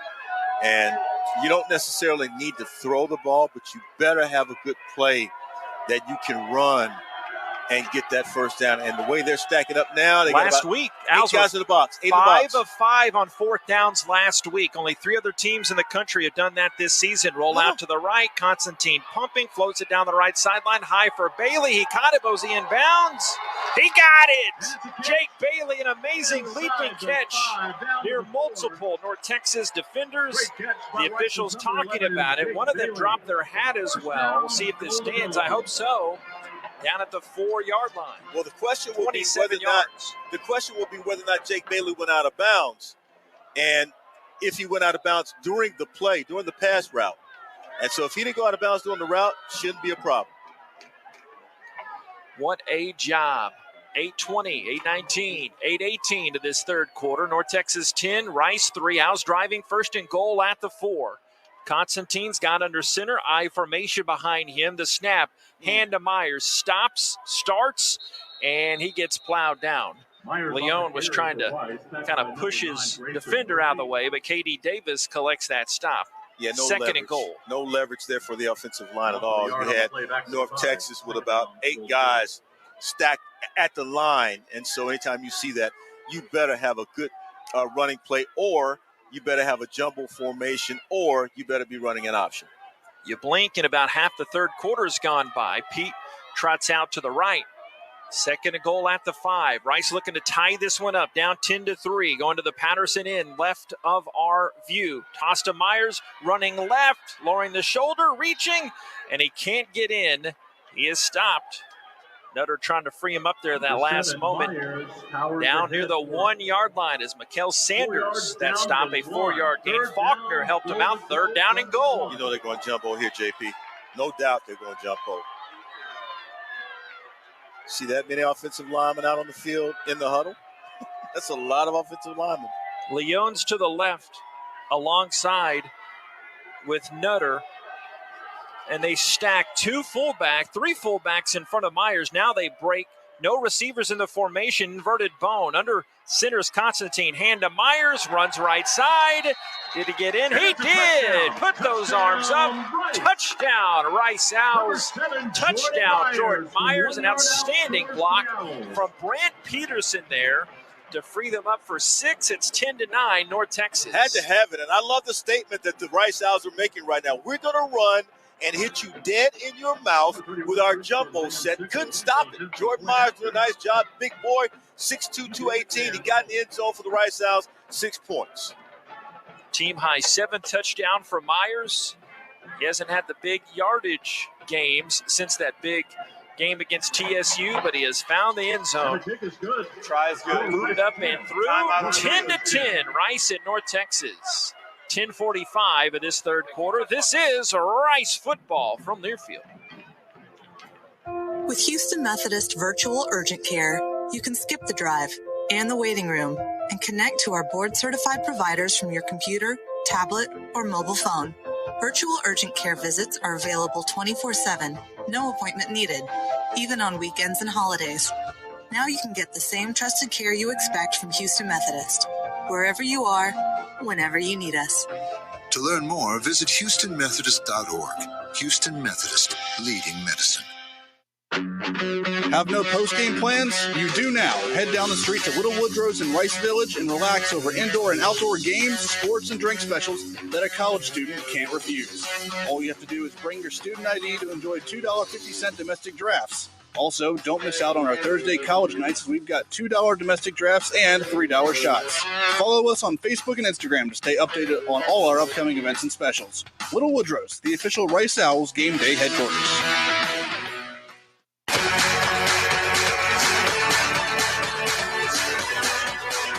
Thank you, Ryan. 6:45 remaining in the third quarter. It's now tie game 10-10. Rice scoring on the strength of a 7-play, 38-yard drive, took 3:21.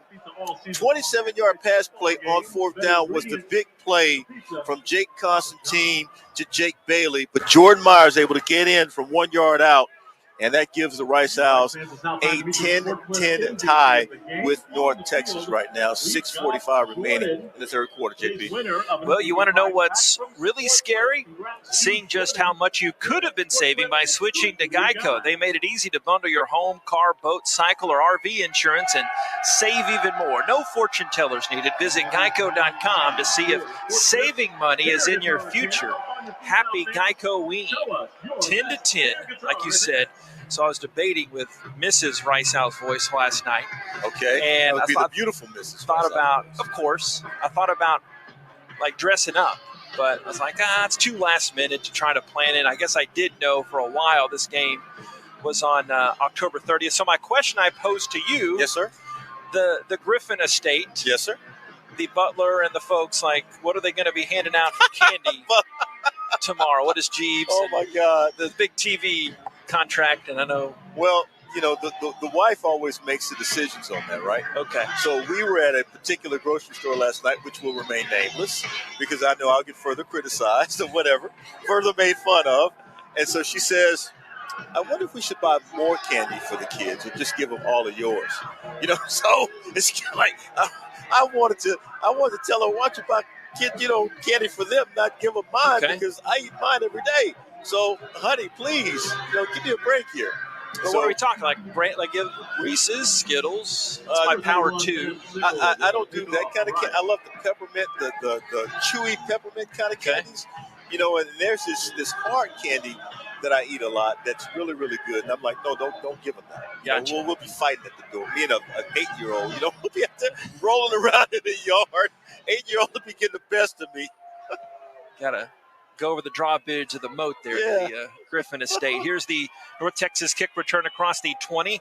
Torrey burns actually the 30, 35 up to the 40. Stiff arm. He just shoves Van Sickle down. That was not polite.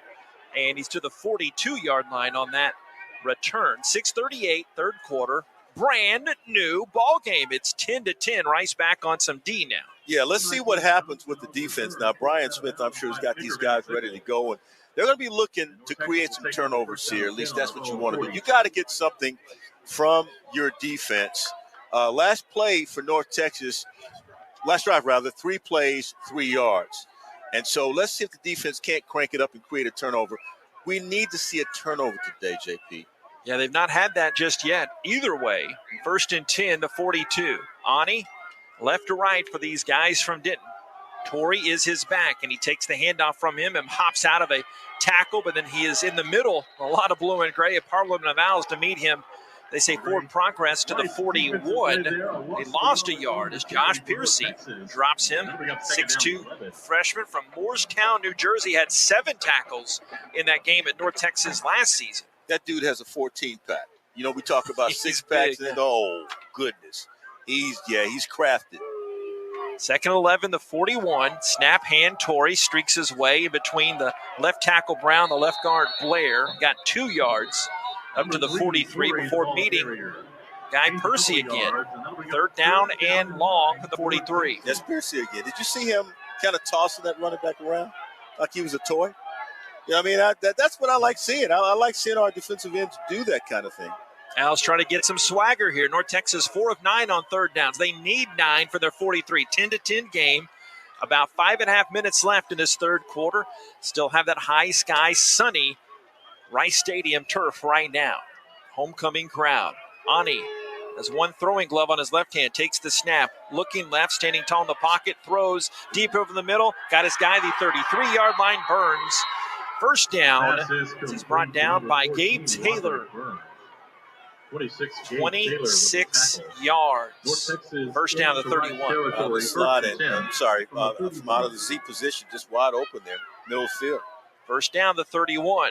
Goldfish mentality. Owls have to forget that one as Torrey starts left, stops, then cuts it straight down the grain. Down to the 25-yard line. They got 6. El Jefe on the top stop, a.k.a. Elijah Garcia. 2nd down and 4, the 25. That time defense over pursued, though, on the strong side. I don't quite understand that. The running back was right there to be able to make a play on him, and he wasn't able to get there. Io Adehi, his family immigrated from Nigeria when he was young. He's the back now, 2nd and 4, the 25. And he takes the handoff and runs through a missed Rice Owls tackle behind the line of scrimmage inside the 20, a 1st down, but a flag. 2 flags come in. Yeah, I think that's going to be a face mask there, JP, because they were trying to bring him down. And he was really running hard. I believe that was Adehi again. That was Haneem Smith will get called for this face mask, we believe. Yeah, those are the kinds of plays you can't have, especially when they're deep in your territory. Now the red zone is not so constricted when this happens. Personal foul, face mask on the defense, number 9. Pass assistance to the goal, automatic 1st down. Maybe that's why we saw 2 flags. They got Lockhart there. 10-10, Rice in North Texas, the Mean Green responding. And that's what they did last time. Remember that Rice House drive that took over 12 minutes, almost a quarter. They came back in a 2-minute drive, and they responded. Rice just tied it at 10. Now North Texas marching down. 1st and goal at the 9. Ani Scott Adehi by him from Mansfield, Legacy High School up there in the Metroplex near North Texas. Here is the snap. Hand to Adehi. Left side, churning inside to the 5. Got 4 yards. Good downhill runner. He's been an emerging back for them lately. His older brother caught the game-winning touchdown pass for Sam Houston State.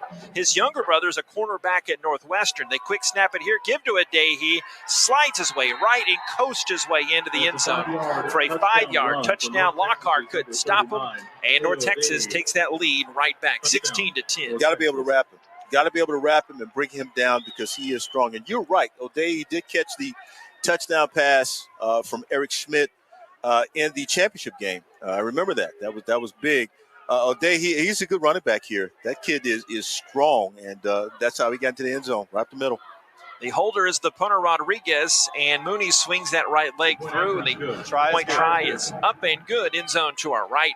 North Texas 17 and Rice 10. Nate will recap that drive in a bit, or he won't because we might be keeping it here. 3:58 of this third quarter, and the Owls in a huge spot here looking for a response drive right now. They really are. I think, though, with that drive, it took 2 minutes and 40 seconds, 2 minutes and 40 seconds, 7 plays, 58 yards. And so Adehi there with the touchdown run. But again, the defense, we thought that they would respond better. It's just at North Texas, they played a little bit better offensively, and now it's time for special teams to pick it up here, JP. Hey, Metco, what do you think, Jason? Metco, I call him Metco, but on mic, I guess I should call you by. Metco's fine. Yeah, okay. Sounds like a commercial. So there was that midpoint of the drive. There's a lot of juice. What's the attitude on the sideline right now? Sort of a bend, don't break philosophy, I think, offensively and defensively. This is still very much anybody's ball game at this point, and we have seen the. I'm just going to say it's going to go out of bounds. I'm just going to let you do play-by-play there, JP. Sorry, go ahead. No, touchback. Just looking at things here, this is still very much doable. I thought the offense has found a bit of a rhythm, certainly more than what they had in the first half. The fact that they got the touchdown the last drive. It's bend, don't break right now, I guess. Thank you, sir. Jake Constantine, 7 of 12 passing for 72 yards. If you weren't listening earlier, well, Wiley Green, the Owls starter, got escorted off on a cart, and he is out of the game. Kalen Griffin is the back right now. Under center, Constantine shows it left. Play action, roll out to the right side. Heaves it towards the 40-yard line. It's high for Patterson and incomplete. The corner, Ridge Tejada, there on coverage. 2nd and 10 to 25. What North Texas is showing you is that when they run play action, when Rice runs play action, they've got a spot sitting there. That defensive end's job is to make sure that Jake Constantine does not get out of the pocket with the ability to complete a pass down the field. How do you change that up? Let's see what they do. Ball's on the left hash. Bull the tight end. 2 receivers to the right. Handoff to Griffin. Runs right into Gaddy, the safety. Not much of a gain. He might give him a yard. 3rd down and 9 to 26. Owls right to left. Myers coming back in with Pete. Ari Broussard also coming in for the Scholars. Those Murphy twins are relentless. They're in the ears of the offensive lineman and just talking all kinds of smack. And you can see it from up here. I'm like, oh, my God, what's he saying to him down there? I love to know. I find a way to get out on him and block him for days. We'll be seeing them in the American Conference for a while, too. 3rd and 9 to 26. 3-step drop, Constantine. Flaring it out right in the flat, caught by Myers up to the 30-yard line. Breaks an ankle tackle. Lunges forward. The extra effort to get the first down to 35. Got 9 yards when he needed 9. Tejada tripped him up. First down. Jordan Myers, you got to love the way he plays. He plays with relentless abandon, which means that he doesn't care what happens to him. He's a big guy, so it's going to be tough to bring him down, but he'll get that extra yard or two right when you need it, just like we saw there with that getting that first down. Patterson, receiver short to the right, under the 3-minute mark, third quarter. Rice trailing North Texas 17-10. Broussard to the right of Constantine is in the shotgun, takes a knee-high snap. Hand to Ari, glides his way left, and he is grabbed around the waist. Gabriel Murphy, one half the Murphy twins. It's credit for that tackle. Came in with 24 of those on the season. So second down and 9 after that 1-yard gain. I wonder who's winning the war. I tell you what, the middle of the field is open now. I know, looks like North Texas is going to go with a single. No, they're not. They're going with a 2-deep safety with men on the corners, but they're playing back a little bit deep. So it looks like a 3-quarter defense there. Griffin, the running back, second and 9 to 36. Hand to him. Off left guard, Cole Garcia the block to spring him for a couple. Got up to the 40. Give him 3 yards, actually. Deion Noble, Abilene, or Wiley Bulldog there. His first career tackle came against Rice in 2017. His career against Rice, over 20 tackles now, third down and 5 to 40. Been around a while. I said that, though, to say that, throwing the football is probably not the best option. But sometimes you just have to take a few chances to see if you can beat these guys. Right now, they're in a single deep safety with coverage. Pete, receiver to the left. Snap. Back to pass is Constantine. Nothing there. Runs up the middle. Slams his shoulder into the North Texas defender. He got a few yards, but had to get to the 45 for the first down. Yard and a half short. And there's a down player on the field for North Texas. And let's go down and check with Jason Metco. 1:11 left in this third quarter. JP, this is in regards to another North Texas player, pretty significant. DeAndre Torrey, the running back, questionable to return with a right ankle injury. And that is Grayson Murphy, the other part of the Murphy twins. We were talking about Gabriel earlier. I think he took a hard hit, and he's hurting. He was down for a little bit, and now he's sitting up right now at around the 30-yard line. He's got his twin brother Gabriel there. They went to Bishop Lynch High School there in Dallas. Shoes off the right foot, JP. They're checking on him, and we'll take this, well, maybe not. Not always hard decision, but 1:11 to go in this third quarter. North Texas 17 and Rice 10. You don't like seeing guys get hurt. I hate that because they want to continue playing. There's so many other reasons why you don't, but they want to continue playing. Let's hope it's a minor injury, whatever it is. Yeah, he's really putting all his weight on that left foot, just dragging that right foot as he goes off.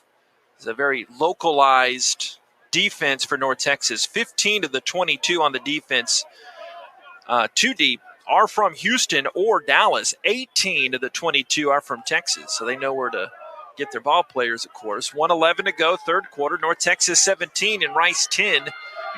And the Owls trot back out on the field. They'll be going for it here. Fourth down and less than a yard. Owls and North Texas both 1 for 1 on fourth downs today. As they should. North Texas is going to stack the front one more time.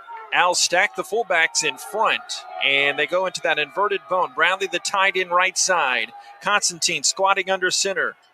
And they might just be trying to draw them off here. The 44-yard line. Play clock down to 12, 11, 10. It's at 9 seconds now. As Constantine might be changing something, a gap to dive over. Myers, the guy that usually gets the ball in this situation. Snap, put on the belly of Myers. Little trouble on the handoff. He got stuck. He got it. Close to the 45. Left foot, right foot. No signal just yet. He looks like he got it. Forward progress.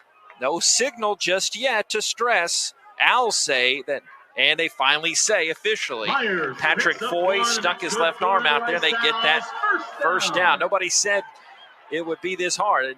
Not going to be easy, but they got that just by a whisker. What'd you say? Nobody said it would be this hard? I butchered something. I don't know what I'm saying half the That's time. all right. It still made sense. But they got the first down. It's so tough, Nate. They got the first down. It's all good. 17-10, North Texas. 1-6 on the season. They lead your Rice Owls. Handoff, Griffin, right tackle, and he'll plunge his way up, get about 6 feet, 2 yards. Second down and 8. That is the end of the third quarter. Timeout on the field. And we'll be going to the fourth. You were saying? Owls not taking any chances. I want to see him throw the ball down the field. But right now what they're doing, they're trying to wear North Texas down with the run. The only way you're actually going to be able to see that happen is if they break off a 15, 20, 25-yard run 2 or 3 consecutive times, and then you'll know. Owls 0-3 this year when trailing after 3. North Texas 17, Rice 10. Fourth quarter coming up next. This is Rice football from Learfield. What do you do when you need safe, reliable team transportation? You go Win. Win Transportation is one of the largest group transportation providers in Texas, a leader in charters, shuttles, and special events of all sizes. 5 people or 5,000. Win offers customizable team transportation with a wide range of motor coaches, minibuses, and vans. So, for safe, reliable team transportation, do like the Owls and go Win. Book at GoWin.com. GOWYNNE.com.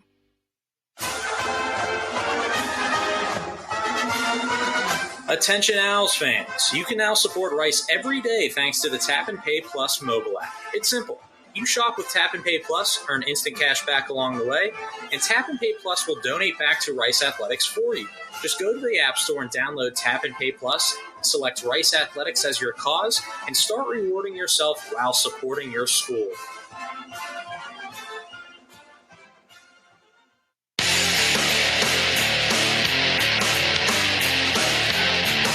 Back into the Little Woodrow Studios, Ryan Stone here with you. Quick scoreboard update in Conference USA action. Marshall out to a 10-0 lead on FIU. 9 minutes to go in the second quarter.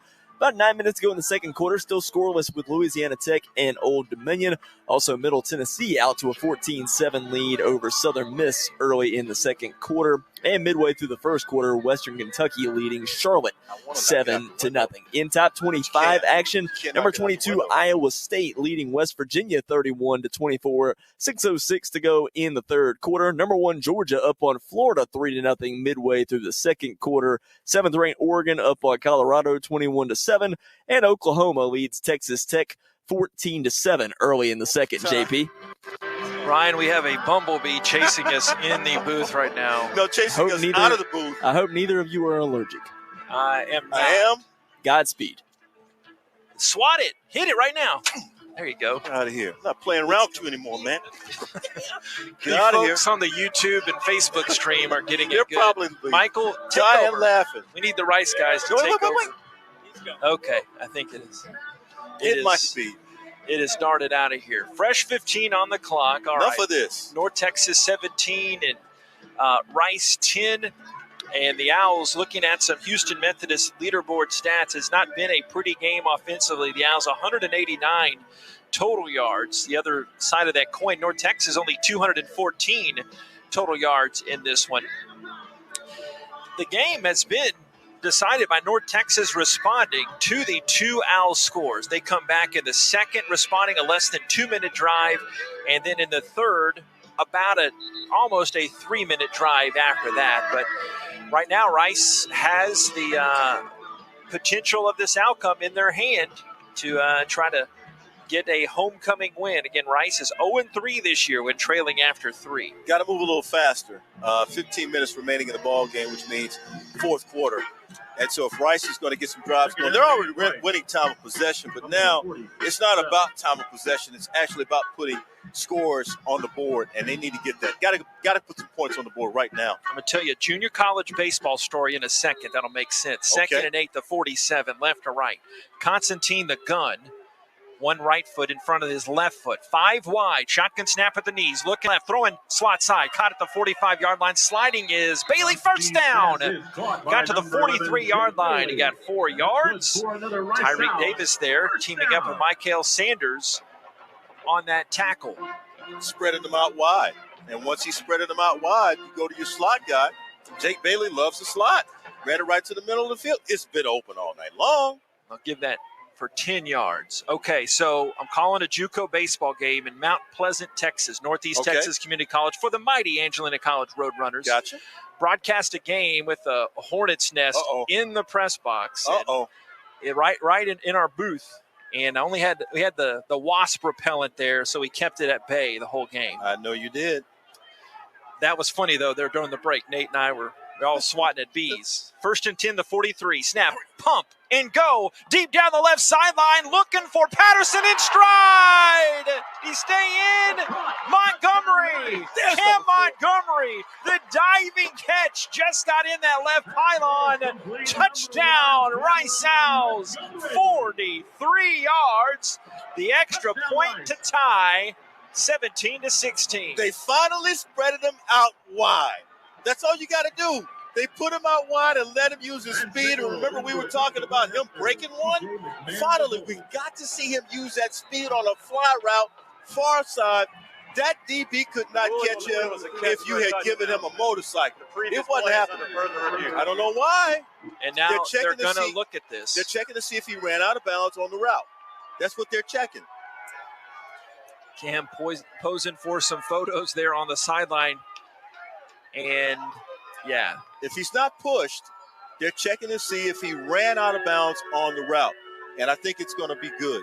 I guess 2 things to see if he caught it in bounds, and then if he stayed in bounds and he was zipping in there, as I mentioned, trying to sneak inside the left pylon. If it stands, how about this nugget? Cam had 21 career receiving yards, and that touchdown went for 43 yards. Unbelievable. If it stands. And I apologize, I originally thought that was Patterson coming out there. Only other guy that could really run that fast would have been Cedric Patterson, but Montgomery, great story, battling back from injury. And if this would stand, this would be a huge touchdown to try to kick for the PAT to tie this one if it stands. I tell you what, there's been a lot of reviewing today, close calls. I think this one's going to be okay. Sometimes, the receiver or runner is moving so fast that you can't see down the field whether or not he actually stayed in bounds. But I think in this case, I think the Owls are going to be okay. I think our call's coming right now. We have not seen a look just yet on the Jumbotron to our left. We don't have the monitors in the booth. But right now, the B's back. B is back, Nate. Why? I'm too sweet coming after that's. Oh my goodness. Ever since you started talking about the beautiful wife, we've been having bees coming into the. I don't understand that. They I guess they thought your wife was up here or something. Is that what it is? I don't know. Because it's not you. I can tell you that right now. So North Texas pointing the other direction. You got DC Phil Bennett. Been everywhere around the South. Or DC at Baylor under Art Briles. Head coach at SMU for a while. Also DC Pitt, Kansas State, TCU, A&M under R.C. Slocum. Rice guys have not moved. And sometimes it's psychological. Let's see what happens here. Let's see here.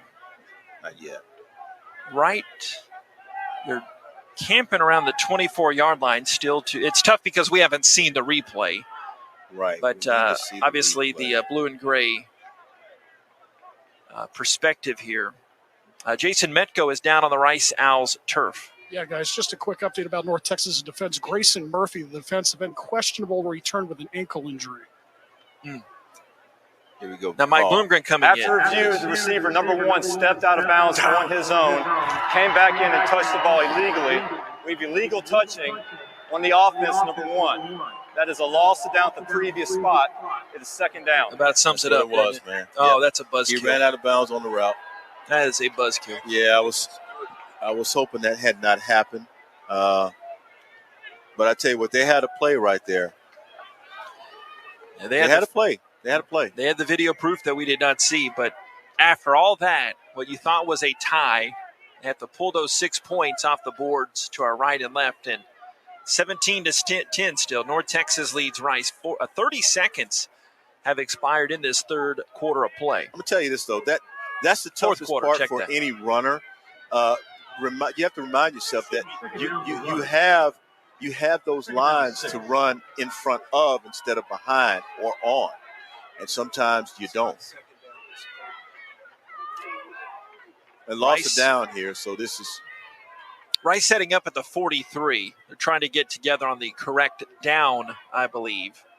The tally marker says second down. The scoreboard says 2nd and 6, but we think it should be a loss of down. Now, you gotta Rice is still running with, looks like 4 receivers. So they got 4 receivers. They might be resetting the play. If they're running with a tight end at the Z position, so it looks like twins right, twins left, okay? If they run with a tight end at the Z position, if they're going to throw, it's going to one of the slots. This is interesting. They marked it from a 2nd and 6 to a 2nd and 10. They haven't changed the down, but they changed the distance. But it's still at the 43-yard line. Yeah, man on the corner. 2nd and 10 at the 43. Empty set, 5 wide. Snap. Constantine from the State of Texas logo throws over the middle. Caught by Pease. First catch of the day. Used the umpire. There's a screen of it. He slides inside to the 34. Katie Davis and Larry Nixon combined on that tackle for a gain of 9 for August Pete. Went to the slot. And so that's what you're trying to do. You're trying to find something inside Jake can see easily, especially in a situation like this where the defense is sort of compacted. They're spread out. What can he find quickly? Find something in the slot, middle of the field. First minute of this fourth quarter of play. Brant Peterson in there at left tackle. Owls go heavy. 3rd down and 1 to 34. Snap, give. Myers right side on the handoff. I think he's short here. Had to get to the 33. North Texas plugged up that gap pretty nice. And needed a full yard, about a yard and a 10th. I thought he got it. They unpile the bodies. Javon Wolford, the last one up for the Owls on the offensive line, and he's just short. Just a little short. So they're obviously going to go for it here. You got him. 13-22, fourth quarter. Rice down 17-10. They had a touchdown taken off the board on a penalty a few plays ago. They're 2 of 2 on 4th downs here this afternoon. Quick Happy snap. homecoming. This is a huge play. Snap, hand, Myers right side. Just squints his way and kind of falls down for the first down. On 4th down. Got a full yard there. Not always pretty, but it picked up that requisite yardage, and the Owls have a new set of downs here. Yeah, you can open up the playbook a little bit more. You want to hear a little bit more about the Wasp story? So many years ago, when Tom Franklin was calling Rice football, he got caught with a wasp hornet's nest. And he told me how stressful it was. Were you there? That was at TCU, Bobby? I have to tell you more about that. And B's in here earlier. That's why we're talking about that. Myers the back. Constantine shotgun. First down to 32. Steps back a couple times. There's a deep over the middle. He's got Patterson tripped up in the end zone. They'll call the flag. Yes. Pass is incomplete. And but there's a flag on the play. See Tejada. He's down near the middle of that end zone at the bottom of that W. Don't want to be gloomy, Gus, here, but was that ball uncatchable? Well, it doesn't matter. I mean, anytime you throw the Pass ball. interference on the defense, number 26. 15-yard penalty from the previous spot. Automatic first down. There you go. In this particular situation, you got to get on a post pattern. And timeout for injury. It looked catchable, even though it may not have been catchable, but it looked catchable. Good point. 17-10, North Texas leads Rice. And we'll be back. That's us, the media. 12:26, fourth quarter. Back in a moment. This is your 101st Rice homecoming from Learfield. You coming to bed, hon? Yep, honey, I'll be right there. Just got to turn out the light. Ow! Ow! Ow! Ah! Go! Some things never change. Like your kids always leaving tiny toys on the floor for you to step on. Ow! And Geico saving folks lots of money on their car insurance. Sweetie, I think I left the downstairs light on. Please don't make me go. 15 minutes could save you 15% or more.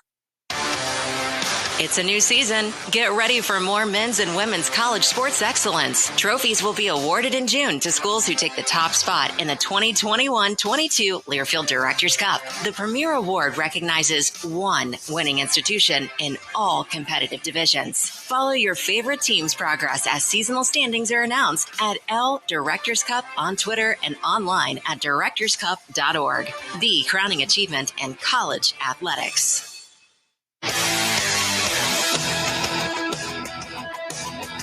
Well, the Bees are back. injured player, thankfully, has made his way off the field to the far way. North Texas 17 and Rice 10. It's Owls football, 1st and 10, as they're driving inside the North Texas red zone. Near the 101st homecoming.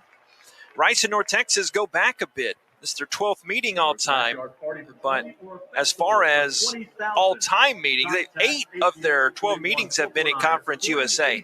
In their very first meeting in 1988, the Mean Green were a 1AA, it was called then. They won 33-17. Now, in 2008, a big part of Rice Owls history came.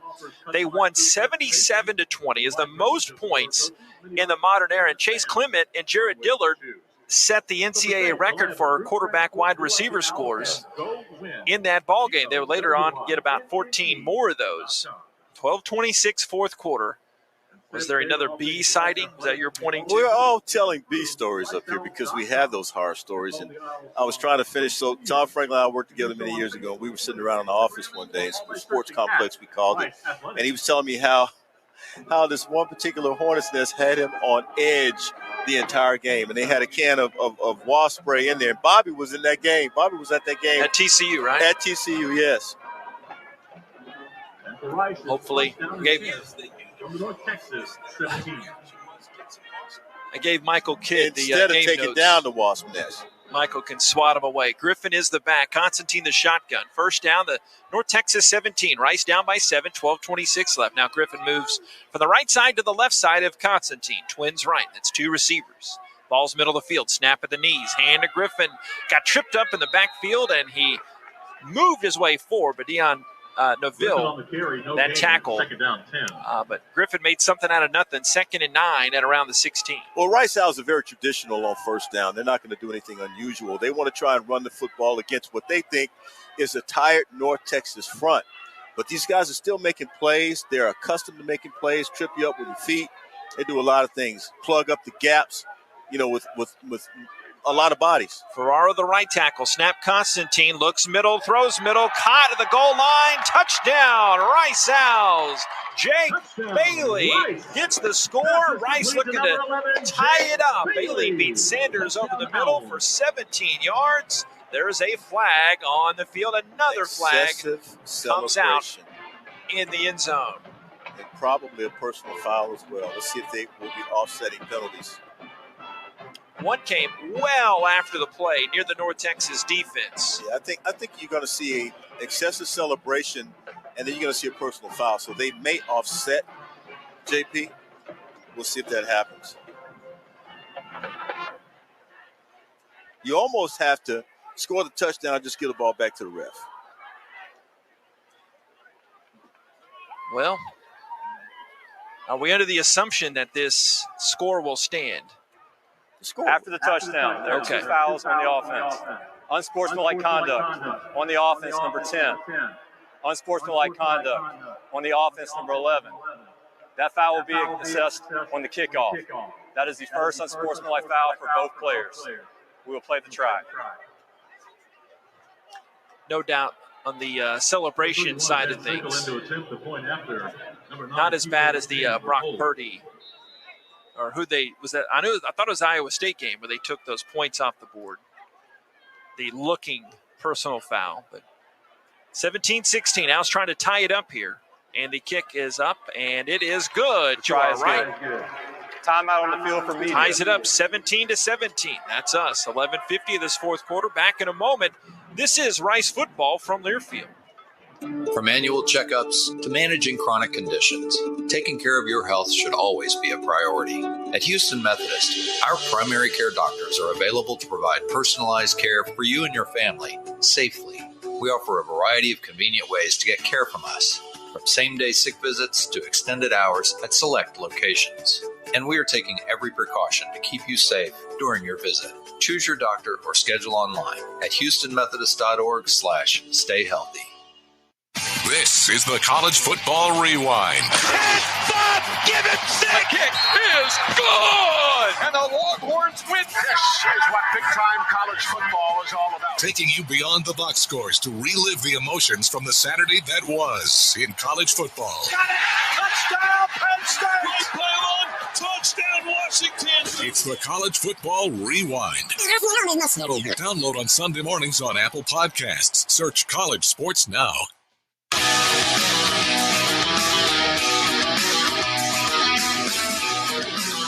Well, let's check that. 11:50 remaining in the game. Fuddruckers has the world's greatest hamburgers. Whether your crave is grilled onions, yes, crispy bacon, 3 cheese, or all of the above, we got you. Our produce and homemade buns are always fresh and delicious.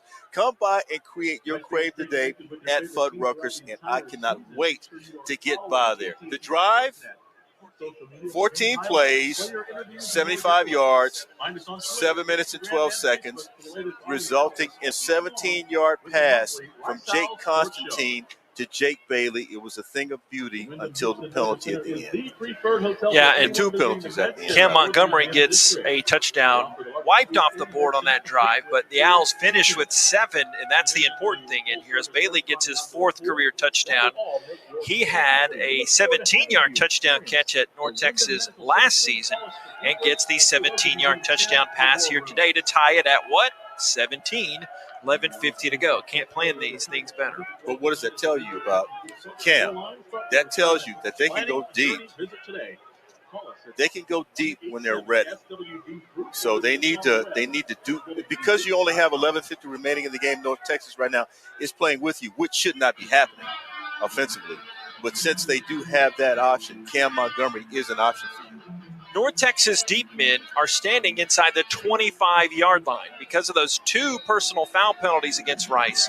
One we think was on Bailey for the spike, the other on Constantine for trying to talk one of the Zebras out of that call.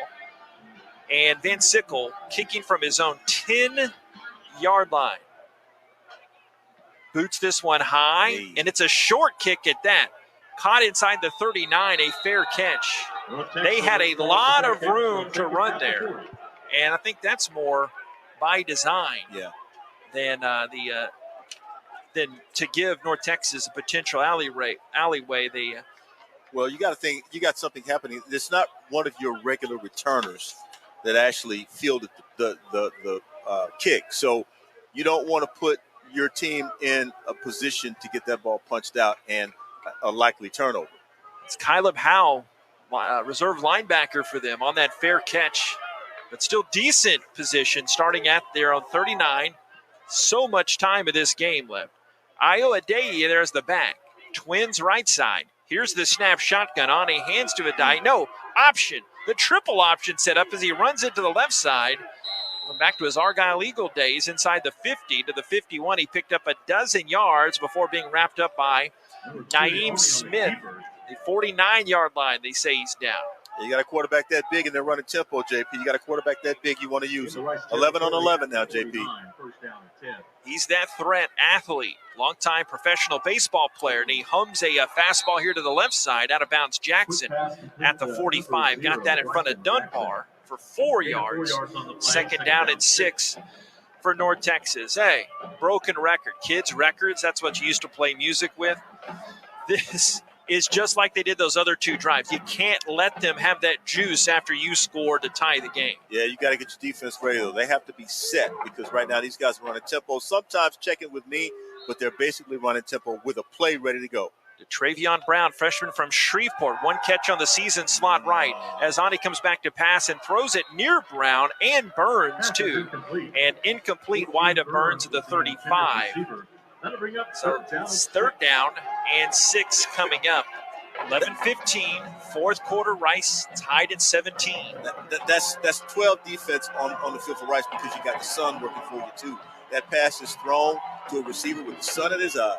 They're 5 for 10 on 3rd downs. They need 6 here from the Rice 45. 11-15 to go on. He's changing the play right now. 3 receivers to the right, 1 to the left. Ani shotgun. Claps, snaps, hands it to Adei. Sheds 1 tackle, but he can't get the 2nd and 3rd defender coming in. Montero coming out flexing, and Achukwu helping out on the stop, too. Could be 4-down territory, though, for North Texas. Adei gets up a little bit. He's kind of walking off gingerly there. He got bent like a pretzel. It looks like they're going to go for it here, JP. They will. They are 1 of 1 on fourth downs on the season again. Bottom 8 in the country. Up and Ani's going to go talk it over with his timeout. Okie from Muskogee head coach. That is your first. It'll be 30 seconds. 30-second stoppage. 17-17. Rice and North Texas. And another timeout on the field. 10:43 remaining. Back in just a bit. This is your 101st homecoming, and this is Rice football from Learfield.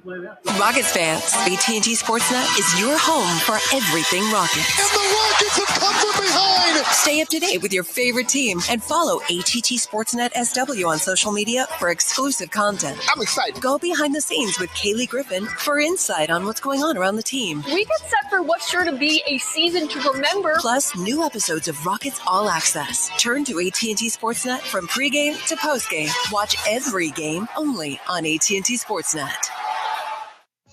Join us each Monday of the game week at the Fuddruckers on South McGregor and 288. It's the Mike Bloomgren Show live at 7 o'clock. Of course, we'll also broadcast it on the Owls Game Day app and tune in if you can't make it out to Fuddruckers. Each show, Coach Bloomgren and I talk about the previous game and preview the next opponent. We also hear from some Owls players and coaches with their great stories.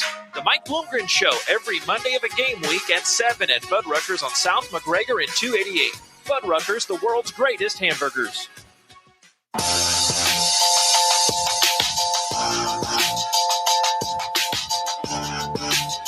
17-17, Rice and North Texas. I'd be pretty surprised if North Texas goes for it here, but you're on the road. You're a young team.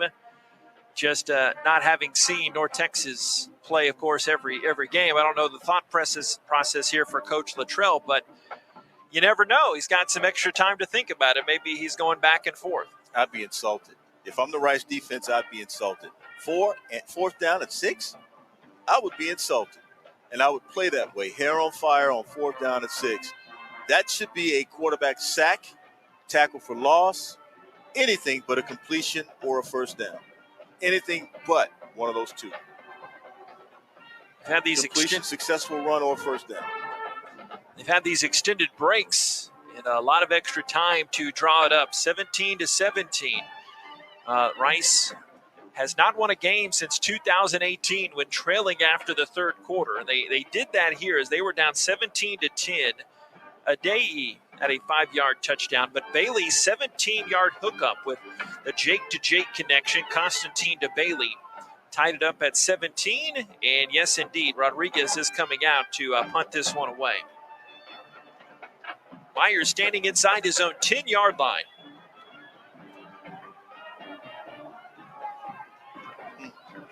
Time for a big return. Would not turn it down. Maybe one that we'll never forget. 4th down and 6, the 45 for North Texas. Owls will be going left to right after this punt reception. And now we can go. Rodriguez Jr. from Coppell, former Cowboy. Owls changing up their punt coverage here. And Had to. now North Texas shifts around as well. 4th and 6, the 45 comes back to Rodriguez. Backspin punt. Myers stares up into the sun, lets it go over his head as he called the fair catch. Takes a left turn at the 5. Beautiful punt by Rodriguez to pin the Owls down near the 5. A 40-yard punt. Special teams type of game today in this low-scoring affair. 10:34 to go. In this game, the way it's plotted along, that's an eternity. 17-17, or you could say that's less than one Owl scoring drive, as they had an over 12-minute scoring drive earlier in this game. You talked about special teams. You had to know eventually you were going to run against a team that could play special teams well, other than teams that they played earlier in the season. North Texas has shown that today. Constantine in the shotgun. 1st and 10. They start the drive for their own 6-yard line. Griffin is the back on the right side of Constantine. Patterson near side receiver. The snap, give to Griffin. Kalen turning those Tyler legs, coming here near sideline, and he gets rammed out of bounds near the 10. Got 4 yards as Faulkner slammed him down to the turf. 2nd down, and actually give him a little extra boost there. 5 yards, 2nd down and 5 coming up.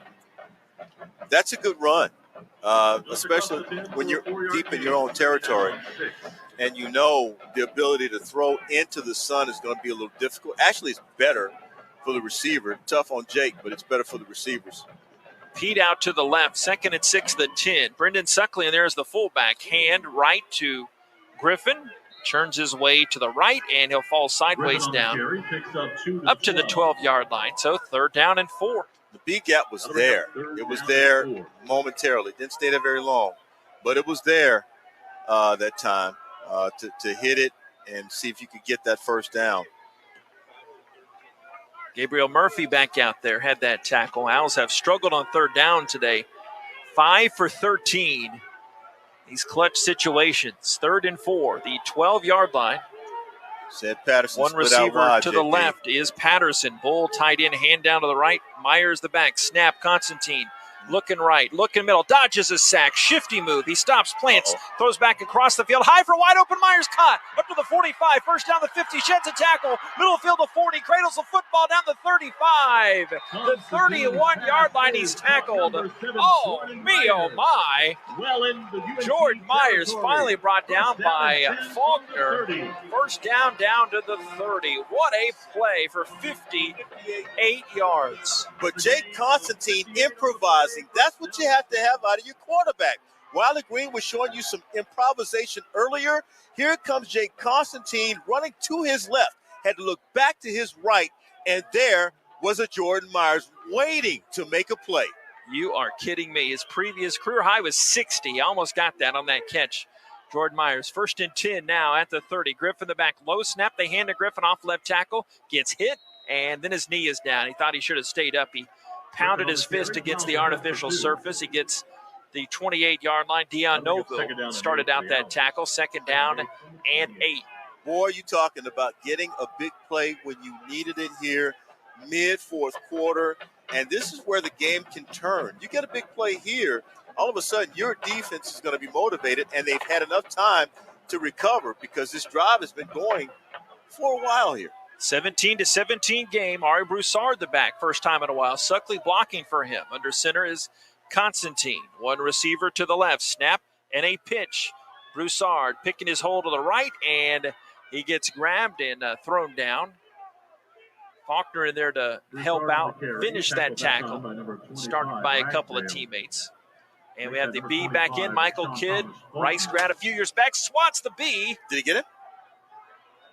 He hit it, but we can't see any that of the... That means, Bob, you need to look under your feet because he probably went down if he didn't go out. 17-17, halfway through this 4th quarter. I've seen it all in this business now.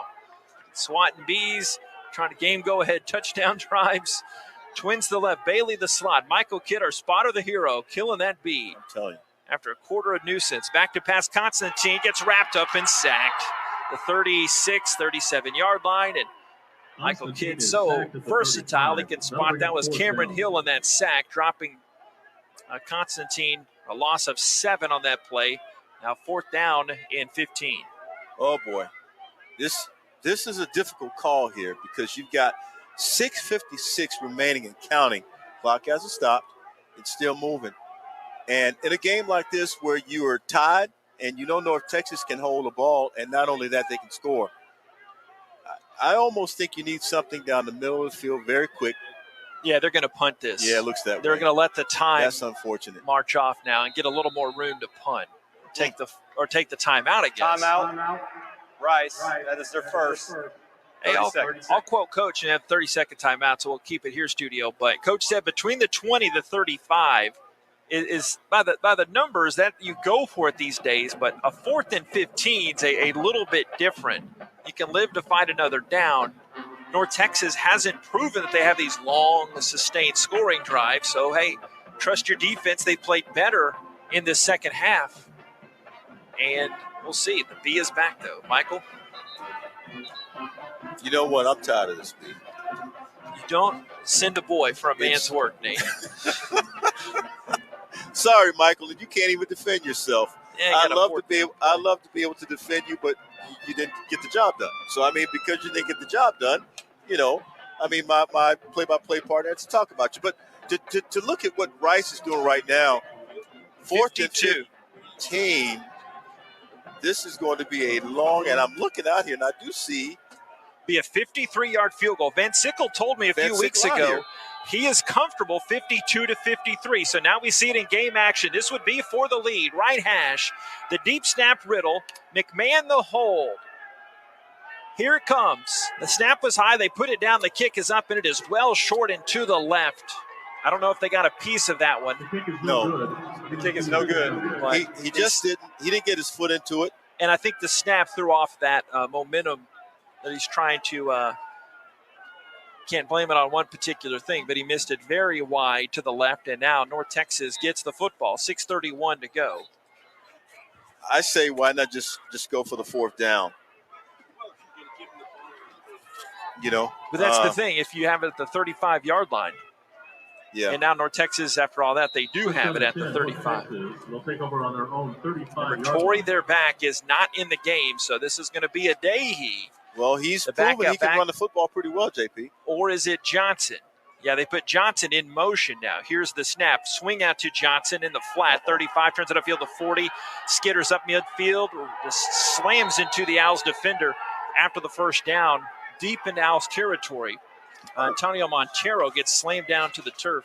And 17-17 game, 6:20 to go. First down, the 45-yard line after a 20-yard toss.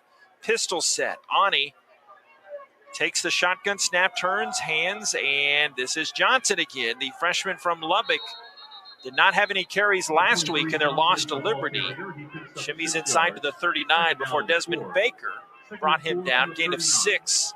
So second down and 4. Yeah, they're going with their 2-minute offense here, and it was effective before the half, if you remember. 2 scoring drives. That's right. That's exactly right. They seem to perform better in the 2-minute offense. Dahy gives Johnson a little bit of a breather and takes this handoff from Ani, sprinting straight up the gut and gets the first down. Now down to the 30, picked up 9 yards, just gashing the middle of that Owls defense, picking up that first down. There's a down player on the field right now.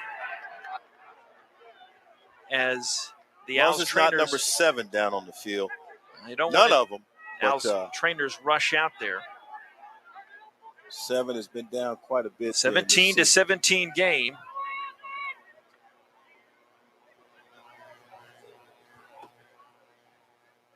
Hard to get a spot on there. We both got our binoculars out. I hate to say it. And I think it's 7, JP. Yeah, Trey Schumann's had that problem this season, going off and on, getting tended to. He is one tough young man. He had 6 tackles and 1 for a loss last week on the field for media. that went against UAB. We'll break it. 5:39 to go. Rice 17, North Texas 17. First down for North Texas after this. This is Rice football from Learfield. From the slightest bend to complex motions, your body is made to move.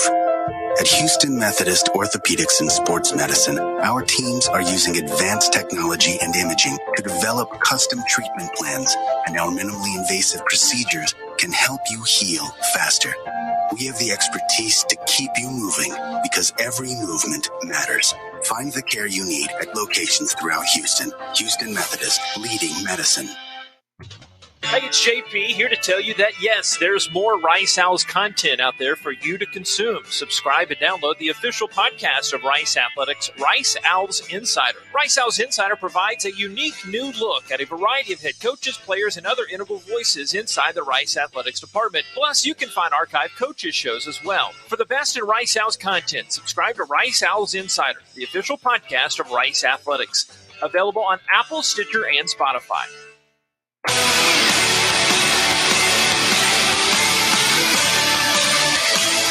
Back in the Below Woodrow Studios, Ryan Stone with a quick scoreboard update in Conference USA. Marshall up 24-0 on FIU at the half. Almost at the half, Louisiana Tech and Old Dominion tied at 10.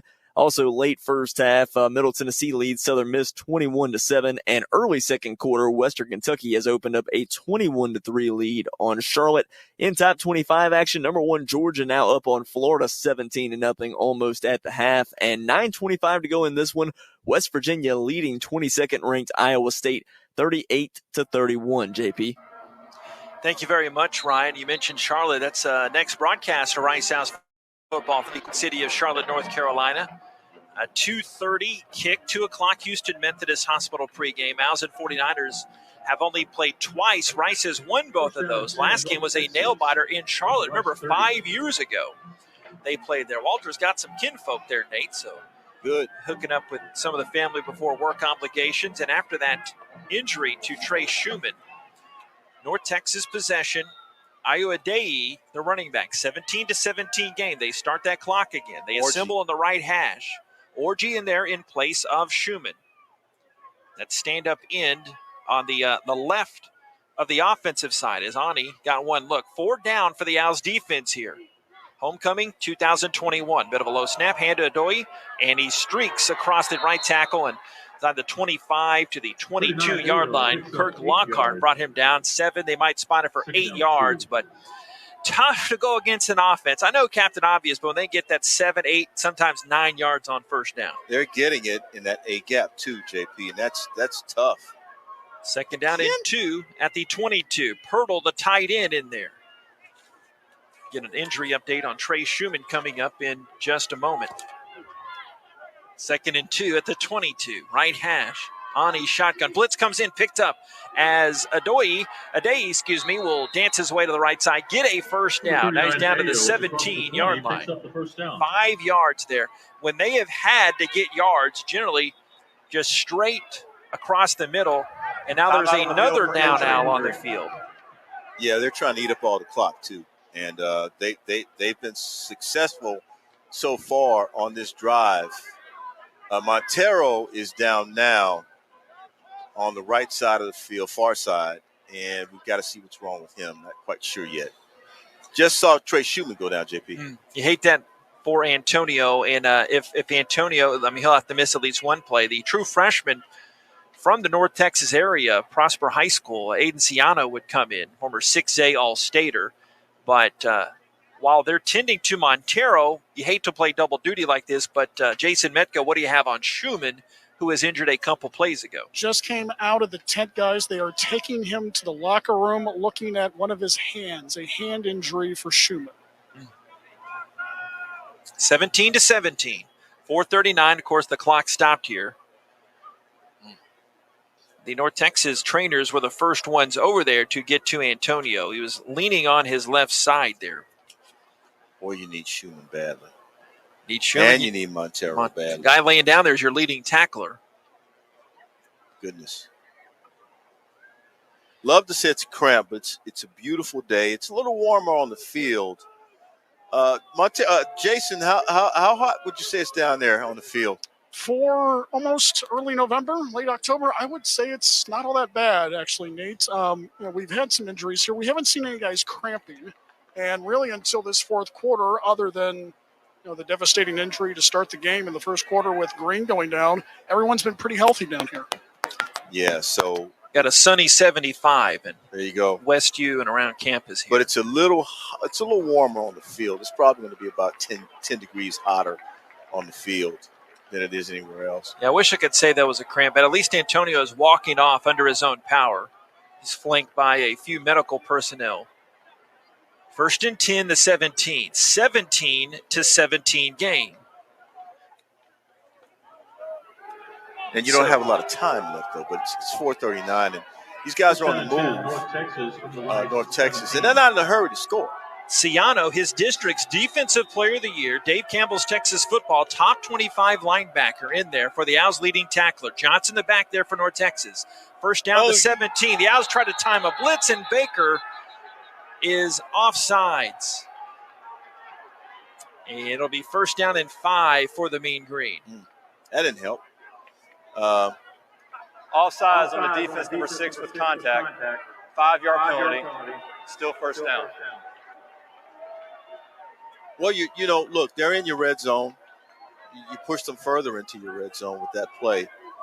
But I understand what the Rice defense is doing here. But patience is the key when you only have 4:24 and counting remaining. They've got a sophomore from Kingwood Park in there, wide receiver Jackson to the left. First and 5 at the Rice 12. 17-17 game. Momentum on the side of North Texas. Pistol set. Ani the clap. And they stand up and look back towards the offensive coaches. Johnson, the running back. Here's the clap, gets the snap, hands to Johnson, cross right tackle. They're getting what they want on the run game right now. Siano comes to finish this tackle that was started by Garcia. Johnson is the ball carrier that But a time. big surge there, setting up second down and very short. 2nd and 2, they got 3 on that play. Again, they're in no hurry to score. They're taking their time and trying to eat up as much time off the clock. That was the fear I had earlier when I wanted them to go for it on 4th down, but probably a smart move. Owls have 5 D linemen out there now, 2nd and 2. Adei, the running back, they're at the 9-yard line. Yeah, you're right, Nate. No hurry to snap this. They have all 3 of their timeouts, but they have no interest stopping the clock. Rice has 2 timeouts. They're driving towards that Patterson end zone. Hand to Adei around the right end. Gets grabbed and yanked down immediately. Sean Fresh over there on that tackle. It's at 1st down. Orji on the stop as well. 1st and goal at the 6. If the Owls are fortunate, they can get this ball back with about a minute. Actually, a little more than that. Well, about a minute and a half remaining. Depends on how this plays out. You'd love to just have them settle for 3 here. Maybe Isaiah Johnson, the freshman from Lubbock, as the back. Pistol set. That means the quarterback standing right in front of the running back. Slot left side is Burns. Receiver to his left is Ward. Snap. 1st and goal to 7. Handoff to the right side, and the back Johnson is brought down at the 6. They got a yard. 2nd down and goal. KK Orji on that stop. Former Elkin star playing for the first time in a few weeks. Good to have him back there. And the debate comes, do you start using the timeouts on the Rice side, or do you save them on their offensive side? Well, you gotta make a stop but get a turnover here. 2:08. I would not mind that. 2nd and goal to 6. Hand to Johnson, cuts right, slides to his left, and he gets in for the touchdown. 23-17, North Texas leads. Isaiah Johnson, his 3rd rushing touchdown here of 2021. Every time Rice has scored, North Texas has marched back with a touchdown of their own. They lead 23-17. They sure have, JP. And Isaiah Johnson with that touchdown, and we'll give you the drive here in just a moment. Mooney comes on. Shadows starting to come on from the light stanchions here. Deep snap comes back from a young man named Nate Durham from Rockton, Illinois. Try is good. And the hold is put down. The kick is good, as you hear. It's 2:03 to go, 24-17 in favor of the North Texas Mean Green. And this is not what you were expecting. Not at all. 9 plays, 65 yards. Took 4 minutes and 28 seconds off the clock. And it resulted in a 7-yard run by Isaiah Johnson. Got it for 6 yards for what it's worth. Check that, 6 yards. 7 on the board with the PAT. Jason Metco said something in my ear, but take it away. What were you saying there? Just saying plenty of time. 2:03 to go. You're within striking distance of this one. Constantine gets the mojo going again. Got a tie game. Take it from there. I love the calming reassurance from Mr. Metco down there. 2:03 to go with 2 timeouts.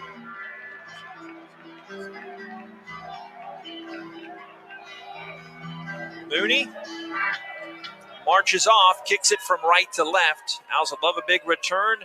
Ottaviano takes it a yard deep, little bit of late out of the garage. The 10, he's brought down the 11-yard line.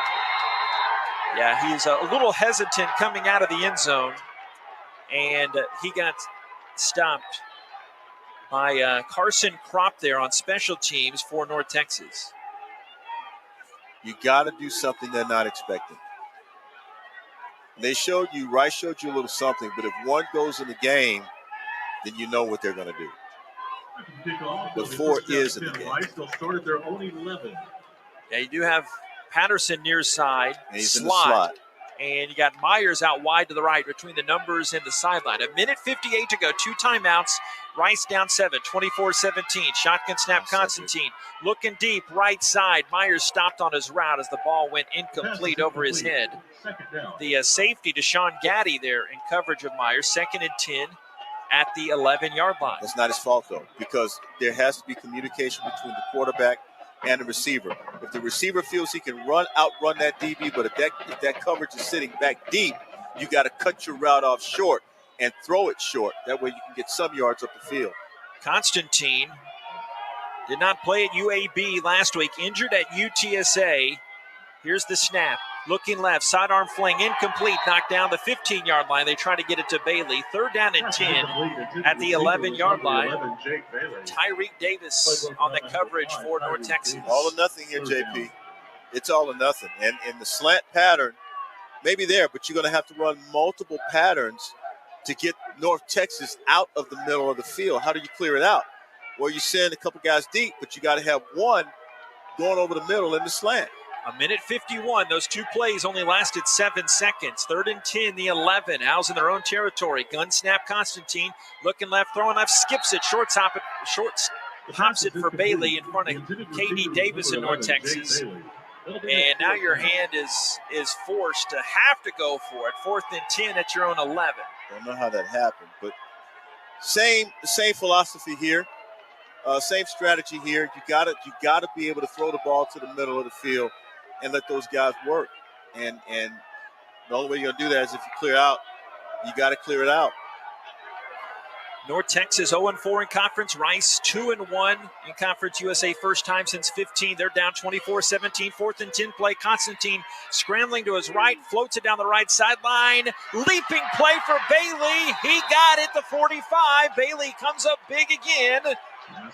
They mark him to the 47 for 36 yards up this near sideline. Now that is what I'm talking about. Jake Constantine once again improvising. Jake Bailey right there. He was able to hold on to it, and it's going to be reviewed. The ruling on the field is a completed catch. The previous play is on further review. In 2021, we can't have fun with a lot of life. Well, they're going to review this one because they can. The reason they're reviewing it is because it looked like when he hit the ground, he didn't have it. So we'll see. I do believe he had it. Well, of course you do. I believe he had it. So you know, my buddy Josh Havard listens to a lot of our games. Yes. He knows this stance. We have many lunches and over the years. I loathe replay. And it goes both ways. Sometimes you're the benefit of replay, but that took away a lot of momentum there, having that replay. And I don't know, hey, again, theme of the day, old man shaking fist at cloud, but let's see. Maybe my mood will be changed here. After review, the ruling on the field is confirmed. It is a catch and a first down for Rice. There we go. It just looked that way, and so they wanted to take a look at it. But boy, you know, when you want to run tempo, that hurts. Because, you know, it slows you down. So 1st and 10, the 47, 1:35 to go, and now they start that clock. Now down to 1:30. North Texas 24, Rice 17, 2 timeouts remaining. Constantine motions French to this near side. They stack the receivers to the left. Constantine might be changing. 5 to snap it, 4 to snap it, 3 to snap it. He gets it. Looks middle, looking left, pressure from behind. Clutches, runs to his left, now backs up, throws to his left, incomplete to Myers at the 47-yard line. 2nd and 10 at their own 47. I just killed a bee. 1 minute and 7 seconds. You have the proof now. There's the proof. There it is right here. We finally killed it. That was a tough sucker. I'll buy you a burger just for killing that bee. Tired of this. Hopefully that's a good omen there. As Bailey's to the slot left, Patterson wide left. 1:07 to go, 2nd and 10 at the North Texas 47. North Texas leads. Owls actually in their own territory as Constantine runs up the middle, zigzag to 50, the 45, slides after getting the first down to the 40. He got 13 yards. They say he started his slide back at the 41. Owls going tempo, under a minute now. 1st and 10, the 41 takes the spike. So it'll be 2nd down and 10. 54 seconds left and the clock stopped. The Owls have to have a touchdown here. They're 41 yards away from pay dirt. There's plenty of time on the clock. Right play. You can go 4, you can go 1, you can go 11. Any one of those guys, or you can go to a tight end. 7, You can go to. How about 88? 88? I like 88 here. You like 88? Pete. In the slot? Empty set. 5 wide receivers. 2nd and 10, the 41. Constantine, shotgun. Looking middle, throwing middle, too long, incomplete to Bailey, the 25-yard line. Lunging in front of Sanders, the safety, and Davis, the linebacker. 3rd down and 10, the 41. Well, you got 51 seconds left. Owls only in this position because of a broken 4th down play that Bailey caught. A broken play from Constantine there for 36 yards that got them near midfield. 3rd and 10 at the North Texas 41. Rice trailing by 7 here. Myers the back. Constantine comes back to pass, but the play is blown dead. And motion against Rice. So 3rd down and 15. On the offense, number 11. 5-yard penalty, 3rd down. Goes on Jake Bailey. It's not terrible. Should never be. But there should never be a 5-yard penalty on a receiver for motion. Should never be. But in a situation like this, 49 seconds remaining on the clock, you're trying to make a play. You know, you got all kinds of things going on out there. Pete out to the left. Bailey inside receiver slot. 24-17, North Texas leads.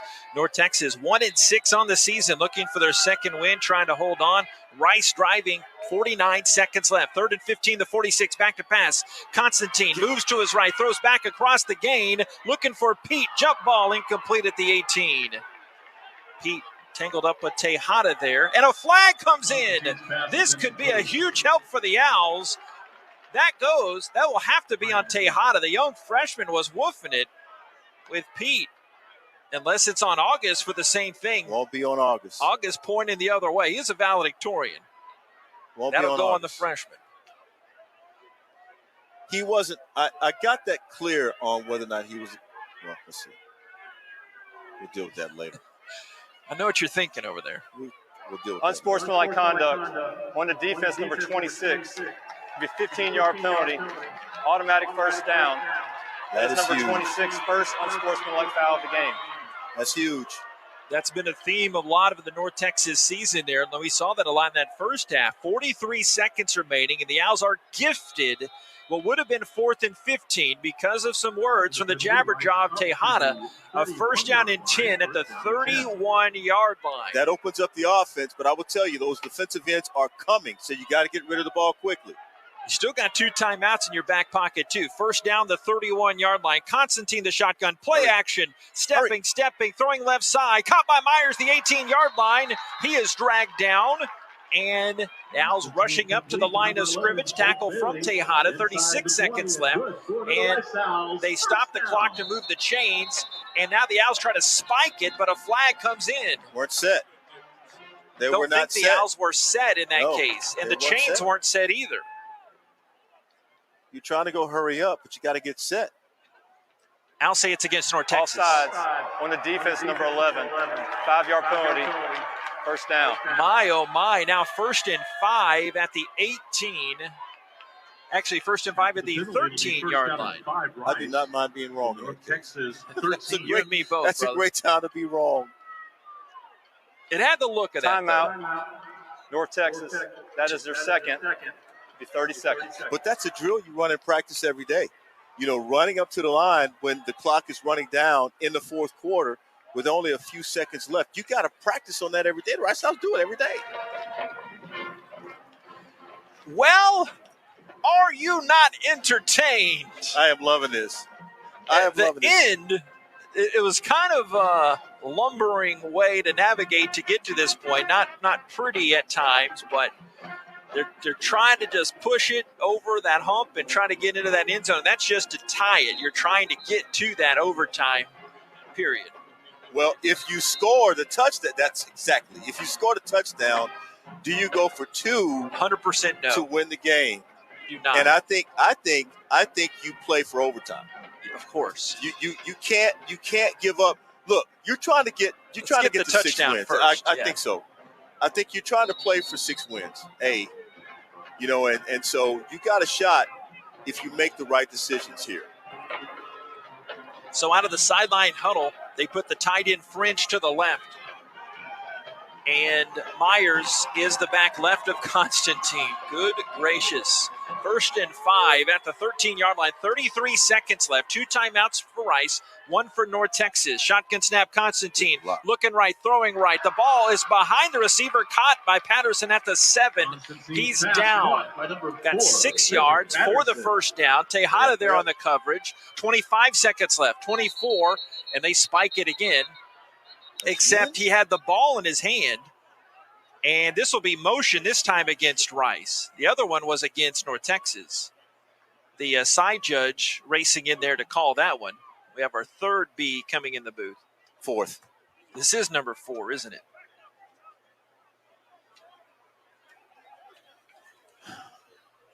I tell you what, that kind of false start on the offense, number 88. 5-yard penalty. Still first down.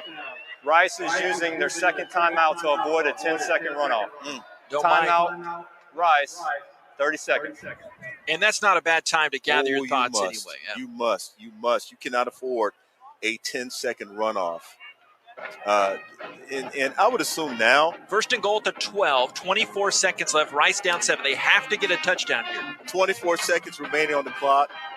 You're calling this timeout for a couple of reasons. Number one, regather your offense and let them settle down. But you need to have at least 2 to 3 plays set to go, because you don't have that kind of time to look to check with me to see what we have to run or what we can run. So you got to have at least 3 to 4 plays ready to go right now with 24 seconds remaining on the clock. Hopefully the first one works, but if it doesn't, you got to have them ready to go. Jake Constantine coming out of the bullpen, so to speak. 15 of 26, 230 yards passing. Leading receiver, Jake Bailey, 10 grabs, 143 yards in this game. Now, Bailey is in there, one of the 5 wide receivers. There's 3 on the left side, Bailey in the middle. Mismatch? You see the mismatch? 1st and goal at the 12-yard line. Constantine shotgun, looking middle, throwing high, incomplete. It skips to the feet of the safety, Sanders. That was almost ugly for a pick. But now 2nd and goal at the 12, 21 seconds left. Rice down 24-17 on the potential game-tying drive here. Your mismatch was far side, where you had the Z receiver going up against a shorter cornerback. I don't know where Jake was trying to go with that football. Maybe it was tipped at the. I didn't see it get tipped at the line. No, sir. But maybe he was confused as to whether a receiver was supposed to have been in the middle of the field or not. It's a perfect place to throw a ball. Ball's on the right hash. Pete, the lone receiver, to the right side. 2nd and goal to 12. Constantine looks left, throws left on the slant. Caught by Patterson, the 3. Spins in the end zone. Touchdown! Touchdown, Rice Owls. No flags on the field. 24-23. Rice coming on for the PAT right now to tie it up. There's that slant pattern run by CP3, Cedric Patterson III, and it was right there for him. Boy, he had to make an aggressive catch because that quarterback was sitting right there. Remind me of who's that? Seattle and who they play in the Super Bowl? Seattle. Who's that? The Patriots. Yeah, I was going to say New England, yeah. Big extra point try here. Riddle the deep snap. The hold is put down. The kick is up, and it is good. No flag on that play for offsides. Looked like he had an early jump on there. He was clearly offsides. But it's 24-24, just how you drew it up, Nate Griffin. I'm loving it. I think this is great. Can I remind you, North Texas has 16 seconds left. They have 1 timeout remaining. Well, 2-minute offense, I'm sorry, they're not going to be able to run it. This was a huge drive here. 12 plays. Bob. No, Bob. 89 yards. A minute 42 seconds. A nice touchdown pass from Jake. Yeah, 12-yard touchdown pass. Jake Constantine to Cedric Patterson III. I do not, listen, unless Bobby tells me to go, I'm not going. I'm telling you. We've been doing this for 14 years together. That exchange between you two was about as pretty as that first quarter. It's not pretty. It's all right. We got it done. But, hey, in the end, it's a tie game. Right. Trying to have overtime coming up. And Van Sick, a little short pop-up kick, and fair catch is called for at the 24. 16 seconds left. Rice 24, North Texas 24. Line of scrimmage, of course. They say, will it be the 24? A little symmetry there. Yeah, and it was inside the 25. So, yeah, they'll move it out to the 25. So you know what they're going to do, right? The defense. Don't ask me that. Set them back. The way they move the football. Set them back, and play prevent. It should be 4 quarters. Yeah, North Texas will go in that victory formation, so to speak. Play for overtime. There you go. And the Owls get to experience that new overtime rule coming up as the knee is taken. It's homecoming. 1 o'clock start. Nowhere to go. Get some free football coming up right now. Never should have happened. But anyway, we got it. We're excited about it. And there it is. That is the end of the fourth quarter. Time to overtime. For media. Studio, we'll take this break. 24-24, Rice in North Texas. This is Rice football from Learfield. The lights, the sounds, the cameras, the electricity. If you can feel it, hear it, see it, chances are an IBEW electrician built it. The members of the International Brotherhood of Electrical Workers Local 716 built the things that make Rice University and Houston great, and we want you to join us. Excellent training, fantastic benefits in retirement, and 0 student loan debt. Build a better career. To find out more, visit IBEW716.net. Hey fans, this is Wayne Cook, co-host of College Sports Now. We're breaking down all the action from around the country every week with new episodes dropping 4 days a week during the football season. We'll look beyond the box score and keep our finger on the pulse of college football from September all the way to the national championship game in January. Listen all season long on Apple Podcasts, Spotify, or wherever you'd love to get your podcasts. And be sure to follow along on Twitter at CSNowTweets.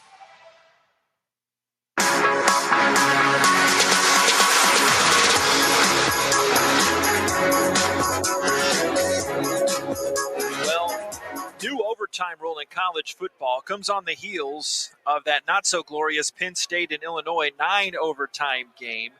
But, of course, they're about to have the coin toss here. And the first 2 overtime periods, you get 1 possession, of course, starts at the opponent's 25-yard line, just like in the past. And you get the extra timeout. Of course, each team gets the ball until it fails to score, gets the first down, turns the ball over. None of that's changed. But beginning with the second overtime period, teams must attempt a 2-point conversion after scoring a touchdown. But beginning with the third overtime, teams will begin to run alternating 2-point conversion plays instead of offensive possessions. Yeah. Teams practice. Guys, we're in overtime. North Texas, you're still the visiting team, so you're going to call the toss in the air. The winner of the toss will get to choose either offense or defense, or which end of the field they'll start from. Mendez out there for the Call it in air. What's going to be your call? Torres out there for Tails. Torrey, excuse me, for North Texas. You know what they're going to do. It is Tails. You have won the toss. You want to play defense first. Which end of the field do you want to play on? We'll play on that end. All right. North Texas has won the toss and elected to go in defense. Rice will be on offense on this end of the field. Okay, so the Owls will have their football first. Keep a little bit of that momentum going. 24-24, Rice and North Texas. Houston Methodist leaderboard going into overtime. 366 yards for Rice. Constantine, 16 of 28 passing for 242 yards. The last time the Owls had an overtime game, don't hurt me, I've had enough bees attacking us, okay? Yes. But remember that double overtime loss to Middle Tennessee almost a year ago to the day, October 24th last year. The Owls all-time in overtime are 6-7. That was that game that the ending went viral, or the end of the first overtime. You had the quadruple doink off the goal post to our right. And it did go viral. In not a good way. No. 25-yard line, so here is the overtime extra session. And Constantine for the Rice Owls coming out there. Here we go, Nate. Owls just had that game-tying scoring drive. It took 1:42 to go 89 yards. Back to pass Constantine. Pumvek running to his right, and he will get a couple yards running downfield. The keeper gains a couple of yards. They hop down on him. Cameron Hill Second down. grabbed on his back, hopped on his back for the first down run of 2 yards. Second down and 8. Well, the one thing he is not going to do, and that's turn the ball over. I like the fact that he had to take that tackle. I don't necessarily like the fact that he got tackled, but he's indicating that he's not going to turn the ball over. Make a better decision to just hold on to it than to try to get rid of it and hope for something good to happen. Remember, overtimes are not timed here. Second and 8 to 23. Constantine a hand to Myers, and a flag comes in. The false start against Rice Owls. False start. On the offense, number 52. 5-yard penalty. Second down.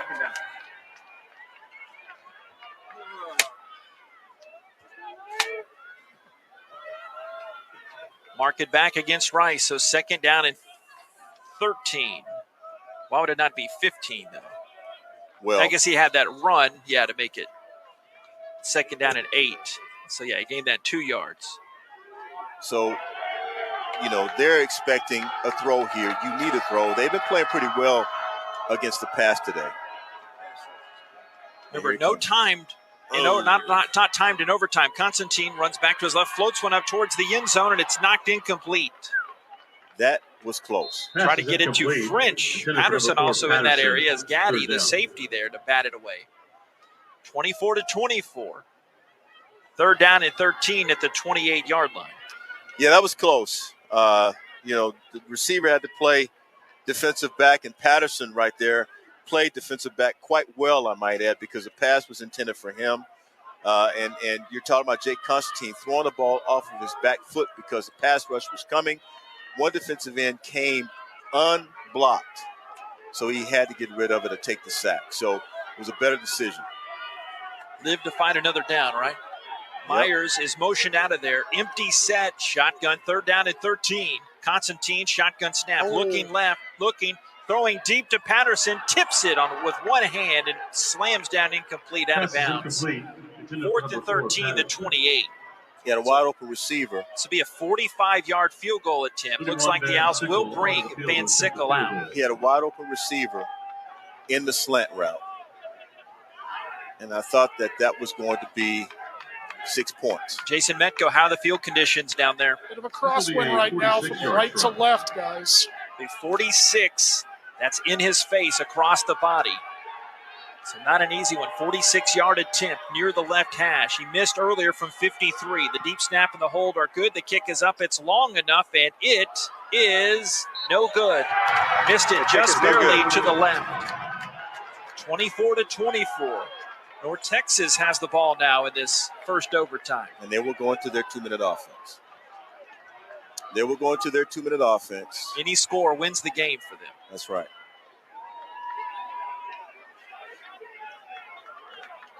I mean, obviously you want him to make the field goal, but getting behind the chains at any part of the game is good, but that's magnified when you do that in the extra session there.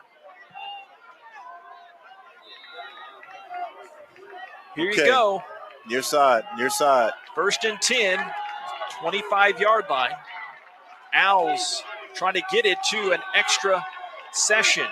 Get a turnover, they get the ball back. Snap. A fake to the right. Ani running the convoy to the right at the 20, the 15, out of bounds at the 14-yard line. Goes for 11 yards on that first play. First down and 10. Owls need a play for the defense in the worst of ways. Boy, they need a blitz here. That blitz for the ages here. First and 10 at the 14, 24 to 24. This first OT. Io Adei is the back standing right behind the quarterback Ani out of the shotgun.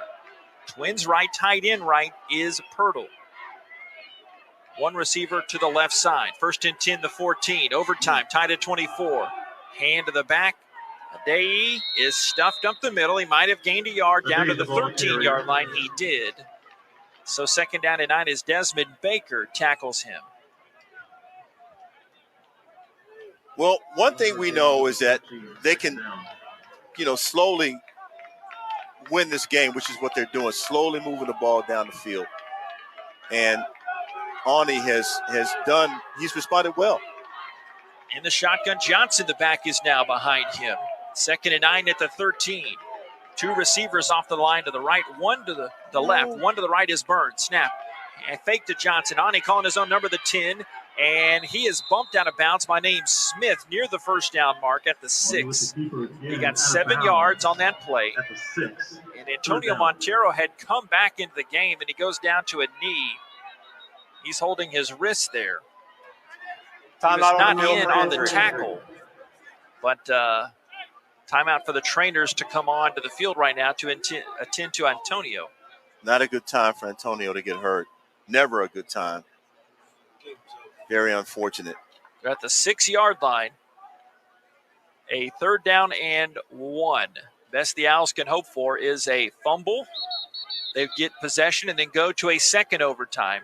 Of course, the other alternative is if they don't get the first down here, they attempt the field goal. They miss the field goal, you get the ball back. Just the, of course, the 101 of OT rules. Block the field goal, that'd be another option too, but they have one play before that would come. I almost think that you have to do something a little unruly to block that field goal. 2nd and 2. 3rd and 2, at the, I thought it was 3rd and 1. They move it 3rd and 2 at the 6. Shotgun Ani. Hands to Johnson. Johnson up the middle. Got the first down. Moves inside to the 3. Well, I tell you, they can just continue to the ball carrier, picks up the first down, run the ball or kick the field goal. They're in a great position to do whatever to win this game. Yeah, first down and goal at the 3 here in this overtime. Tied at 24. Owls missed a field goal on their offensive series. And now North Texas has it, trying to punch it in for their 2nd win of the season. They've lost 6 games in a row since their season opener. Hand to Johnson, left side.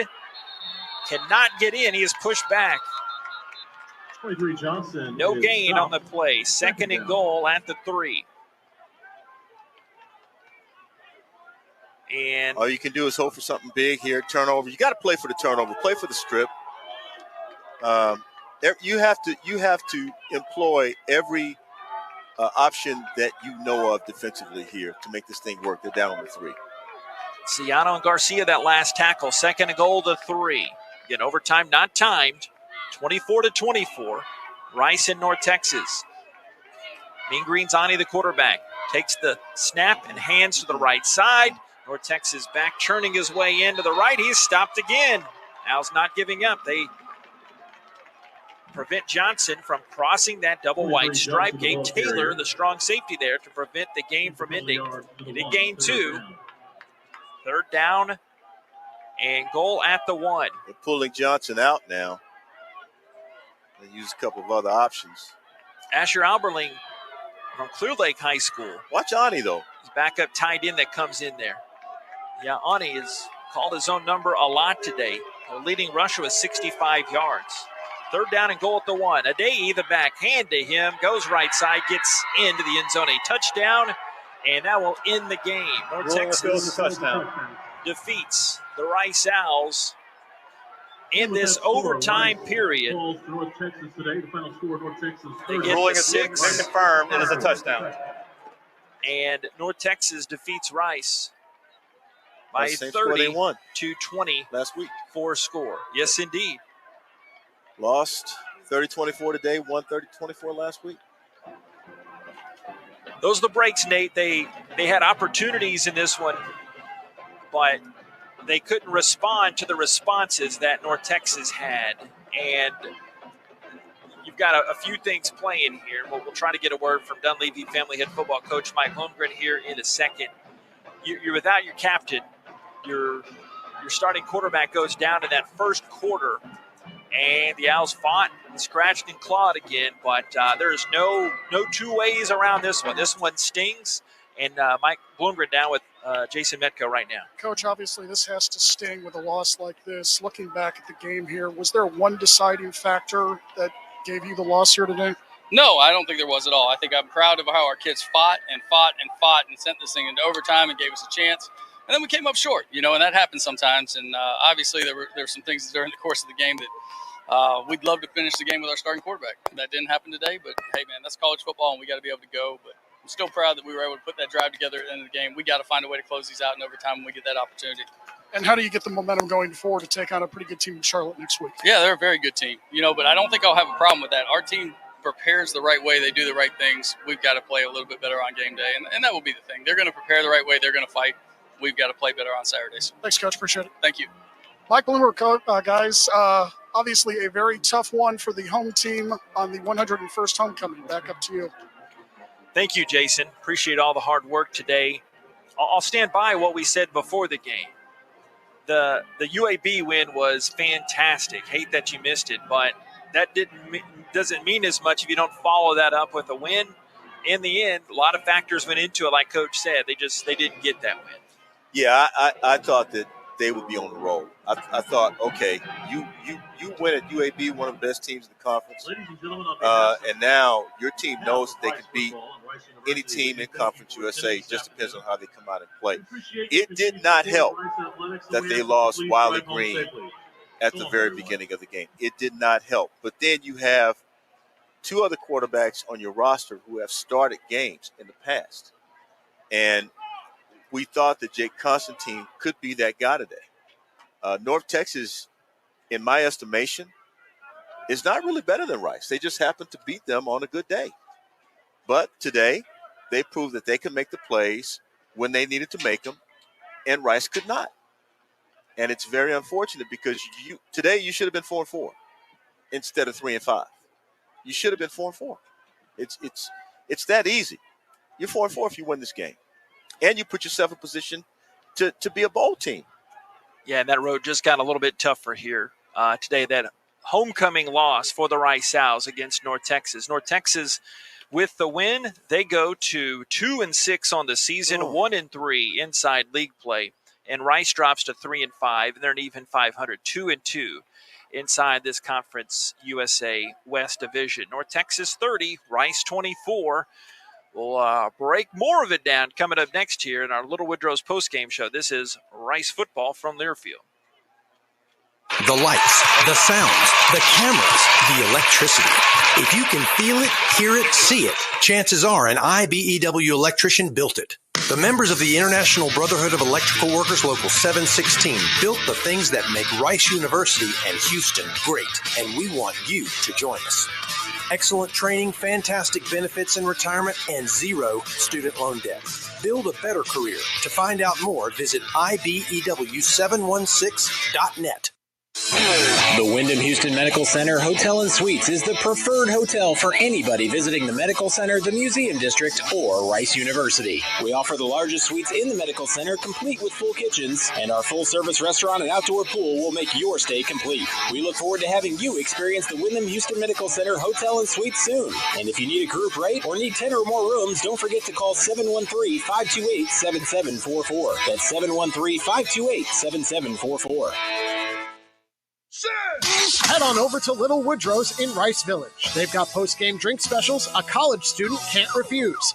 On Thursdays, enjoy college nights with $2 domestic drafts and $3 shots. Any other day, bring your Rice ID and get more great specials.